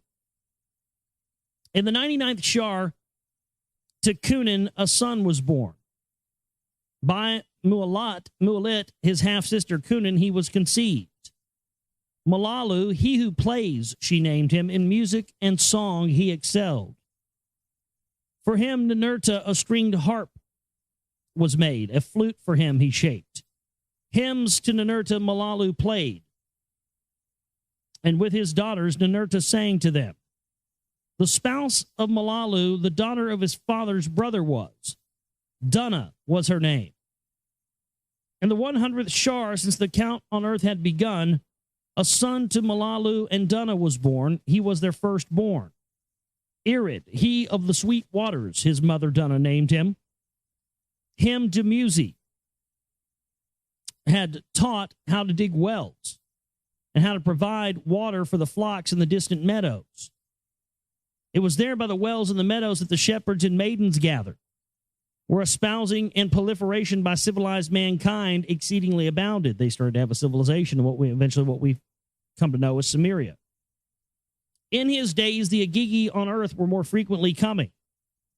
To observe and see from the heavens, they increasingly abandoned. They wanted to be down at the ground level. This is what they refer to as the time in which gods lived on earth. You know, we hear about that in ancient mythologies and religion and everything else, but they very rarely tell you what they're really talking about.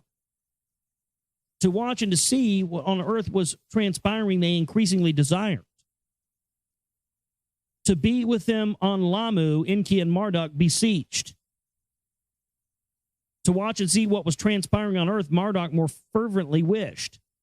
At a well in the meadows, he met his spouse Irid. Baraka was her name. The daughter of his mother's brother she was. At the conclusion of the 102nd Shar, a son was born to them by the name Enki. By Enki, understanding in the annals he was called. Wise and intelligent he was. Numbers he quickly understood. About the heavens and all matters celestial he was constantly curious. To him the Lord Enki took a liking. Secrets once revealed to the Adapa he told him. Of the family of the sun and the 12 celestial gods, Enki taught him. And how the months by the moon were counted and the years by the sun. And how by Nibiru the Shars were counted and how the counts by Enki were combined. How the Lord Enki the circle of the heavens into 12 parts divided. A constellation to one Enki assigned, 12 stations in a grand circle he arranged. How to honor the 12 Anunnaki great leaders by names and the stations that they were called. To explore the heavens, ENKI was eager. 2 celestial journeys he made. And now this is the account of ENKI's journey to the heavens and how the Agigi troubles and intermarriages by Marduk were started. To be with Marduk in the landing place, ENKI was sent. From there, Marduk took him in a rocket ship to the moon. There, what Marduk from his father Enki had learned, ENKI talked to him. When ENKI returned to earth to be with Utu in Sipar, the place of the chariots, he was sent. There was a tablet for writing and learning that ENKI was given. Utu, in his bright abode, a prince of earthlings, he installed. The rites to him he taught. The functions of priesthood to begin. Aha! Here we go. The rites to him he taught, the functions of priesthood. This is where, because again, this is historical fact, admitted fact, that in ancient Samaria, the priesthood was the government. And it was a knowledge that they had of the gods that they kept restricted from the people that gave them power, and that continues to this day. But right here we see an admission that rights and the functions of the priesthood were brought to earth by the Anunnaki. This explains why these bloodline people like Phyllis Schlafly, blue blood on both sides of her family. Philip, she's a Stewart bloodline and Bruce bloodline. DuPonts, Rothschilds, all these guys in the Council for National Policy. This is why these phony gatekeepers of the CMP don't want you looking into this information and will many times tell you it's a distraction and not to look into that. No, it's disinfo and blah, blah, blah, blah, blah. Because if you ever pull back the curtain and find out really who's behind all this, the priest class, well, that fingers them to a T for being the gatekeepers and trying to get you to not look into this. I've known this for a long time, but bam, there you go.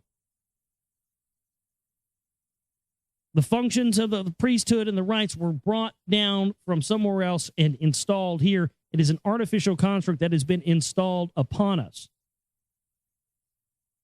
still blows my mind that people can't see where the real power on the planet comes from, and this is why. Because the priesthood were the ones that were given the true secrets and had the true knowledge. That was a double-edged sword that could be used either for the enslavement of mankind or for the freeing of mankind. They chose to enslave us. But that's why we're here, to get this information out, to put out the information out there so that won't allow us to be slaves anymore. That's our job. That's what we're trying to do. In Sippar, with his spouse, Edeni, a half-sister, ENKI resided. To them, in the 104th Shar, a son was born. Matshual, his mother named him, who by the bright waters was raised, meant his name. It was after that ENKI, on his second journey, was sent to the heavens. This time, too, Marduk was his mentor and companion. In a celestial chariot, they soared heavenward toward the sun, and away from it they circled. To visit the Agigi on Mars, he was taken by Marduk. He took a liking of the Agigi, and from him they learned about the civilized earthlings. Of him it is said in the annals that to the heavens he departed, that in the heavens he stayed until the end of his days.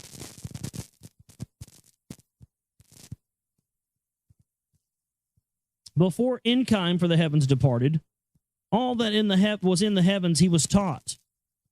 In the writings, ENKI made a record for his sons to know that he wrote it. All that is in the heavens in the family of the sun he wrote down, and about the quarters of the earth and its lands and its rivers too. In the hands of Madashal, his firstborn son, he entrusted the writings. With his brothers Regem and Gadad, Gaidad,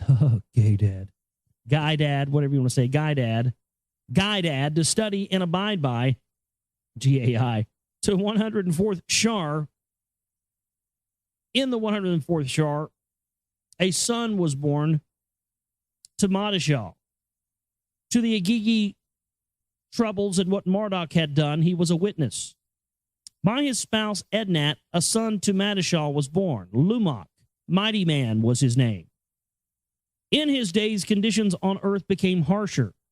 The toilers in the field and meadow raised complaints. As a workmaster, the Anunnaki Lumak was appointed, the quotas to enforce, the rations to reduce. In his days, it was that the Adapa attained his death time. And when Adapa knew that his days were coming to an end, he said, "Let all my sons and sons of sons assemble themselves before me, that before I die I may bless them and speak words to them before I die." And when Sati and the sons of the gods had gathered, he asked, "Where is my firstborn? Where is Cain?" Adapa asked all of them. "Let him be fetched to them," he said. Before the Lord ENKI Sati, his father's wish was presented. "What to be done of the Lord?" he asked. ENKI then summoned Ninurta. "Let the banished one, of whom the mentor you were, to Adapa's deathbed be brought.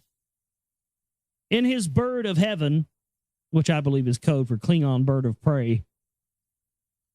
You guys ever get I mean, seriously, every time I read this Anunnaki stuff, all I could see is fucking Klingons and, you know. I went out with this chick once that spoke Klingon. Oh, Jesus. Yeah.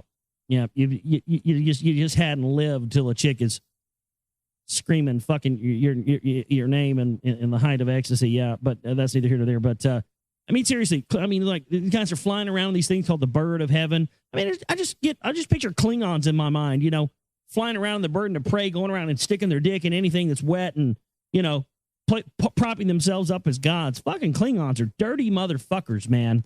Tell you what, never trust a Klingon. In his bird of heaven, Ninurta betook himself, and to the land of the wandering he flew. Over the lands he roamed and searched from the skies for Cain. And when he found him, like on an eagle's wings, he brought Cain to Adapa. When of his son's arrival, Adapa was informed, "Let Cain and Sati come before me," Adapa said. Before their father, the two came, Cain in the firstborn on the right, Sati on the left. And the eyesight of Adapa having failed, he touched his sons' faces for recognition. Now listen to this.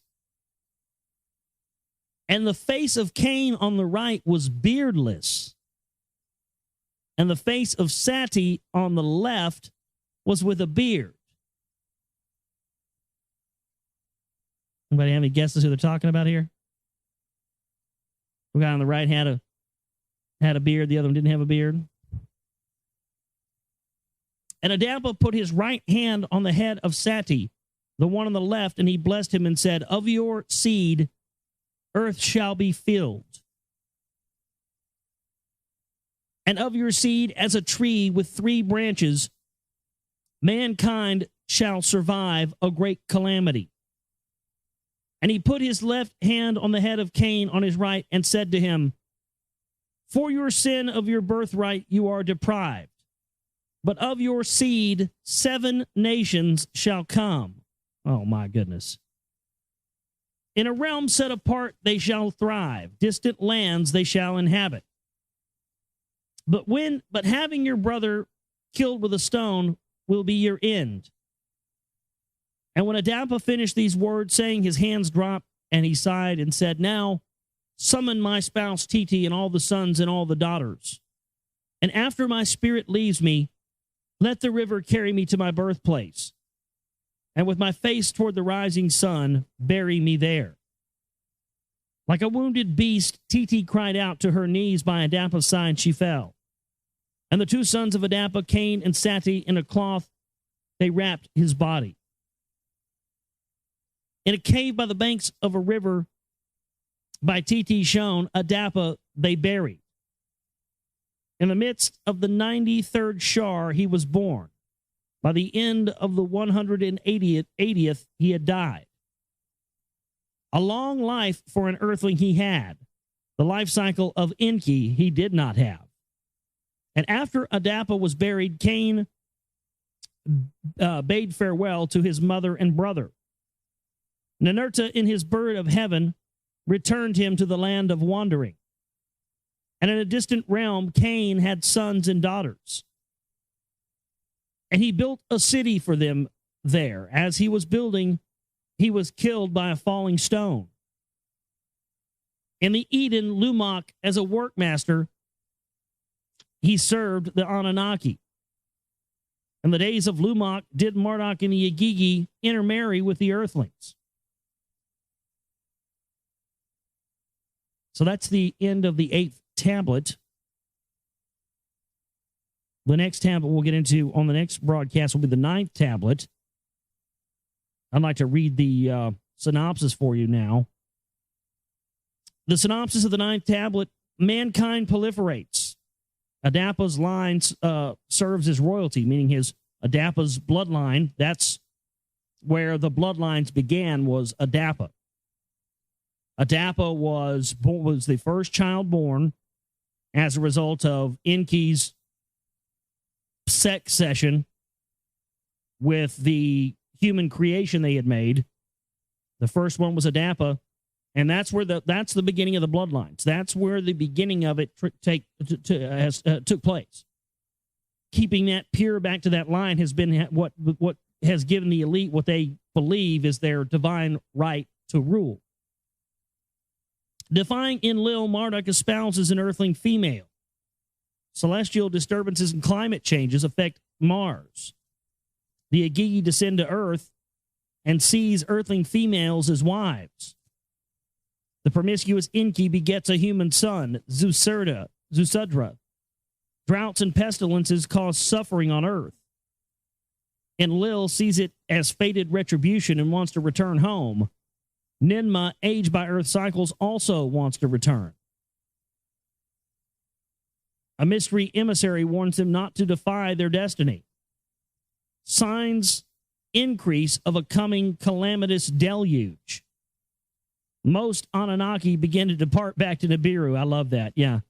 They come down here and got the goal they needed to create humans, but fuck, as soon as the deluge comes, they're like, fuck this, we're out of here. Let's get the fuck out of here. Enlil enforces a plan to let mankind perish. ENKI and Ninmah start to preserve Earth's seeds of life. The remaining Anunnaki prepare for the day of the deluge. Nergal, Lord of the lower world, is to issue the warning.